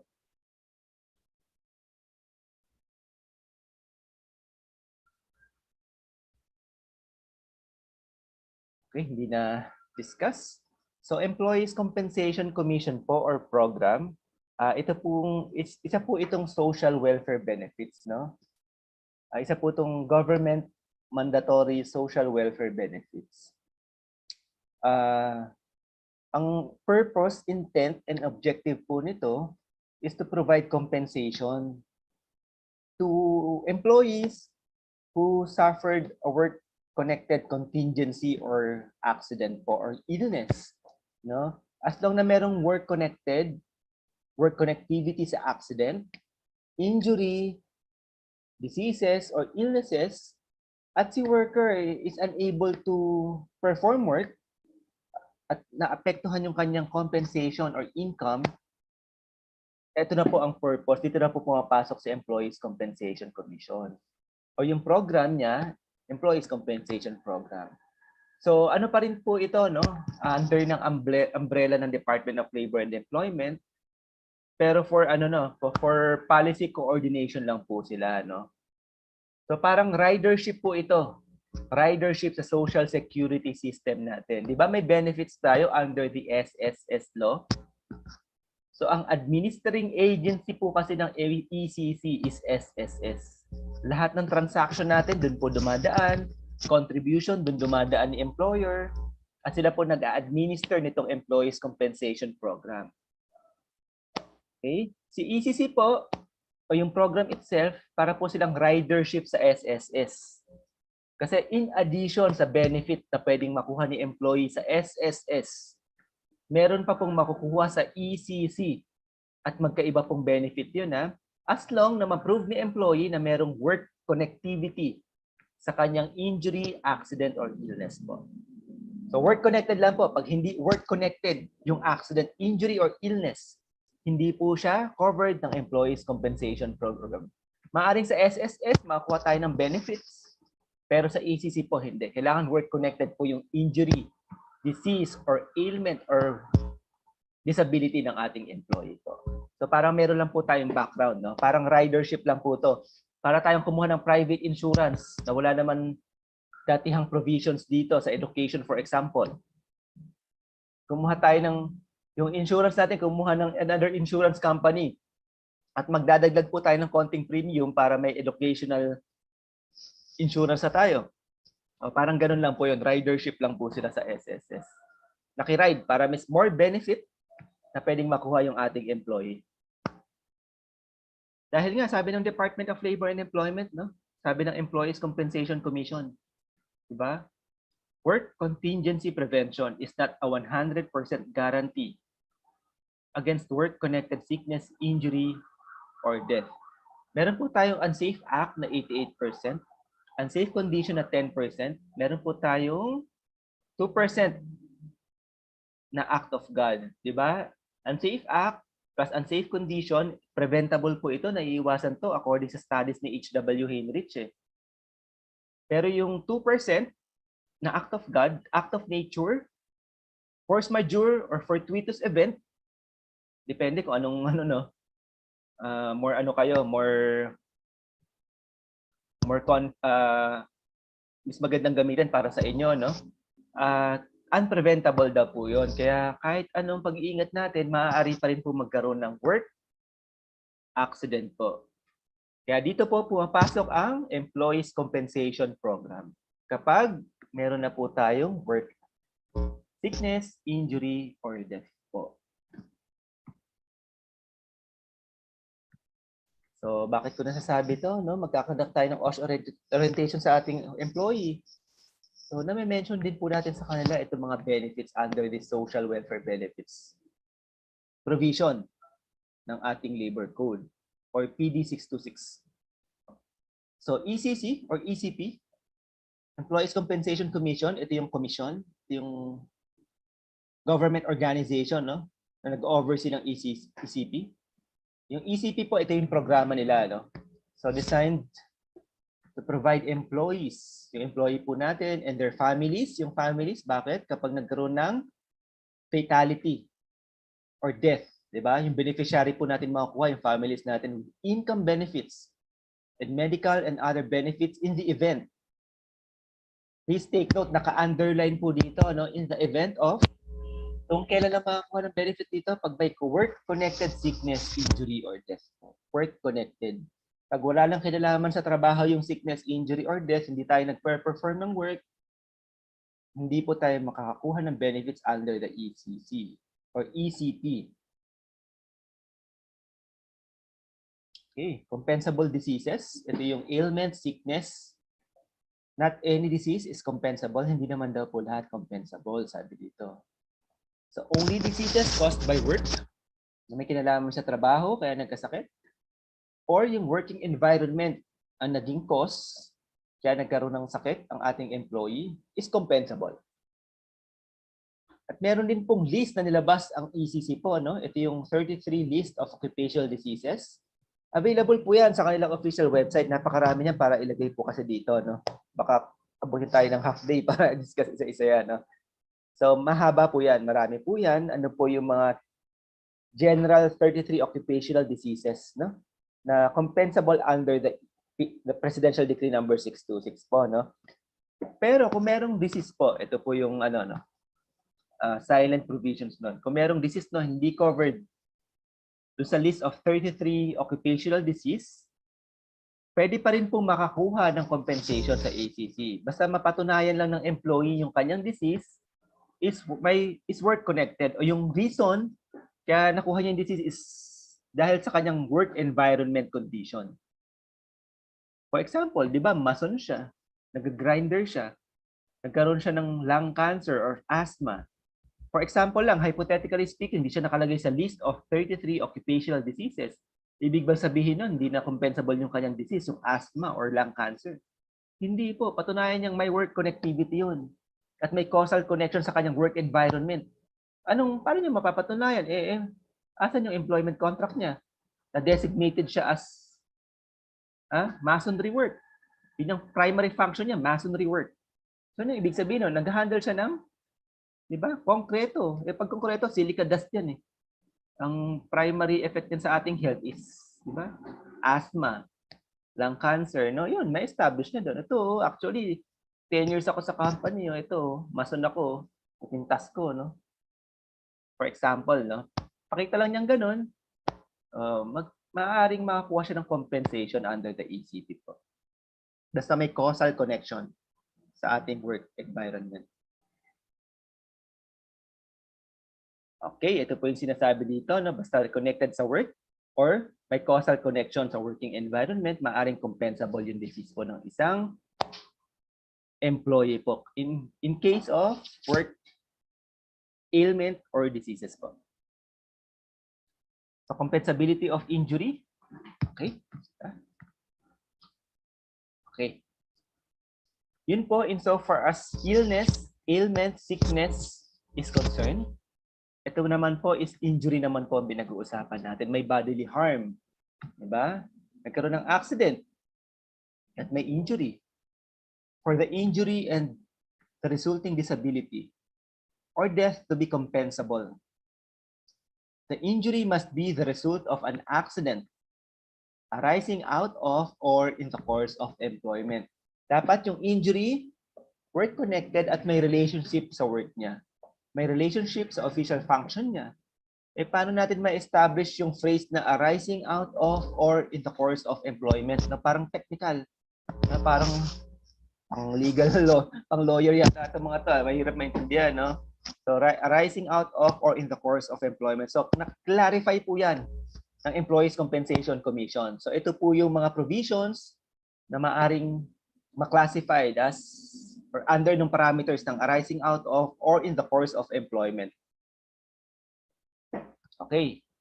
Ito po yung 8 instances where injury can be compensable. Number 1, if it happened at the workplace. The employee na aksidente sa kanyang workplace, diba? Company premises. That is compensable under the Employees Compensation Program.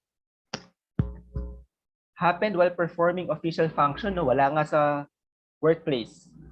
Eh, ang function niya parang delivery boy, for example. Diba?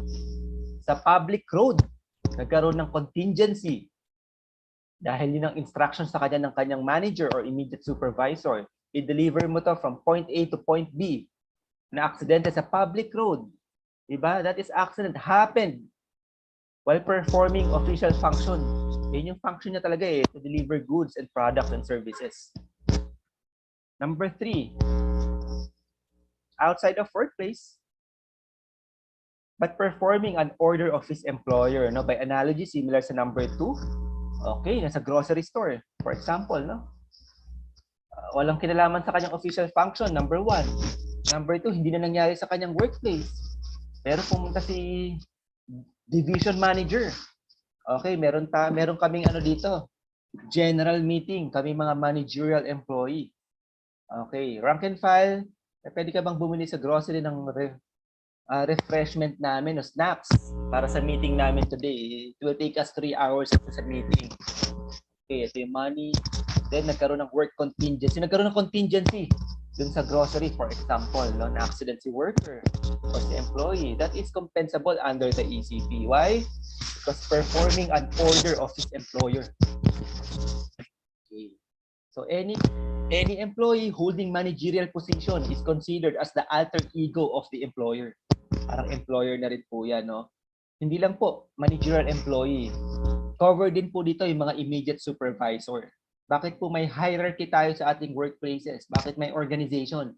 Kasi yung immediate supervisor natin, they act as the alter ego of the employer na po, kaya may hierarchy.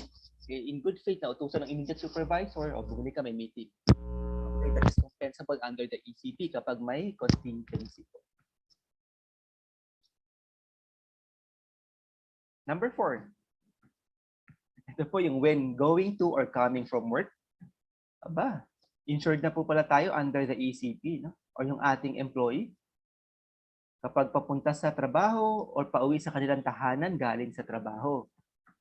So pwedeng makakuha ng compensation under the ECP pag nagkaroon ng contingency, accident, injury sa labas po ng tahanan po. No? Wala sa work, wala sa tahanan, pero papasok at pauwi, pwedeng makakuha ng compensation under the ECP. No? So during orientation sana, discuss natin sa ating employee, no? Huwag lang mag-deviate sa normal routine when going to or coming from work. Paano ma-establish nagkaroon ng deviation? Kasi pag may deviation, baka mabasura po, ma-dismiss yung claim ng employee. Paano ma-determine kapag merong deviation? Di ba meron tayong 201 file, nakalagay yung address ni employee.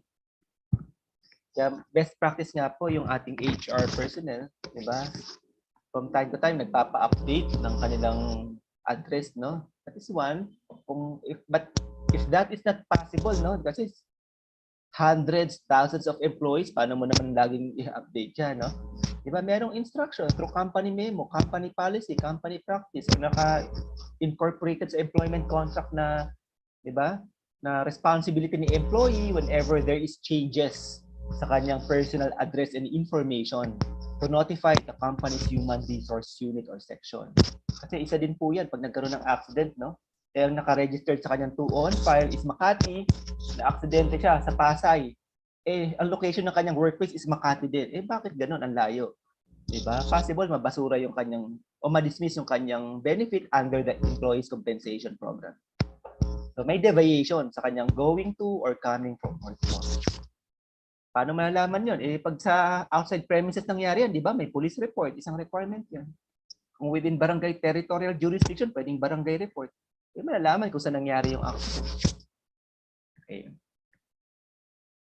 Number 5, while ministering to personal comfort, anong ibig sabihin po nitong personal comfort?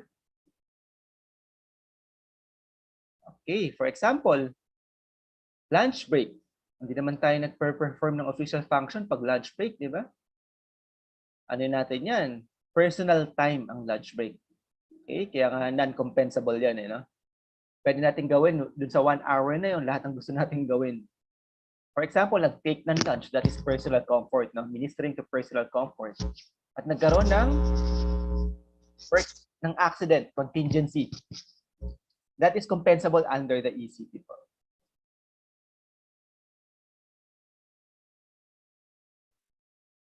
Okay, number 6, while in a company shuttle bus or vehicle. Diba? Bakit po? Ang company shuttle bus or vehicle, extension po yan ng ating company premises. So, extension po yan. So, pag nagkaroon ng contingency, that is compensable under the ECP po.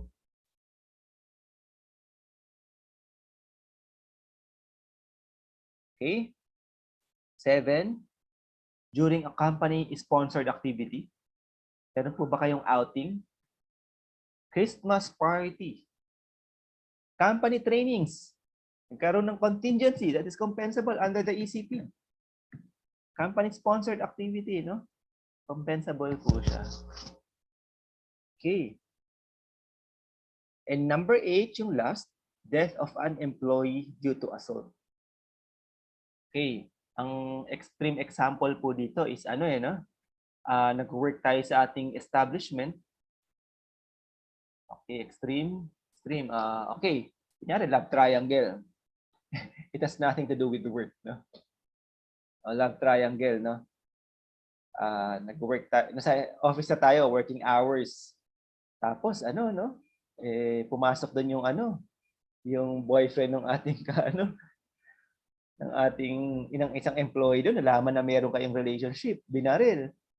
Death of employee due to assault, that is compensable under the ECP. Bakit ko po nasabi yun? Kasi merong case dati, parang hindi ako nagkakamali, parang sa school yon, di ba? Parang yung teacher tsaka student nagkaroon ng affair. Parang ganun po, no? Parang ganun. So, yung student pala, merong merong ka-relationship na external party outside sa school premises. Nalaman niyang may ganung affair, sumugod doon yung ka-relationship, no? Yung outsider. Tapos binaril yung teacher, no? Parang teacher yun kung di ako nagkakamali. So dito nag-warrant, kaya sabi ng ECC, isama na natin tong employee due to assault. No? Death of an employee due to assault. Okay. So yun po yung historical background nun, no? Kaya naisama to dito.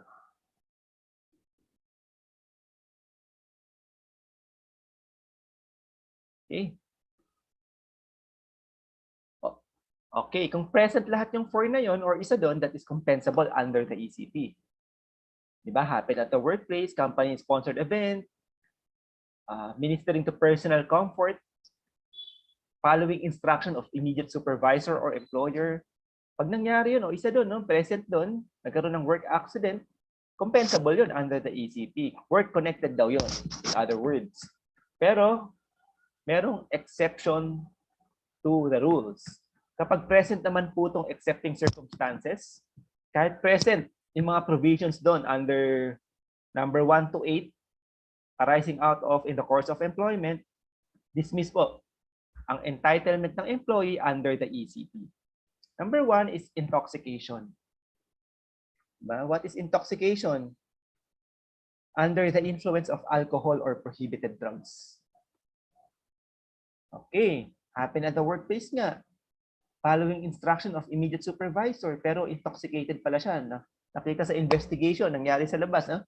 Nasagasaan, for example, lumabas sa police report, intoxicated siya no? Under the influence of alcohol. No?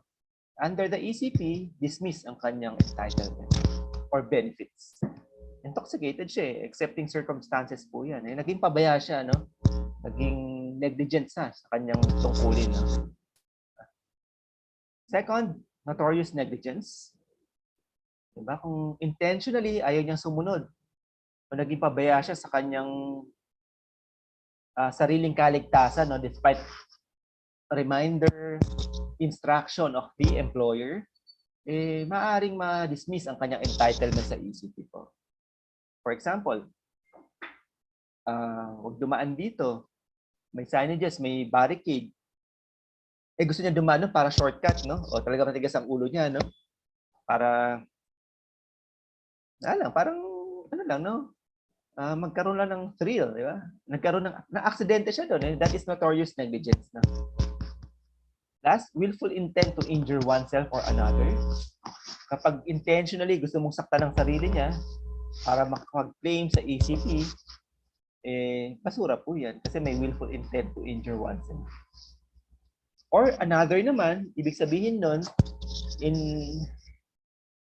kapag may intent ka saktan yung isang tao, then nasaktan ka niya pabalik kasi di ba? Nagkaroon ng self-defense.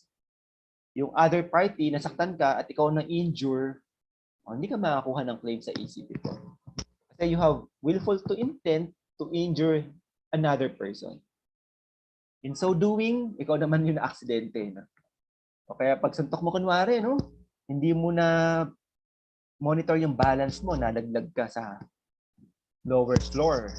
Ikaw yung na-aksidente na injured ngayon, that is accepting circumstances under the PD 626 or ECP po. So ano pong benefits ang pwede nating makuha under the ECP? So marami pong benefits, no? Parang SSS. Loss of income benefit.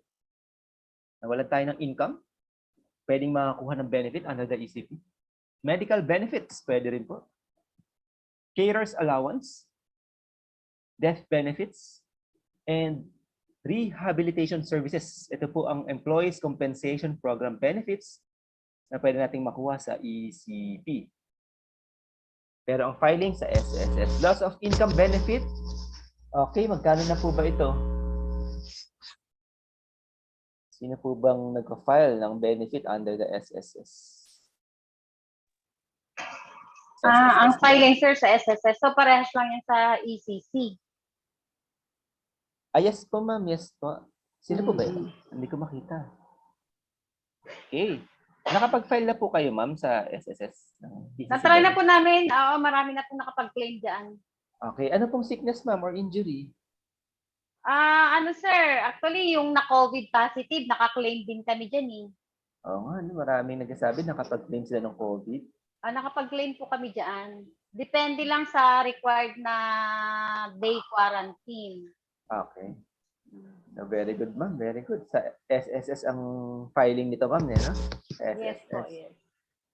Akala ko separate pa yan eh. Yung pala same lang. Pa SSS lang. SSS lang po talaga. Parang walang face si ECC. Si ECC po, pag mag-a-appeal lang, tsaka policy making lang po sila. Kagagawa ng mga board resolution, policy making body, sila lang po yan. So, loss of income benefit, kung di ako nagkakamali, may idea ba tayo dito, ma'am? Kung magkano? Ma'am Bless, eh? Ma'am Bless?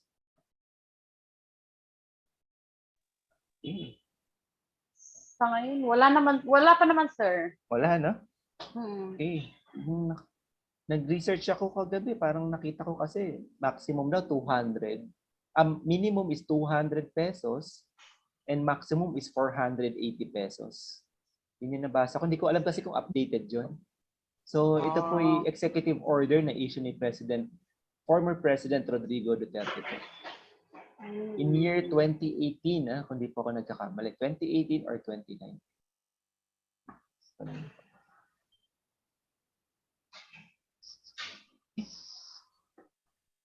That is loss of income benefit. Pag medical benefits naman po, kung meron tayong out-of-pocket expense. For example, bumili tayo ng gamot, tabi yung resibo para maka-reimburse. Kung meron naman po tayong hospitalization, kung magkano po yun, tabi yung mga resibo, yung nagastos, yung, di ba, yung, ano ba tawag yun? Abstract, no?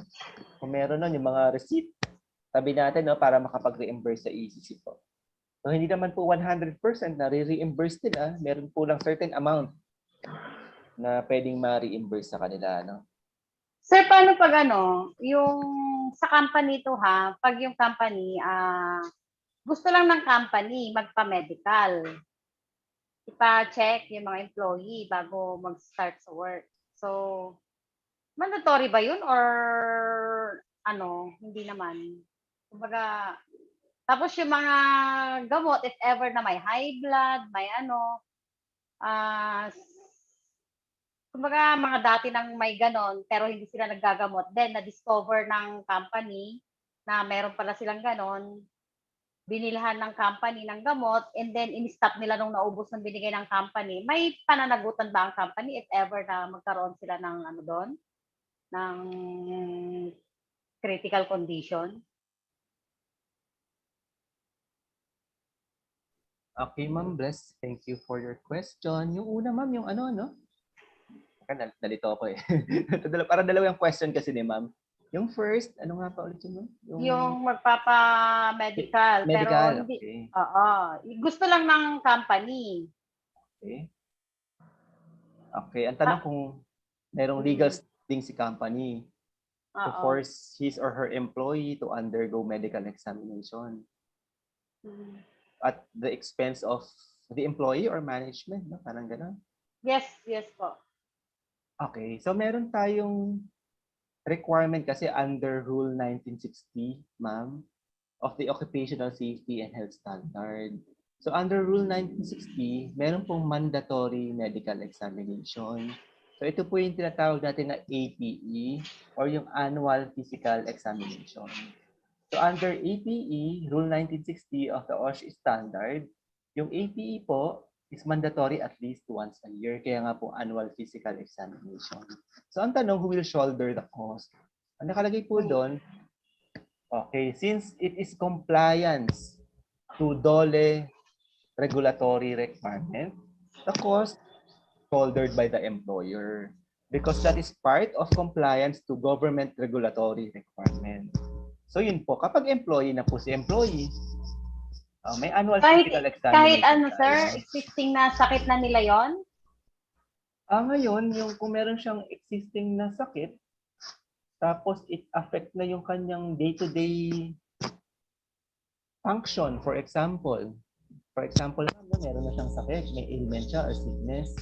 Tapos it affect na yung kanyang official function, nagkakaroon ng absenteeism, di ba?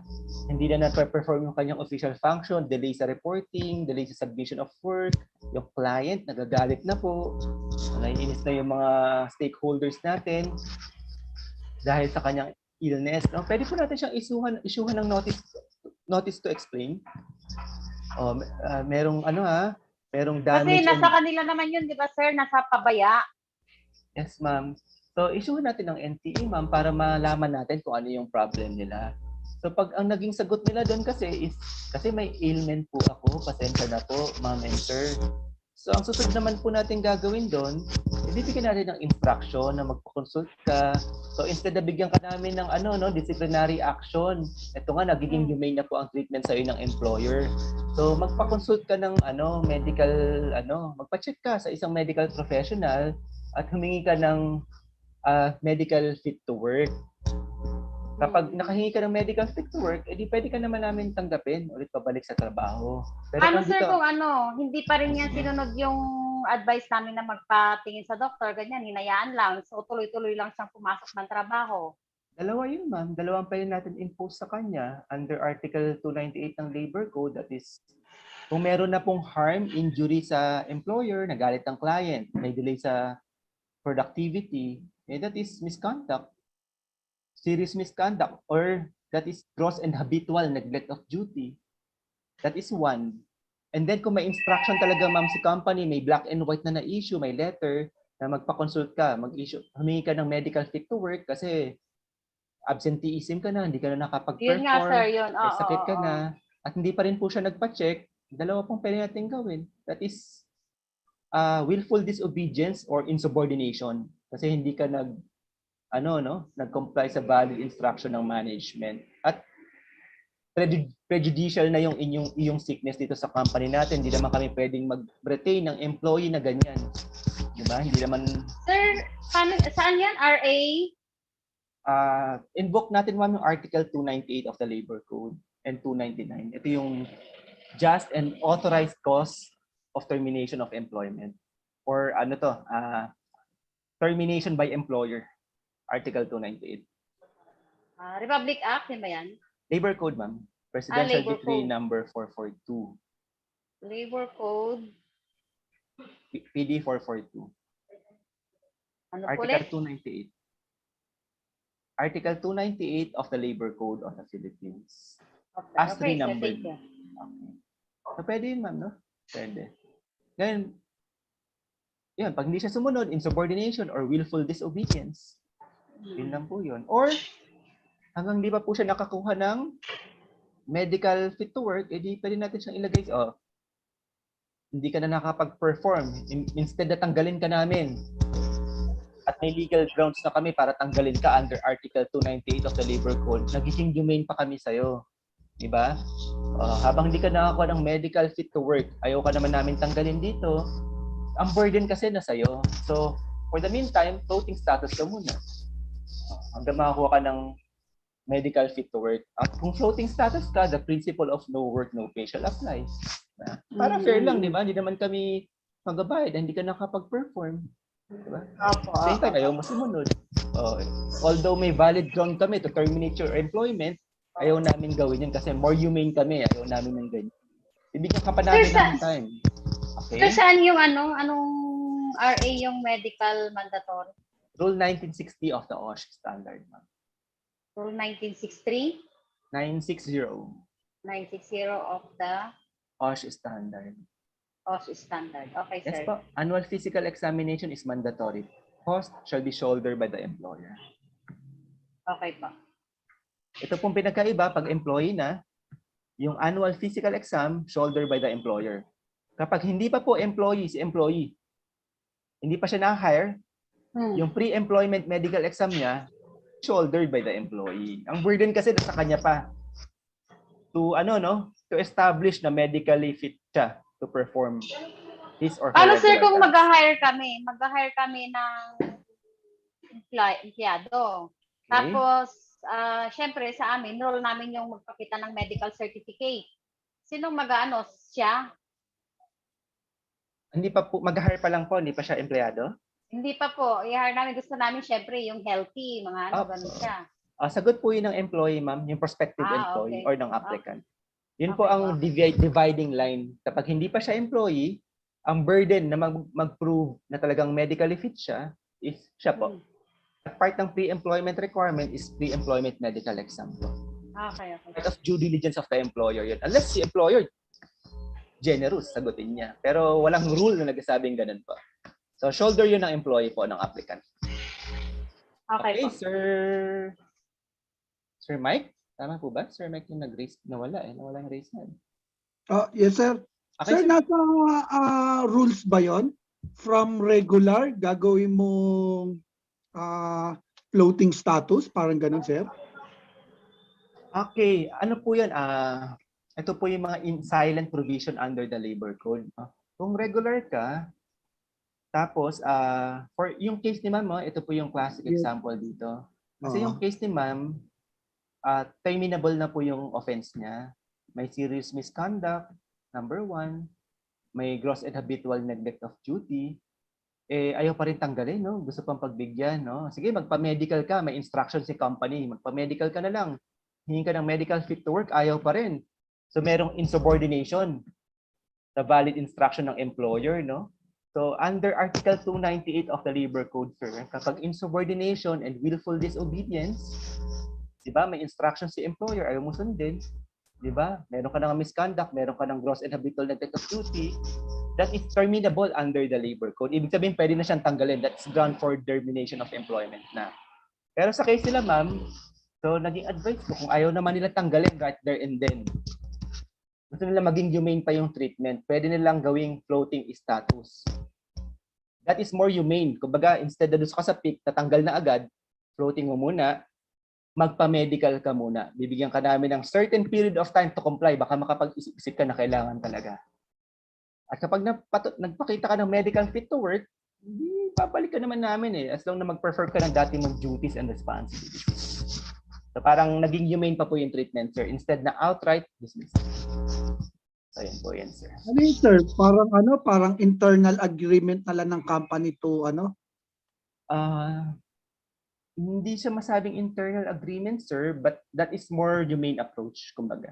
Technically, parang regular employee pa rin siya, di ba, sir? Yes, sir. Technically, regular employee siya, pero since katanggal-tanggal na talaga yung offense niya, hindi mo gagawin yan kasi nire-recognize mo pa rin siya, mahal ka pa rin namin, parang ganun. Employee ka pa rin namin. Pero hindi kami pwede mag-suffer sa kapabayaan mo.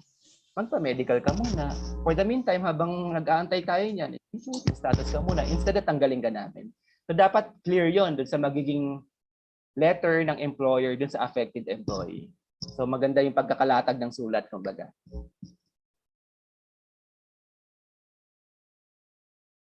Okay, do you have any follow-up questions, sir, Mike? Parang may nagsalita. Sir, thank you. Okay, Sir Mike. Parang may nagsalita kanina, parang may question.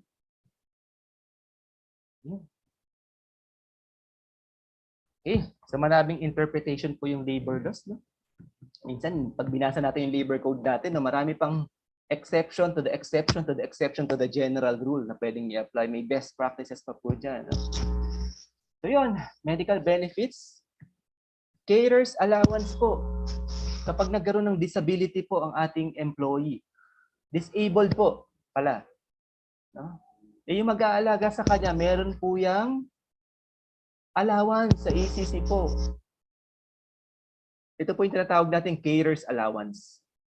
Magkano po to? May idea po ba kung magkano? Kung hindi po ako nagkakamali, 1,000 yan sa ACC. Nabasa ko sa executive order. Parang may computation din po ata yan, sir. Depende rin po ata sa sakit. Flat rate siya, ma'am. Alam ko sa executive order. 1K na flat rate. Flat rate, kumbaga, isang biga. 1K na talaga siya. Regardless dun sa length of service or tenure ng employee. Tapos sa SSS, no, if I'm not mistaken, may 500 pesos pa silang ibinibigay dito. So 1,500 all in all. So parang ganun po, no? Sa HCC, 1,000, SSS 5K, ay 500. Yan po yung mag-aalaga sa employee kapag disabled na po siya. Hindi niya na mabigyan ng function yung mga basic needs niya, no? Hindi niya na magampanan yung mga basic needs ng isang tao, no? Kagaya ng pagkain, maligo mag-isa, maglakad mag-isa. Yung mag-aalaga po sa kanya, wala namang requirement yan kahit loved ones niya. Meron pong allowance. So death benefits po. Okay. Meron pong unmute yung mic.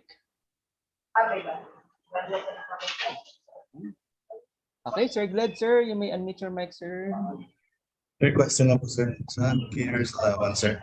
Yung 1,000 manggagaling sa ECC tapos yung 500 manggaling sa SSS. Apa. Yung 1.5 sir, monthly ba ito sir na binibigay or one time lang ito na ibibigay sir Yes, sa sir. care? Monthly po siya ibibigay, sir, monthly. Okay. As long na Thank you yung po, sir. employee is disabled po. Okay. Mare-revoke lang po yung monthly, sir, kapag ano po, nakabalik na siya sa dati niyang normal physical Thank you, sir. Thank you, sir, for that clarification. Okay, sir. Thank you, sir. Okay. May naka-unmute. Okay, chinecheck ko lang po. Okay. So, death benefits. Punta tayo sa death benefits. Magkano po yung death benefits? Ito po, may deceased na. May fatality na. May namatay ng employee. Ayaw natin yan. 24 hours reportable sa DOLE po yan. Merong lost time sa ating safe man hours yan as safety. So, magkano po ang death benefits? So, for burial benefit, ito yung burial lang po for purposes ng burial, no, matter. 30,000 pesos po yan flat rate. That is 30K flat rate po. Both government and public sector po yan, 30K flat rate. And other death benefits such as lump sum or pension or monthly pension, ito po, depende kung ano yung tenure niya, diba? So may mga computation pong ginagawa ang ECC po dito. It varies from one person to another. So pwedeng pumasok dito yung 200 to 480 pesos na monthly or daily daily compensation for loss of income times working days in a month, di ba? Yun po ay magiging pension niya for that particular month. Okay. Rehabilitation services. Baka kailangan ng crutches. Kailangan ng retraining para magkaroon ng additional skills para maka-reintegrate sa economic system, makapagtrabaho muli. So ito po yung mga services na pinaprovide po ng Employees Compensation Commission or Employees Compensation Program. Okay?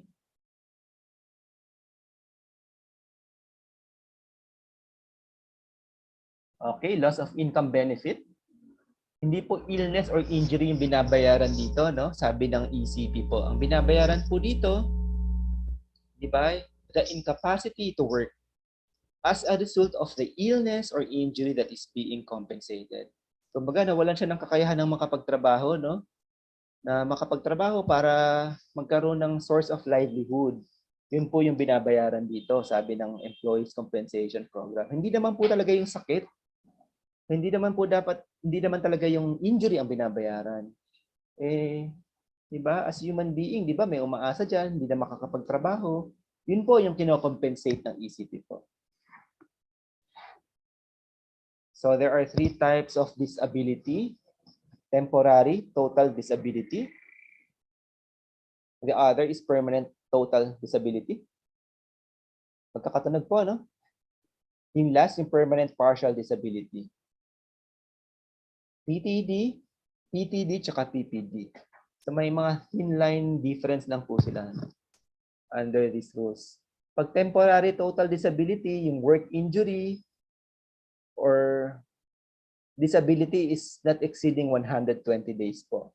That is temporary. For example, bumagsak ako sa hagdanan, na-confined ako o naratay sa bahay for 100 days. That is temporary total disability. Kasi yung injury ko, yung disability ko is not more than 120 days. After 120 days, pwede na ako makabreak sa work. Yeah. Or 120th day ko, makakabalik na ako sa work, may medical clearance na, temporary total disability po siya mo-consider. So yun po ang temporary total disability. Pwede mag-extend ng 120 days but not more than 240 days po yan. Basta may certification from a competent doctor. Pag permanent total disability naman po, permanent in nature kasi habang buhay na. Temporary,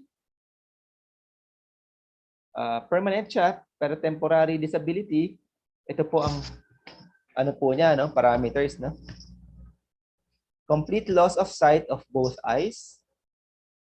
Permanent and total na siya, no? Permanent, habang buhay, total, mako-consider na po siya as parang totally incapacitated na po si employee. So, kapag loss of sight of both eyes, Dalawang paningin na po natin ang nawala, permanent and total disability na pala yun. Loss of 2 limbs or body parts, or complete paralysis of 2 limbs. Dalawang body parts natin ang na-paralyze. Or nawala, that is permanent total disability. Permanent na yon at total na yon. And last, yung brain injury, resulting in imbecility or insanity. Imbecility, super stupid, parang ganun yan. Yung hindi makagets, kahit simple instruction, talagang over na. So parang similar lang yan sa insanity, no? Pero parang matino siya somehow, magkaminsan, pero napakahina niya talaga, very stupid, no? So hindi makaintindi, hindi incapable siya makapagtrabaho dahil sa kanyang stupidness. Ito po yung term na ginagamit, no? Insanity naman po, ito na yung talagang may mental or brain problem po. Or may problem sa kanyang sa kanyang thinking. Pag-iisip. Pag-iisip na. Yun po yung insanity. Okay. Isa dito present, that is permanent total disability. So anong ibig sabihin po nun? May monthly pension. Ito po yan, no? Kaya kina-classify nila kung ano po yan. Temporary total disability, or permanent total disability, or temporary total disability kasi depende yan sa makukuha nating benefit. Diyan naka-base po. Paano sir kung dementia?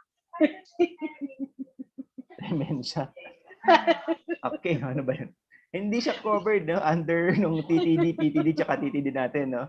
Kung work-connected yung dementia, ma-establish, no? Possible makakuha tayo ng no? Compensation. Okay. Pero kung, di ba, general workplace, paano natin ma-establish yun? Ang burden, ma'am, nasa employee to establish. For example, lagi kang nasisigawan ng boss mo, dahil doon nagkaroon ka ng dementia, no? Pwede siguro ma-establish yun doon. Kung connected yun doon. Pero, mahirap patunayan yun, ma'am. Pwede mag-try sa ACC mag-file ng benefit, pero kung mag-grant yun, that's another issue. Okay, pwede naman. Pag permanent total disability po, no, guaranteed for life yung ating pension. Basta no, guaranteed for life if disability remains until death of the worker but may be suspended. Hanggang mamatay po yung employee or maging deceased, guaranteed for life yung kanyang pension. Pero mare-revoke po yan kapag ayaw niya mag-present for examination. Kasi meron pong examination yan annually, quarterly, or fully recovered na siya, at lalong-lalo na po kung gainfully employed na po, nakakapagtrabaho na. At kumikita na po ng marangal na. So, yun po. Okay, sir. Sir Einstein, go po. You may unmute your mic, sir. Yes, good afternoon po. Afternoon, sir. Question po, di ba po sabi nyo, halimbawa na-acquire po yung disability sa work, tapos until death po nung employee provided siya. What if with unprecedented event po, pinasara po yung company? Like, for some reason, basta inutusan po yung company na hindi na siya pwede mag-function. Paano po yung employee? Saan po yung claim niya magmumula? Okay, so parang nagkaroon tayo ng business or unilateral business cessation or closure. Sabi ng employer management, okay, total shutdown ng ating business and establishment. Walang papasuking employee starting today. Parang ganun, sir. Tapos nagkaroon ng work accident or saan makakalapit yung employee for compensation kahit walang accident? Parang ganun, sir. Parang, di ba po, supposedly may nagpo-provide sa kanya since na accident sa work. Tapos nagsara na po yung company, ganun po. Parang ano po yun, tuloy-tuloy, supposedly, di ba po, until death po sabi niyo. Supposedly, tuloy-tuloy. Ngayon, saan po siya maghahabol kung halimbawa po, closed na yung company? Okay. So I get it, sir. Thank you for your question, sir. Yes, sir. Tuloy-tuloy lang po yung kanyang compensation under the ECP. And why is that? Kasi ang nagbabayad po ng ating monthly or compensation or benefit under the ECP rule is Employees Compensation Commission, yung government po, through the SSS or the State Insurance Fund. So sila po yun, kahit magsara na po yung business establishment natin, ba? Compensated pa rin po tayo under the rules kasi government po ang bibigay sa atin ng pension. Alright. Thank you. Sir. Thank you, sir, for your question. So, magandang tanong yun, no? Parang ngayon lang na itanong sa akin yun, sir. No? Parang nagkaroon din ako ng awareness doon. Kasi paano nga pag ganun, no? Yan. So, meron po tayong state insurance fund. Andun po yung pondo ng SSS tsaka ng ECC. So, tuwing may benefit, mag-claim po ng benefit, hinuhugot lang po ng government yon para makompensate yung ating covered employee po. Okay. Pag permanent partial disability naman po, kasi kanina temporary total disability, di ba? Na-mention na po, not more than 120 days yung kanyang disability, that is under temporary total disability. Kapag permanent total disability naman po, loss of sight of 2 eyes, loss of 2 body limbs or body parts, mental brain injury resulting to mental imbecility or insanity. O yun po, no? Ito naman po yung permanent partial disability. Permanent siya kasi may nawalang body part permanently. Partial kasi may specific body part lang po. So, for example, thumb. Nawala yung isang thumb. That is permanent partial disability po. Permanent na siya, hindi na mababalik yung thumb, pero partial lang siya kasi specific body part lang po at wala naman siyang pwede pa tayo mag-perform ng ating official function. Ano pong benefit na pwede nating makuha dito? Lump sum, one-time payment, or monthly pension for PPD, for ECC schedule. Ano po itong ECC schedule? Kasi pwedeng may pension lang po, no? Monthly pension, no? Discretion po kasi ng ECC kung lump sum, one-time payment, or monthly pension. Pero may schedule. Kumbaga may months na applicable lang po yung permanent partial disability. Hindi po lifetime yan. May pension po pag permanent partial lang. Kasi ang rational po na makakapag-work pa naman po si employee. Yun po yung rational. For example, one thumb nga lang po ang nawala. Diba? Compensable lang po siya. Reasonable compensation for specific months. So ito po yun. So one thumb, 10 months po compensable si employee. Or pensionado po siya ng 10 months. Or lump sum po, one-time payment, yung buong 10 months na yan, isahang bibigay lang po yan ng Employees Compensation Commission. Ang pinakamalaki po dito is one arm. Yung one arm po, 50 months. Monthly pension po yan or lump sum or one-time payment po. So please be guided accordingly na lang po nitong matrix na to under PPD provisions ng Presidential Decree number 626 po. So during orientation sa ating workforce, no, dapat kasama to sa kanilang nalalaman po, no? Yung kanilang entitlement under these rules. So medical benefits po, no, na hospitalized, no, dapat ward pag may confinement. 'Di ba? Yung payment natin sa attending physician or doctor, 'di ba? Surgical expense kung meron. May out-of-pocket expense para sa medicines, lahat yan pwedeng ma-reimburse sa Employees Compensation Program through the SSS. Yung ward naman po, okay, yung additional additional accommodation, no, para maging more comfortable yung ating stay sa hospital, hindi po shoulder ng ECP po 'yon. Tapos yung private and semi-private rooms hindi po provided ng ECP po. Okay, personal comfort such as the use of telephone, radio, television, hindi po covered dito. Okay, including private hiring of private duty nurses, no, hindi po covered po dito. Kaya po tayo merong carers allowance. Hindi po yung mag-aalaga kapag disabled po si employee. Private duty nurses, naku, mahal po yan. Hindi daw po sasagutin ng ECC po yan. Okay, medical benefits. General rule, ward confinement lang po, no? Exception to the general rule kapag walang available ward.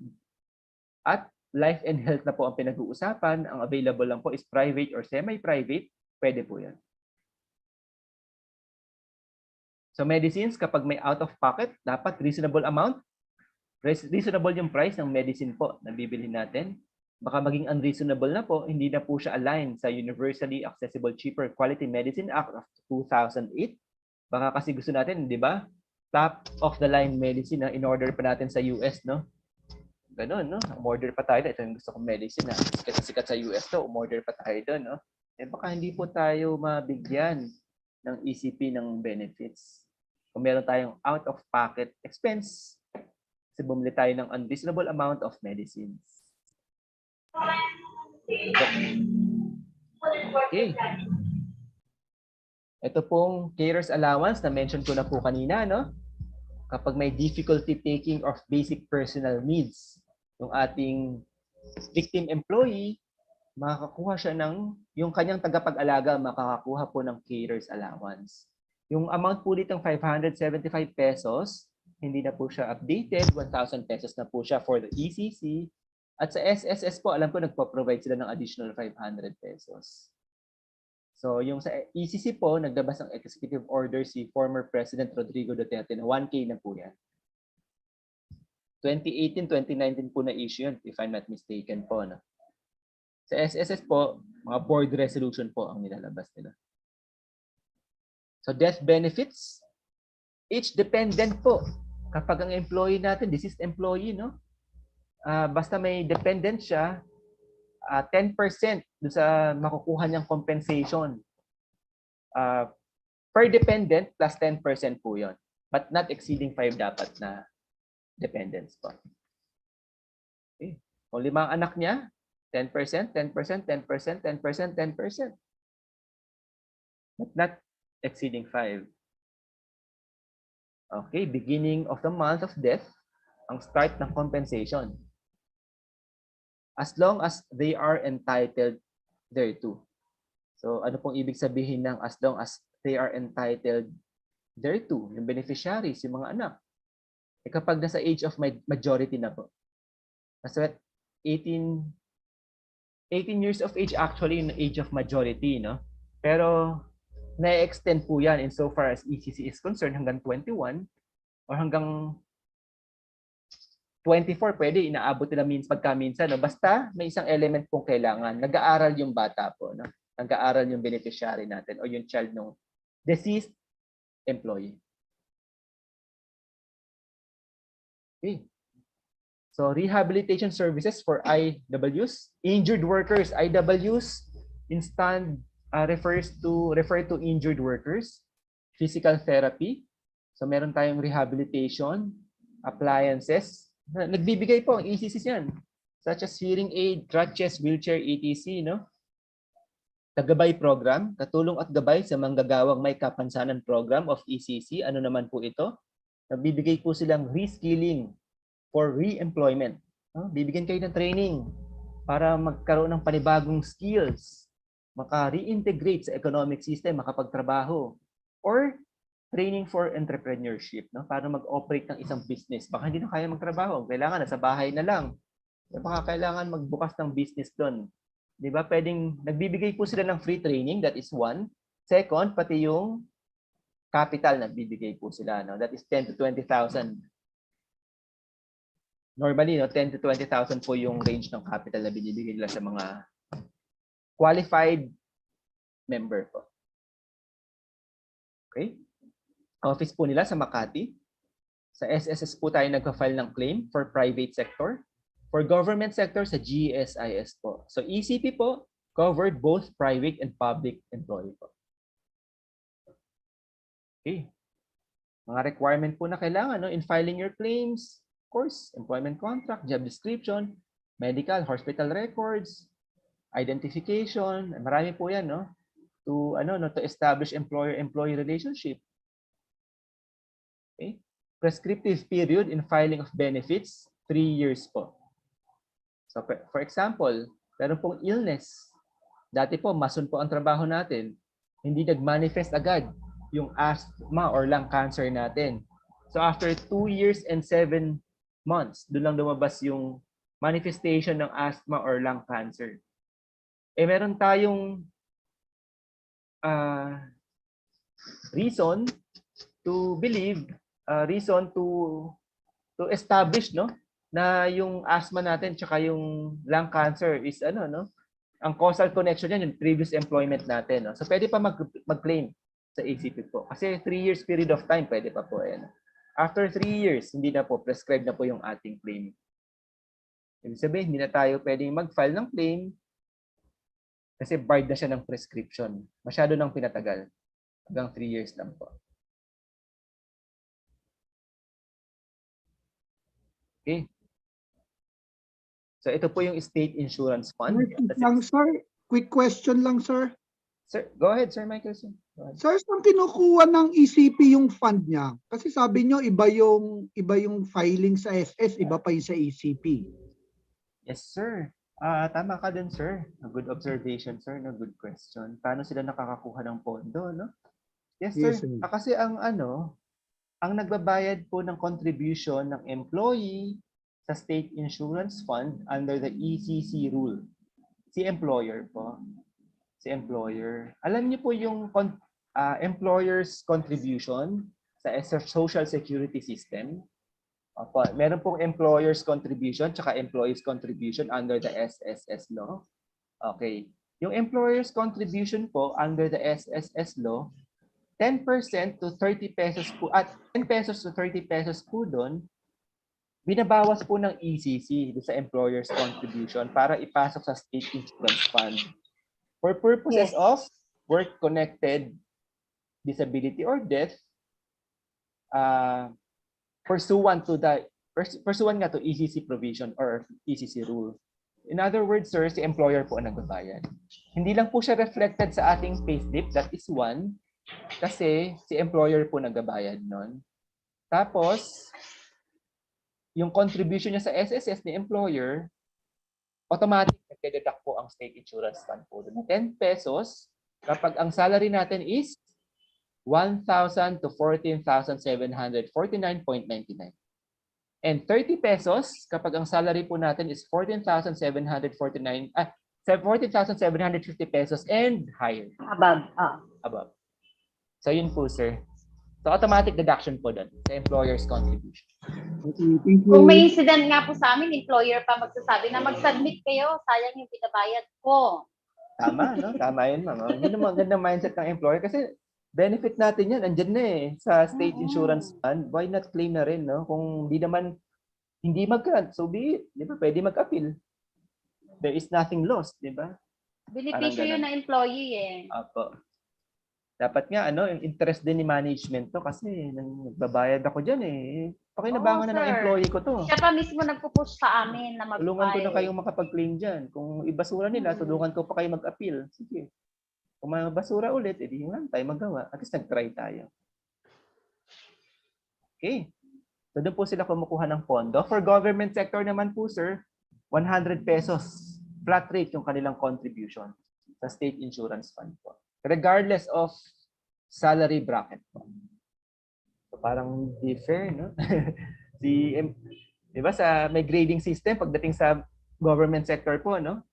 So ibig sabihin kahit napakataas ang sahod mo, 100 pesos pa rin. Okay. Okay. Okay, marami na rin po nabigyan ng benefit ang ECC po, no? 3 million workers na raw po and their families to the tune of over 20 billion pesos po. Ang dami, no? Okay. Don't forget, no? Ang ECC po, dun lang sa merong employer-employee relationship. Generally speaking, no? Pero pwede rin po na walang employer-employee relationship. Kasi naglabas po sila ng board resolution and under the SSS law, no, yung mga voluntary contributor, yung mga independent contractors, yung mga actors, basta member ng SSS, covered na rin po ng ECC po. So ito po yung update natin. So nakalagay dito, update available, no? So yun po yung update natin. Covered na po yung mga voluntary contributor under the SSS law ng ating ECC po. Including land-based overseas Filipino worker. Dati sea-based lang po, no? Ngayon land-based covered na rin po. So benefits are in addition to SSS and PhilHealth benefits. Magkaiba po yun. At yung entitlement natin, day 1 ng employment, covered na po tayo nito. Okay.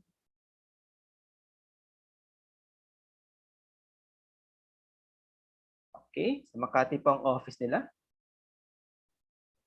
Okay, hindi natin sa isahin to, although interesting to, no? Baka abutin tayo masyado ng ceiling sa time. Covered na po lahat ng independent contractor, actor, etc. po, no? Scriptwriter, yung walang employer-employee relationship, covered na po sila ng SSS law. At kung covered sila ng SSS law as voluntary contributor, covered na rin po sila ng employees compensation program. Including athlete, coach, trainer, jockeys, pati magsasaka at mangingisda, covered na rin po. Ito po ang office nila sa Makati, Hilpuyat Avenue, Makati City po. May free training sila regarding ECC. Pwede po kayong pumasok sa official Facebook page ng Employees Compensation Commission. So, meron po silang mga 1 hour to 2 hour free training. At itong presentation natin na ginagamit ngayon, ito rin po ang presentation na ginagamit nila. Okay. Pwede nyo po silang email. Public Assistance Center 239.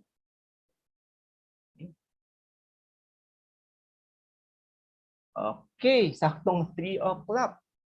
So, break time po muna tayo, 15 minutes. And last topic natin after ng session is COVID-19. Pero very, bibilisan lang po natin, no?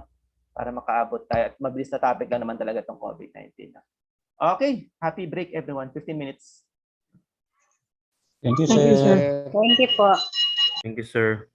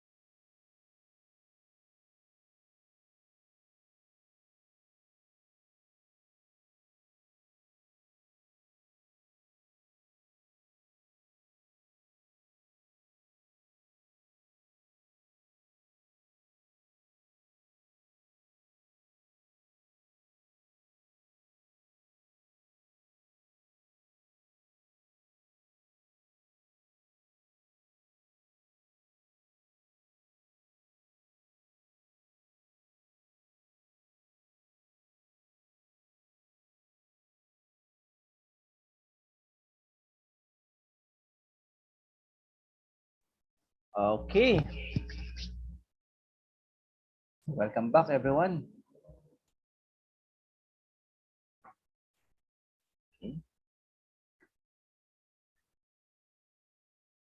Okay, Sir Danilo, go ahead po. Meron po kayong question, sir? Pahabol lang po tungkol doon sa sa ECP. No problem, sir. Sige, sir, go ahead po. Yung yung nagsasahod ng 1,000 to 14,000, 10 piso ang kaltas ng employer sa empleyado. Ay, hindi po kinakaltasan si employee po, sir? Okay. Ang nagre-remit po sa SSS si employer po.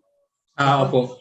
Okay. Yung contribution po natin under the Employees Compensation Law, provided by the employer po. So, yun po ang reason kaya hindi po siya reflected sa ating payslip. Kasi wala Yes, pong po. deduction sa employee contribution. Yes po, yes po. Ang kasunod po, once na halimbawa magre-resign na ako sa kumpanya ko, anong pong mangyayari doon? Okay, kapag resign na po kayo sa company, sir, and hindi na po kayo employed, ibig sabihin nun wala na pong employer-employee relationship. So kung wala na po tayong employer-employee relationship, as a general rule, forfeited na po yung ating entitlement under the Employees Compensation Commission. So pwede po kayong makakuha sa SSS for other benefits. Kasi sa SSS po, it doesn't matter kung employed or not, meron pa pong benefits dyan. But insofar as ECC is concerned, wala na po, sir. Unless itutuloy nyo po yung SSS contribution nyo as voluntary contributor. Kung hindi naman ako mag-resign, sir, halimbawa, magre-retiro ako, ano ang sit-up doon sa ECP? Wala rin po, sir. Kasi ang primary purpose, objective, and intent po ng ECP natin is work-connected accident and illnesses. Hindi na po employed, hindi na po may establish yung element na very important is work-connected. Wala na po kasi. Sige. Thank you, sir, sa explanation. Thank you. SS pension na lang, Sir Danilo. Ano po, ma'am? SS pension na lang po ang ano mo pag nag-retire ka. Yun lang po, kasi malapit na. 8 taon na lang. Tagal pa yun, sir. Matagal pa yung 8 years. Ha? Enjoy pa natin yung pagkatrabaho natin. Tagal pa. Opo. Sa kasalukuyan, trabaho ko naman. Okay, para mabigyan ko kayo ng additional info, sir, no? Since mag-retire na rin kayo sooner or later, although 8 years, matagal na panahon pa yun. Under our retirement pay law, no? Meron tayong mandatory and optional retirement age. Yung 60 years old, under the labor code kasi, is optional retirement. So, kung optional retirement age, ibig sabihin yung discretion na kay employee kung mag-retire na siya or not. Or kung continue pa po yung employment niya sa kanyang employer. Kung mag-retire na po siya at the age of 60, pwede naman kung gusto niya, at nakapag-render na po siya ng 5 years of service sa kanyang employer, entitled na po siya ng retirement benefits. That is half-month salary per year of service. No? Tama, no? Sa mga HR professionals natin dito. So at least, 2 element po ang ma-meet, 60 years of age, and nag-render na po ng 5 years of service. Minimum sa establishment employer. So meron na po tayong retirement pay law under the rule. So that is optional, discretionary ni employee hanggang 64. Pero nag-iba na po ang ihip ng hangin kapag 65 years old. Pag 65 years old na po, ito na po yung mandatory retirement age. Ibig sabihin, ang discretion na kay employer na to retire its employee mandatorily, no? Parang gano'n na po. Of course, subject pa rin po siya ng retirement benefits. Basta nakapag-render ng 5 years as his service sa isang employer establishment. Okay. Sige, sir. Thank you. Thank you, sir. Sir Charter, sir. May question kayo, sir?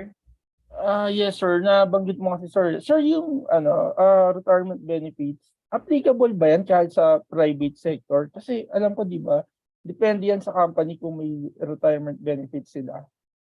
Yes, sir. Applicable po to sa private sector kasi provisions po ito under the labor code.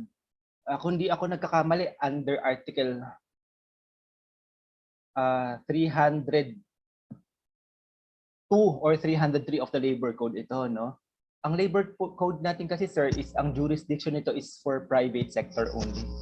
So sabi ng Labor Code, ang mandatory, ang retirement age natin is 60 optional and 60 mandatory. At pag nakapag-render tayo ng minimum of 5 years of service sa employer establishment, entitled na po tayo ng retirement benefits po. Sir, sa government sector, sir, meron po silang separate regulation under the Civil Service Law. Okay, sir? Okay. Last topic. Congratulations in advance. Ito na. The COVID-19, napakadali lang po. I-harmonize ko lang po sa latest issuances natin ngayon. Kasi ito pong DTI and DOLE Interim Guidelines on Workplace Prevention and Control of COVID-19. It was promulgated pa by the DOLE and DTI in year 2021. Early 2021 pa po ito, no? So napakatagal na. Part po ito ng ating curriculum kasi required ng Department of Labor and Employment.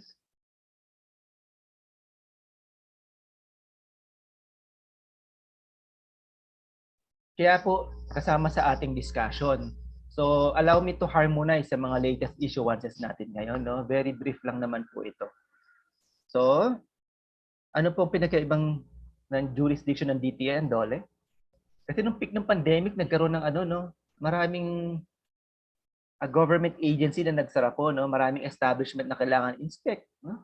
Si DTI, sabi nila, kami ang hawak ng mga establishment na establishment na ang kanilang primary function is to render service. Ito yung mga retail establishment po, no? So, gaya ng barbershop, restaurants, kami na magka-cater niyan. And all other establishment na hindi covered nun, Department of Labor nang papasok. Parang naghati sila dulo ng pandemic, no?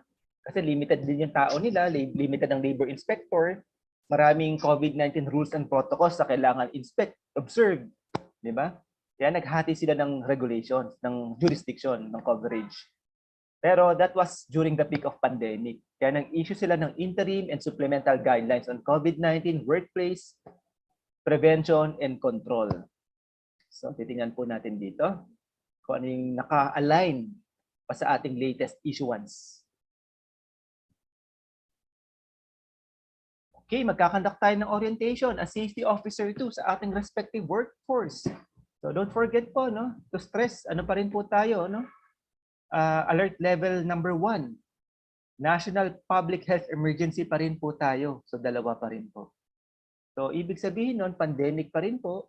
Although marami nang natanggal na restriction, pandemic pa rin po.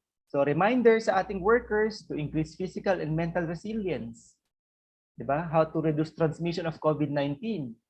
Meron pa ba tayong risk of infection from COVID-19 protocols, minimizing contact rate, no? Ito po yung mga policies in place to reduce and eliminate transmission of COVID-19 in the workplace, no? Remind natin yung ating employee regarding, di ba, eat nutritious and well-cooked food, number 1. To exercise regularly. Kung meron tayong first aider, di ba, better sila mag-instruct nito. Kung wala, safety officer, pwede rin po. Drink plenty of fluids and avoiding alcoholic beverages. Have adequate rest and at least 8 hours of sleep. Yung peak nga po ng pandemic, ang sabi ng DOLE, ito po yung bad time para mag-render ng overtime work. Kasi kailangan natin ng adequate rest Tsaka at least 8 hours of sleep. Diba? Under the Labor Code, Article 83. Normal hours of work shall not exceed 8 hours. Diba? Sabi ng Department Article 83 of the Labor Code, ang normal hours of work is 8 hours lang daw. So exceeding 8 hours, that is not normal, not usual. Sabi ng DOLE, no? So exercise regularly. So enjoin companies to provide free medicines and vitamins, no? Ang vitamins po ba is required or mandated ng Department of Labor and Employment? Vitamins po, hindi po mandatory. That is, ba? If the employer is generous enough to provide vitamins, that is Okay. Kung hindi, there is no requirement, di ba? That is out of generosity lang po. Ang medicines po, that's required under Table 47 of the BOSH standard. So required, meron po tayong medicines. For first aid treatment, di ba? Provide referrals to workers needing counseling or presenting with mental health concern. Dapat meron tayong referral system kung meron tayong employee na merong mental health concern. During this pandemic, sabi nila ang number one source ng work accident sa ating workplace is mental health po and illnesses sa ating workplace. So dapat meron tayong orientation when it comes to mental health in the workplace. Diba? DO202. Department Order 202 of the Department of Labor and Employment, ito yung mental health policy in the private workplace. Diba? Dapat may safety orientation ang workers provided by the OSH o OH personnel regarding mental health concern. At kung may symptoms sila ng mental health concern, dapat merong referral system. I-refer natin sa mga expert dyan. Sino-sino yung mga yon?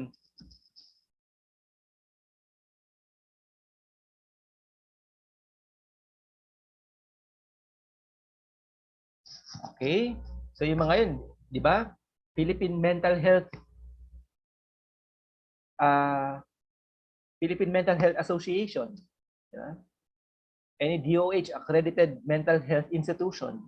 Ito po yung mga expert dyan. No? May referral system. Okay. Under DOLE and DTI implementing rules and regulations, no? Or interim and supplemental guidelines on COVID-19 prevention and control in the workplace. Hindi na kasi talaga updated to. Part lang talaga ng curriculum. I don't know bakit hindi. May part pa rin siya hanggang ngayon, no? Okay, siguro hanggang pandemic kasama to sa mga training module ng mga training organization. So, ito yung objective ng DOLE. Kaya i-harmonize ko po siya, no? Okay.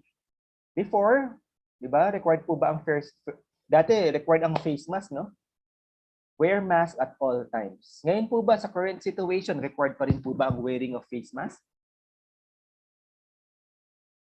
Hindi na po mandatory.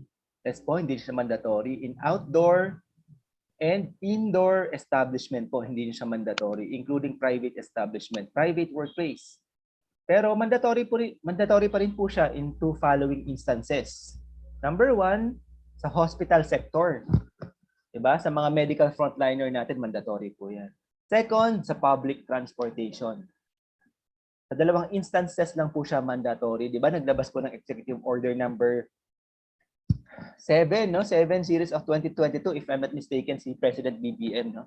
Hindi na po mandatory ang wearing of face mask in indoor and outdoor establishment, except for the following instances. Number one, medical frontliners in hospital settings. Number two, public transportation. Like MRT, buses, jeepneys, tricycles, no? Public transport po yun. And third, hindi naman prohibition, pero highly encouraged pa rin magsuot ng face mask. Encouragement lang po yung mga may comorbidities. Ibig sabihin, hindi mandatory, pero kayong may comorbidities, senior citizens, better magsuot kayo ng face mask, no? Encouragement lang. Kung ayaw nyo naman, edi okay. Bahala kayo. At least na-remind namin kayo as government sector. Okay. Pero kung may company policy po requiring wearing of face mask, tingin nyo po ba yon that is unlawful or that is recognized by the Department of Labor and Employment? Kasi may other companies, mandatory pa rin po ang face mask sa kanila. Pursuant to company policy, rules and regulation. Is that allowed po or recognized? Is that lawful ba or unlawful? Okay, so that is management prerogative po and that is recognized. So kinikilala rin po ng ating batas na ang management has rights to impose company policies, rules, and regulation. Yun po yung tinatawag nating management prerogative. So provided na kung mamandate nila yung wearing of face mask sa kanilang establishment, dapat free of charge yung face mask provided by the employer. Yun lang naman po yung requirement.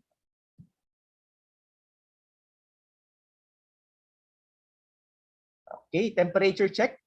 Requirement pa rin po ba yung temperature check? So parang wala na pong nagpa-practice. Pero although sa mga public transportation, meron pa rin po. No? Nakikita ko pa rin po. Okay. Sa mga public transport, yes, nakikita ko, no? Okay, insofar as the IATF is concerned, hindi na po requirement ang temperature check in any establishment. Okay, prerogative na po ng establishment yun. Kung gusto nilang i-enforce pa rin yung temperature check. Pero sa ngayon, wala na po halos nag-enforce yan, no? Mga malls, no? Halos wala nang ganyan. Kasi hindi na nga mandatory in the eyes of the IATF. Insofar as government is concerned. By analogy, same yan, no? Sa face mask, kung gusto ng establishment na mag-impose ng temperature check prior to entry, that is recognized. That is best practice, pero hindi mandatory. How about health symptoms questionnaire? Required pa rin po ba? Hindi na rin po, tama, no? Anong legal basis natin? IATF, nationwide implementation of alert level system as of June 4, 2022 po. Okay. Spray alcohol required po ba? Yes, required po ang spray alcohol and other hand sanitizing agent po. Requirement po siya. Part ng minimum public health safety standard po yan. How about foot baths? Required pa rin po ba? Foot baths in the workplace? Hindi po. Even before pa naman po sa DTI and DOLE interim and supplemental guidelines, ang provision of foot baths is optional lang po. Optional. Hindi po mandatory requirement. So ngayon po, ganun pa rin po. That is optional. That is not mandated. That is voluntary lang po. Yung foot baths. At the entrance. Okay. So, hindi na po natin di-discuss tong face mask kasi academic na po ito. Hindi na po required in the very first place. Ma'am Carmelita Season. Okay, merong question si ma'am. Sir, yung booster po kaya requirements po ba talaga sa work? Good question, no? Booster. No? Requirement po ba for employment? Ang COVID-19 booster? Good question, no?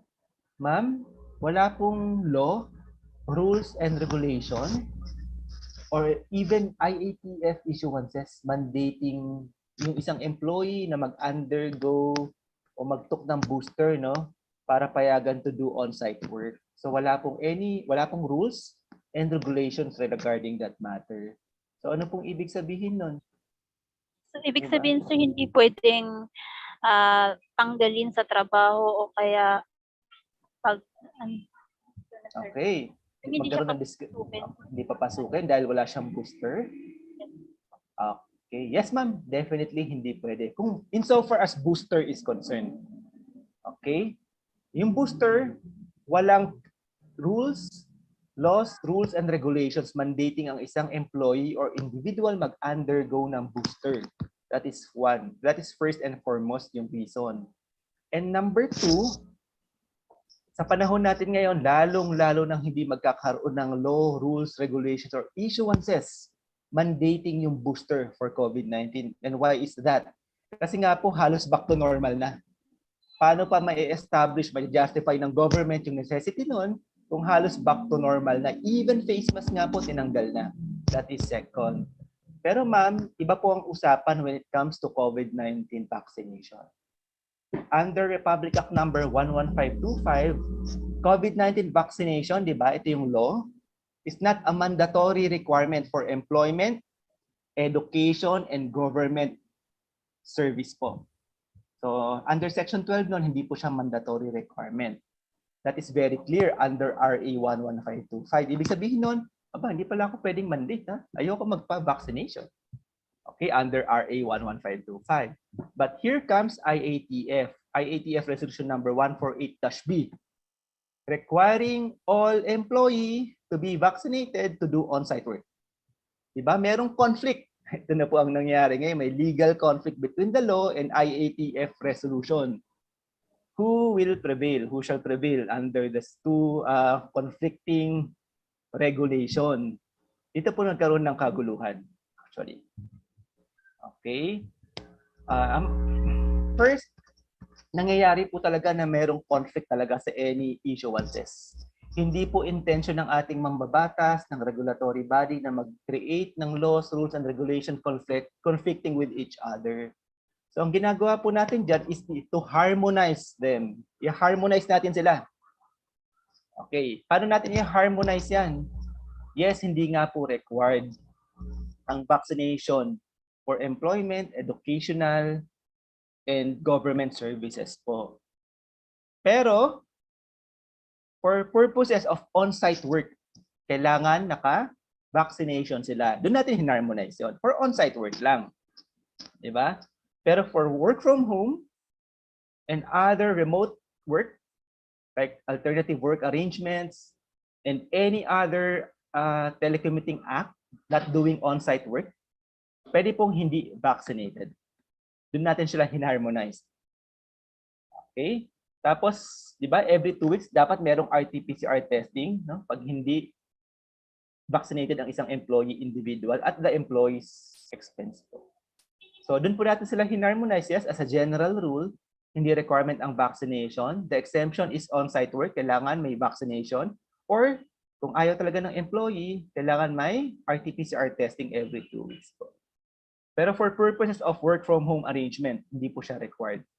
Eh paano ngayon? Ayaw talaga ni employee magpa-vaccine, no? Jadi hindi po siya pwede i-compel ni employer kasi merong batas nga na nagsasabing hindi pwede siyang i-compel. Eh ang nature ng trabaho niya is on-site work, hindi pwedeng work from home arrangement. Hindi nga siya pwedeng tanggalin, yes, kasi may batas na nagsasabi, hindi siya pwedeng i-terminate. Pero para win-win situation, na harmonize yung both conflicting regulation, sa bahay muna siya at magpahinga. Kasi sumusunod lang ang employer sa requirement ng IATF po. Na on-site work, kailangan vaccinated. Bahay magpahinga, ibig sabihin ng kung generous si employer with pay, kung hindi generous, no work, no pay shall apply. Hindi nga lang siya pwedeng tanggalin. O mag-report ka na lang kung kailan ka magpa-vaccinate. Parang ganun po yan. Okay. Ma'am Bless, parang nag-raise po kayo ng hand, Ma'am Bless. Tama ba? Oo, sir. Kasi dito, sir, yung processing ng business permit sa City Hall, hinahanap nila yung fully vaccinated ng employee. Eh, meron po kaming hindi naka-booster. Ayaw na po magpa-booster. So, yung sanitary permit namin, sir, hindi i-release. Kung ayaw daw po magpa-vaccine, magbabayad. Okay, vaccination po ang pinag-uusapan. So booster, hindi po nila pwedeng hanapin kasi walang laws, rules, and regulations. Ang hinahanap po nila, vaccination, ma'am, no? To be specific. Full, yung 4 na, sir, yung 4 vaccine na, yung 2 booster. Kasama yung 2 booster? Kasama, yes. Okay, ang check natin, ma'am, sa LGU, kasi pwede nating sabihin may RA 11525. Under Section 12, Public Act Number 11525. 1125 po? Yes po. Ito yung COVID-19 Indemnification Act. Di ba? Nakalagay sa Section 12 dyan, hindi mandatory requirement ang COVID-19 vaccine for educational requirement, for employment requirement. Tsaka last, yung government transaction. Yung LGU, government transaction yan. Pwede nating i-cite yun on one hand. Tapos, pero pwede na natin itanong, ma'am, baka kasi meron silang LGU ordinance o local government o local ordinance. Baka yun nga, sir, may ordinance sila. Ngayon, kung meron po silang local ordinance, tanong natin, ma'am, sa maayos, sir, meron po ba kayong local ordinance regarding that matter? Para kami naman po, i-ma-address namin, ma-relay namin sa aming employer. Diba? Pag may laws, rules, and regulation tayo, local ordinances, pinapaalam yan sa mga affected. Diba? Affected individual sa community, hindi nakatago yan. So sir, asan po ba yun? Hingin natin. Ngayon, now, assuming na meron, ma'am, siguro talagang tingin ko, ma'am, advice ko, magko-comply tayo doon. Kung yun ang nire-require ng specific LGU na yan. Kasi ang function ng LGU din, ma'am, meron silang power to promulgate rules and regulations within their territorial jurisdiction. Naka-anchored naman po ang kanilang power and authority under the local government code of the Philippines. Paano yun, sir? Siyempre, yung ayaw magpa-vaccine. So, may bayad. Kasi hindi i-issue yung kanyang sanitary ID.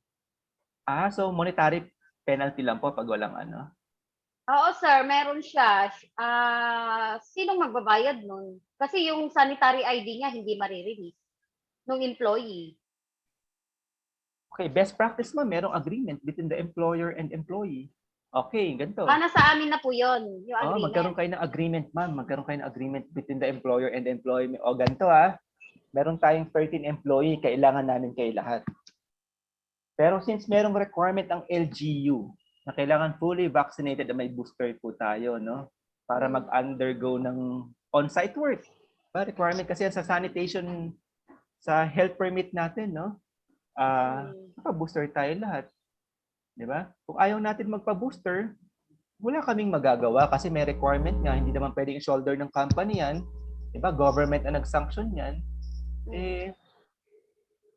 Ayaw nyo magpa-booster, may penalty yan. Therefore, rights nyo naman yan. Hindi namin kayo pwedeng tanggalin. Di ba? Sabi nga ng batas, hindi namin kayo pwedeng tanggalin. Hindi pwedeng magkaroon ng, ng termination of employment dahil for the simple reason ayaw magpa-vaccinate, magpa-booster. Sa bahay muna kayo. Hindi naman pa pwede yung ganun. Diba?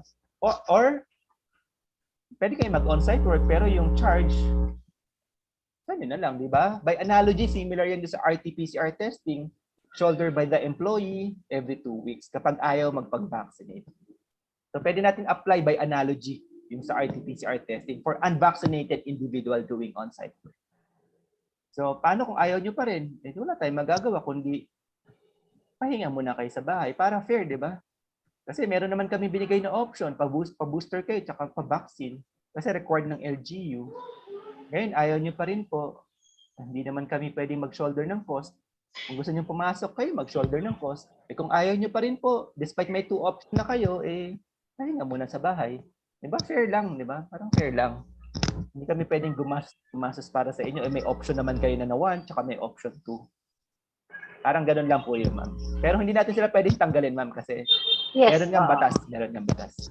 Yes, so, so, any agreement, ma'am, dapat in writing po. In writing para meron tayong... Document lahat, sir. Documented, yes. Documented. Okay po. Kasi parang papasok na yan as as, di ba, pag may meeting of minds, parang contract and, obligation. Di ba, law on obligations and contract. May meeting of minds that form parts na of our employment contract. Okay. Yes. Okay, sir. Thank you. So talagang magulo po ang COVID-19 vaccination tsaka booster. Yung LGU may requirement. Yung batas sinasabi, bawal to. Yung ITF, ganito yung sinasabi. Kaya yung mga legal, kahit magtanong kayo sa lawyer, ma'am, iba't iba magiging interpretation nila dyan. Kahit silang sasakit ng ulo. Kasi iba't iba nga ang issuances ng government. Okay. So face mask, hindi na po requirement. Health checklist, no? Definitely hindi na requirement. No? Hindi na po yan required. Best practice kung i-adapt pa rin natin yan.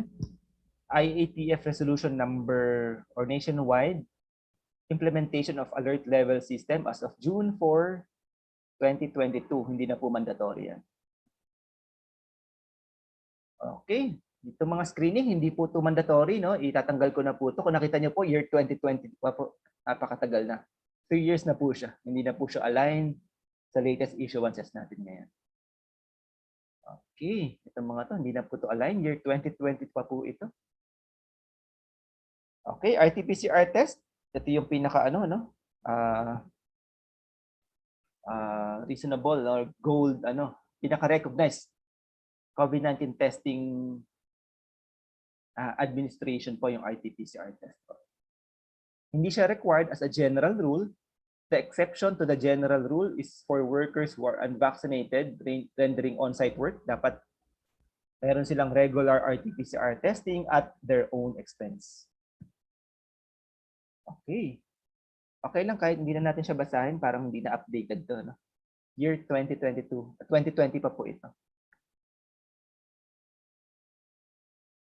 Okay. Similar po dito, no? Okay. Isolation. I-isolate sa other workforce, no? Quarantine naman po. Diba pa? Na isang Sa area kung saan tinitingnan kung magde-develop sila, mag-manifest sila ng COVID-19. Okay, reminder sa ating worker. Okay, best practice, disinfection of vehicle, pero that is not mandatory. Physical distancing po ba? Mandatory pa rin po? Okay, physical distancing po is part ng minimum public health safety standard. Pag NPHS po, that is mandatory po under the IATF rules. Okay, ang na-waive lang po yung health temperature check, health declaration, face mask, pero insofar as 1 meter physical distancing is concerned, that is mandatory pa rin po. 1 meter physical distancing, hand washing, provision of sanitizers, staff etiquette, yan po yung mga minimum public health safety standard na required pa rin under the rules. Okay, ideally 2 hours disinfection sa ating frequently handled objects, ideally.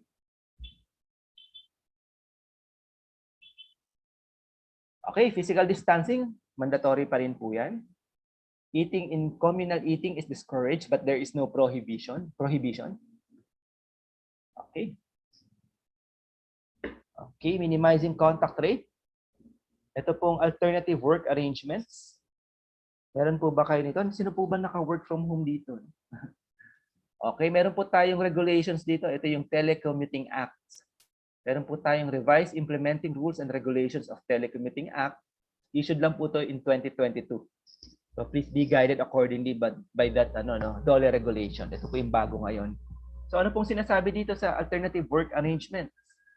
Diba, kailangan first may alternative work arrangement policy si employer. At yung policy na yon, di ba, dapat may ano yan eh, may approach yung formulation yan. Dapat merong workers representative dyan.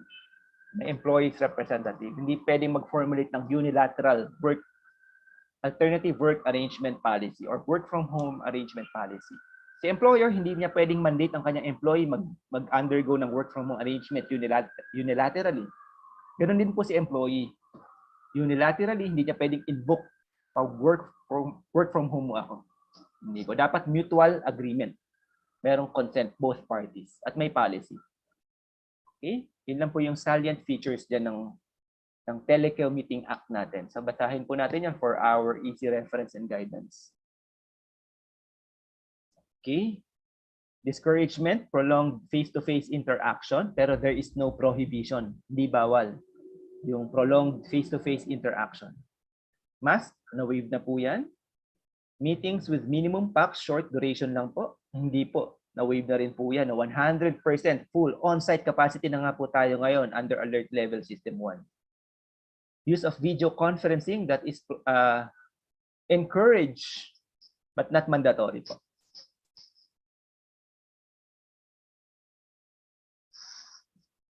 Okay? Kung tayo magde-design ng ating office, dapat may 1 meter physical distancing po, no? Sa ating mga elevator, the general rule, on-site work capacity na po yan. On-site full capacity, kung ano po yung allowable capacity ng ating elevator, pwede na pong exhaust yun. Pwede na pong exercise, pwede nang enjoy. Exception, dapat may 1 meter physical distancing lang po. Okay?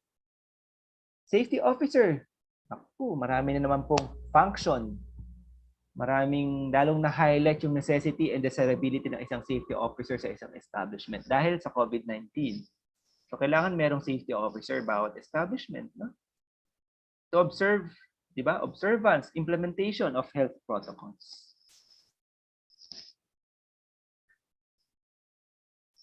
Okay, isolation area. Ang sinasabi po dito, hindi na po mandatory requirement ng isolation area. Na-waive na po yan. Tinanggal na po yan ng IATF. So, clinic personnel attending to the workers. Okay, clinic mandatory. Dapat meron silang medical grade PPEs.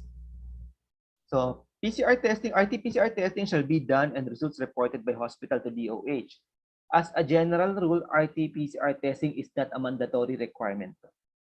Because the DOLE takes cognizance of the enormous cost that the employer may shell out if this provision will enforce or these provisions will be forced to all employer po. Malaking cost po kapag minandate po nila na ang RT-PCR testing is mandatory. Okay, 80% ng ating businesses po ngayon, establishment is micro, small, medium enterprises po. Maliliit na companies. Kung mandatory po ang RT-PCR testing, wala na po magbubukas na establishment. Yun po yung rationale dito. Vaccination and minimum public health safety standard lang po ang requirement.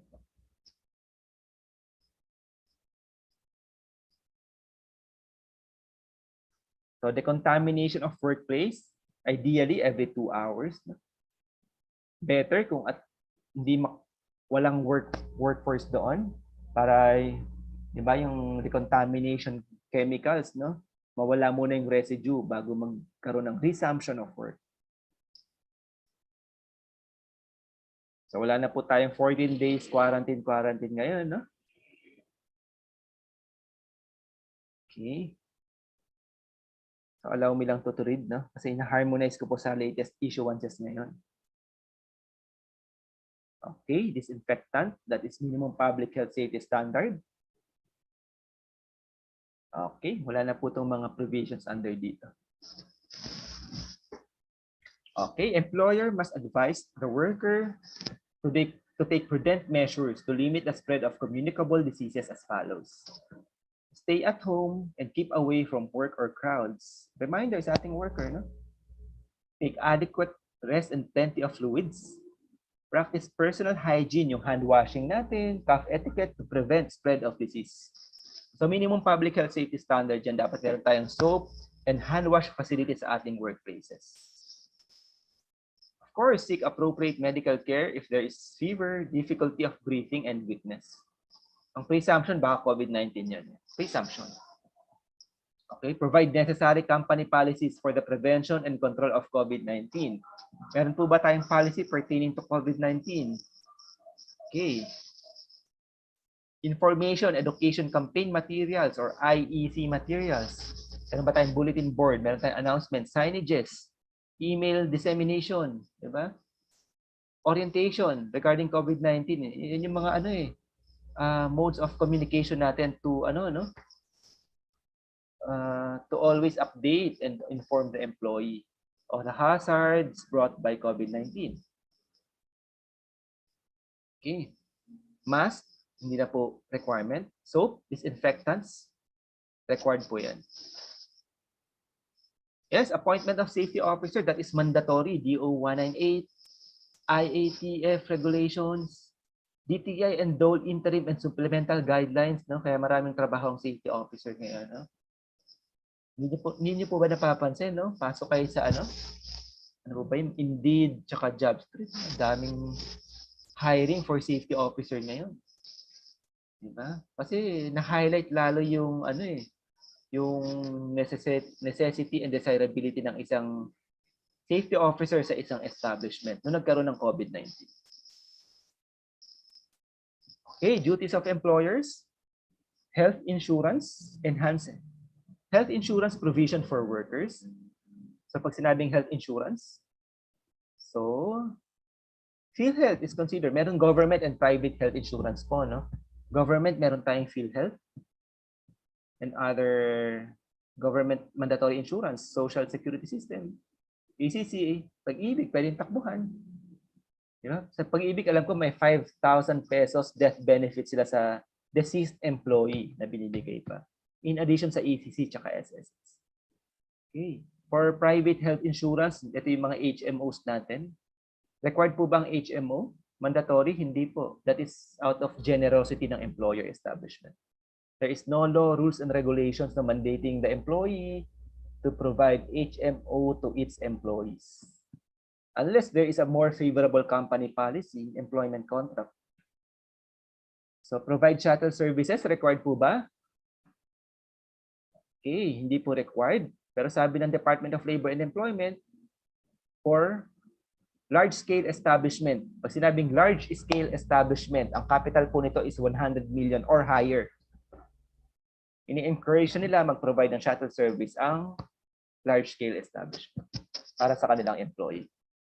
Pero ito kasi during the peak of pandemic, so ngayon baka hindi na to ma-justify yung necessity nito. Kasi may public transportation na. Halos back to normal na lahat. HR, enjoin the hiring from the local community. Bakit? So walang travel time, no? From one city to another para makapag-report sa trabaho. From one barangay to another, for example, para lang makauwi sa kanilang tahanan. Local hiring if possible. But that is not mandatory. Enjoin, sabi ng DOLE, pag sinilami ko na yung salitang enjoin, parang encouragement. Di ba? Sa legal parlance kasi, pag enjoin, di ba? Parang mandatory yan eh. Pero insofar as DOLE is concerned, ang sinasabi nilang enjoin dito, encouragement. Na-clarify na nila yan sa kanilang mga issuances na. COVID-19 hotline, meron po ba tayo? Birth, nearest hospital? Dapat meron pa rin po tayo. Don't forget, pandemic pa rin po. At state of national public health emergency pa rin tayo. Okay, face mask, hindi na po required. Remind yung respiratory and proper and other respiratory etiquette, such as cough and sneeze. Okay, disinfection of hands. Hand washing, mandatory po yan. Okay, work from home, hindi po yan mandatory. So, depende po yan sa agreement ng employer and the employee. So, encouragement lang po, lalo na yung most at-risk workers, yung above 60 years old, may comorbidities or may pre-existing illness. Encouragement lang po yan, hindi po mandatory, na porket meron tayong most at-risk workers, mandatory work from home na sila kahit wala tayong papagawang trabaho. Encouragement lang po, ibig sabihin if possible. Okay. So assistance and reporting. So pwede tayong pumunta sa DTI and Department of Labor and Employment having jurisdiction sa ating workplace para mag-seek ng kanilang assistance regarding COVID-19 protocols. Actually, pwede sila mag-provide ng free COVID-19 training sa atin. Send lang tayo ng email request, letter request. Nagbibigay sila ng free assistance, free trainings, free seminars po. No? Pwede po yun. At nagawa na po namin yun ni Sir Jesse many times sa aming respective workplace. Okay, what your COVID-19 report, hindi na po mandatory yan. Sabi ko po kanina, OSH administrative report. Yung COVID-19 illness or cases natin, part na po ng regular what year form to be submitted every 30th of the month. Pero yung what year COVID-19, wala na po yun. Ito po ang sinasabi kong na-waive na po. Wala na po ito. Ito yung actual form na ito. What year COVID-19. Okay.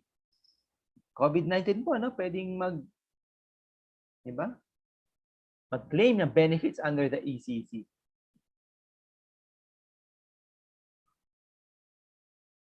Okay. Okay.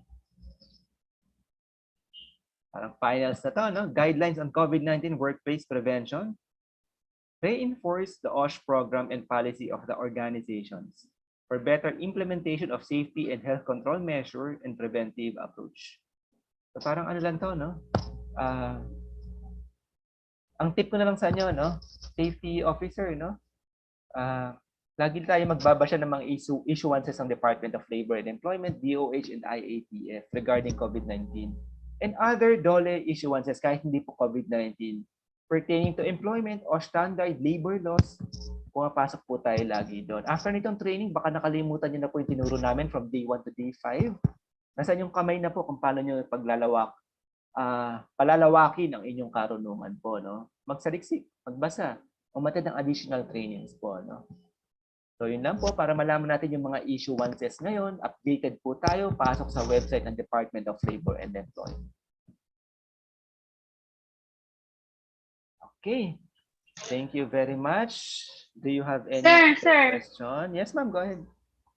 Sir, di ba yung pag may nag-positive ngayon, siyempre mag-isolate. Okay. Mandatory pa rin yun, sir, di ba? Mag-isolate. Pag positive. May na-mention under IATF na pwede mag-isolate or symptom monitoring, ma'am. So symptom monitoring. Siyempre sir, hindi siya pwedeng pumasok kasi meron kaming 93 years old na lola at saka yung iba may comorbidity na worker. Okay. Ganun Paano naman, po ma'am. yung ano sir? Paano po mandatory bang sweldohan siya o ano? Okay. So ito yung ano, no? Hmm. Ang old age rule kasi natin, ma'am, yung mga sinauna pa nating tradition, basta na walang favorable company policy, employment contract, na mandated na sweldohan sila kahit sa mga unworked days, the principle of no work, no pay shall apply, including isolation and quarantine protocols po. Ang sinabi lang ng DOLE po dito, yes po, ang sinabi lang ng DOLE is encouragement. If possible na mag-provide tayo ng wages ng employee nyo during quarantine and isolation, that is best practice. Kung hindi kaya, we recognize naman na hindi talaga kakayanin ng maraming establishment dahil micro, small, and medium enterprises po ang nakakaraming establishment natin. At pag ginawa namin yon, lahat malulugi at lahat magsasama. Yes. Okay sir, apo. Okay, ma'am. Thank you po. Thank you very much, Ma'am Bless, sa inyong question. So, any other question? Tapos na po ang ating discussion. So, calling once, twice, and thrice. Wala po ako nakikitang naka-virtual raise hand. So, maraming salamat po sa inyong lahat and congratulations po, Safety Officer. Thank you po, sir. Thank you, sir. Thank you very much. Thank you, sir. Yes, sir. Good luck po sa Thank you, lahat. sir. Thank you, sir. Okay. Sir Louis? Thank you, sir. Salamat. Turn over the floor to Sir Louis. No? Good luck po sa inyong lahat. Sir Carl, Susi, Thank you, sir. Suki. Thank you, sir. Thank you, sir. Thank you, Okay, sir. sir. Baka magkita na naman tayo next time, sir. Yes, Thank you, sir. Bless po and happy weekend to everyone po. Happy weekend, sir. So yan, thank you po Sir Chris sa pag-share po namin sa amin ang 2 days, Monday and Friday. So ganito po, meron po kayong workshop na isasubmit pa sa amin. Nung nag-send po ako sa inyo ng Zoom link, nakikita niyo po doon yung re-entry planning na form. Yes po. Ganito po siya. Yes, sir. Yes, sir. Saan po siya? Wait lang po Nakikita ko po sa inyo.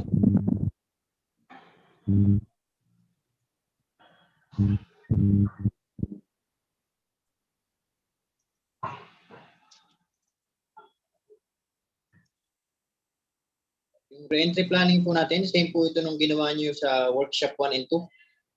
Kung natatandaan po ninyo yun nung ginawa niyo nung Tuesday kay Sir Ariel. Gagawa po kayo nito ng individual. Ang gagawin po ninyo yung mga workplace yung sa mga bahay po ninyo. Ito sa mga wala sa works.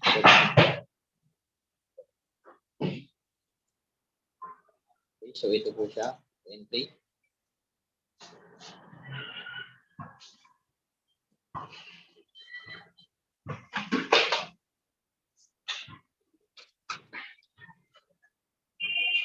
Kita ninyo po.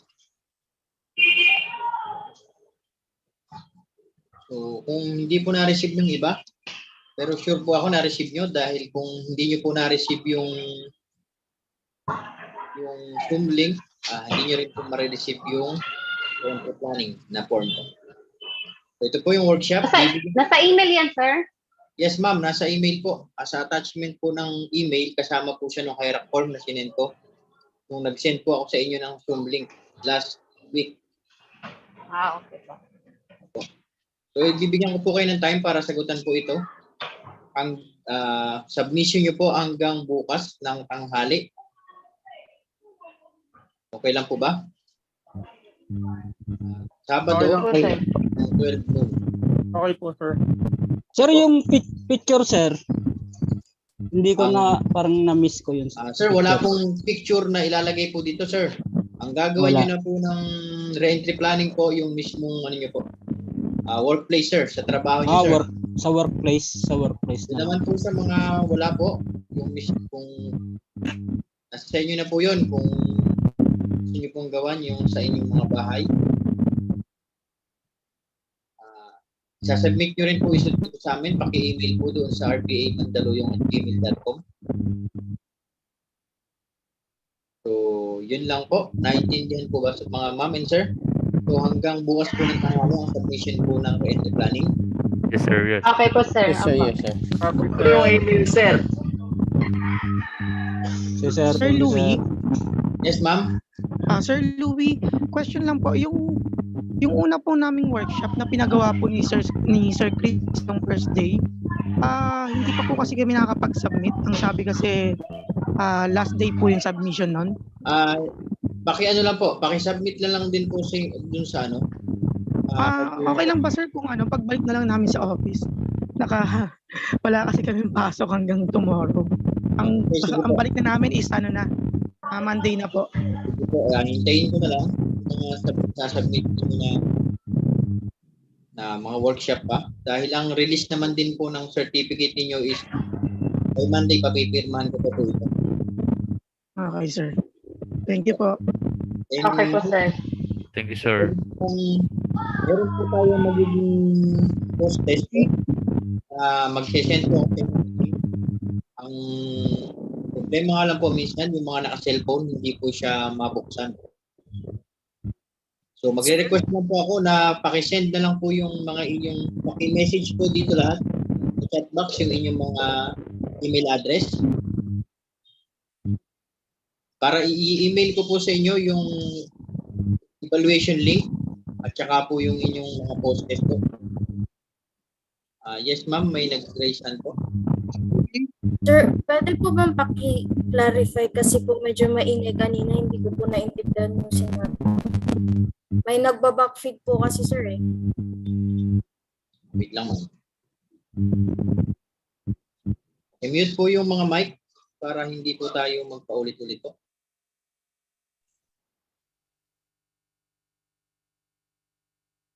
Okay, so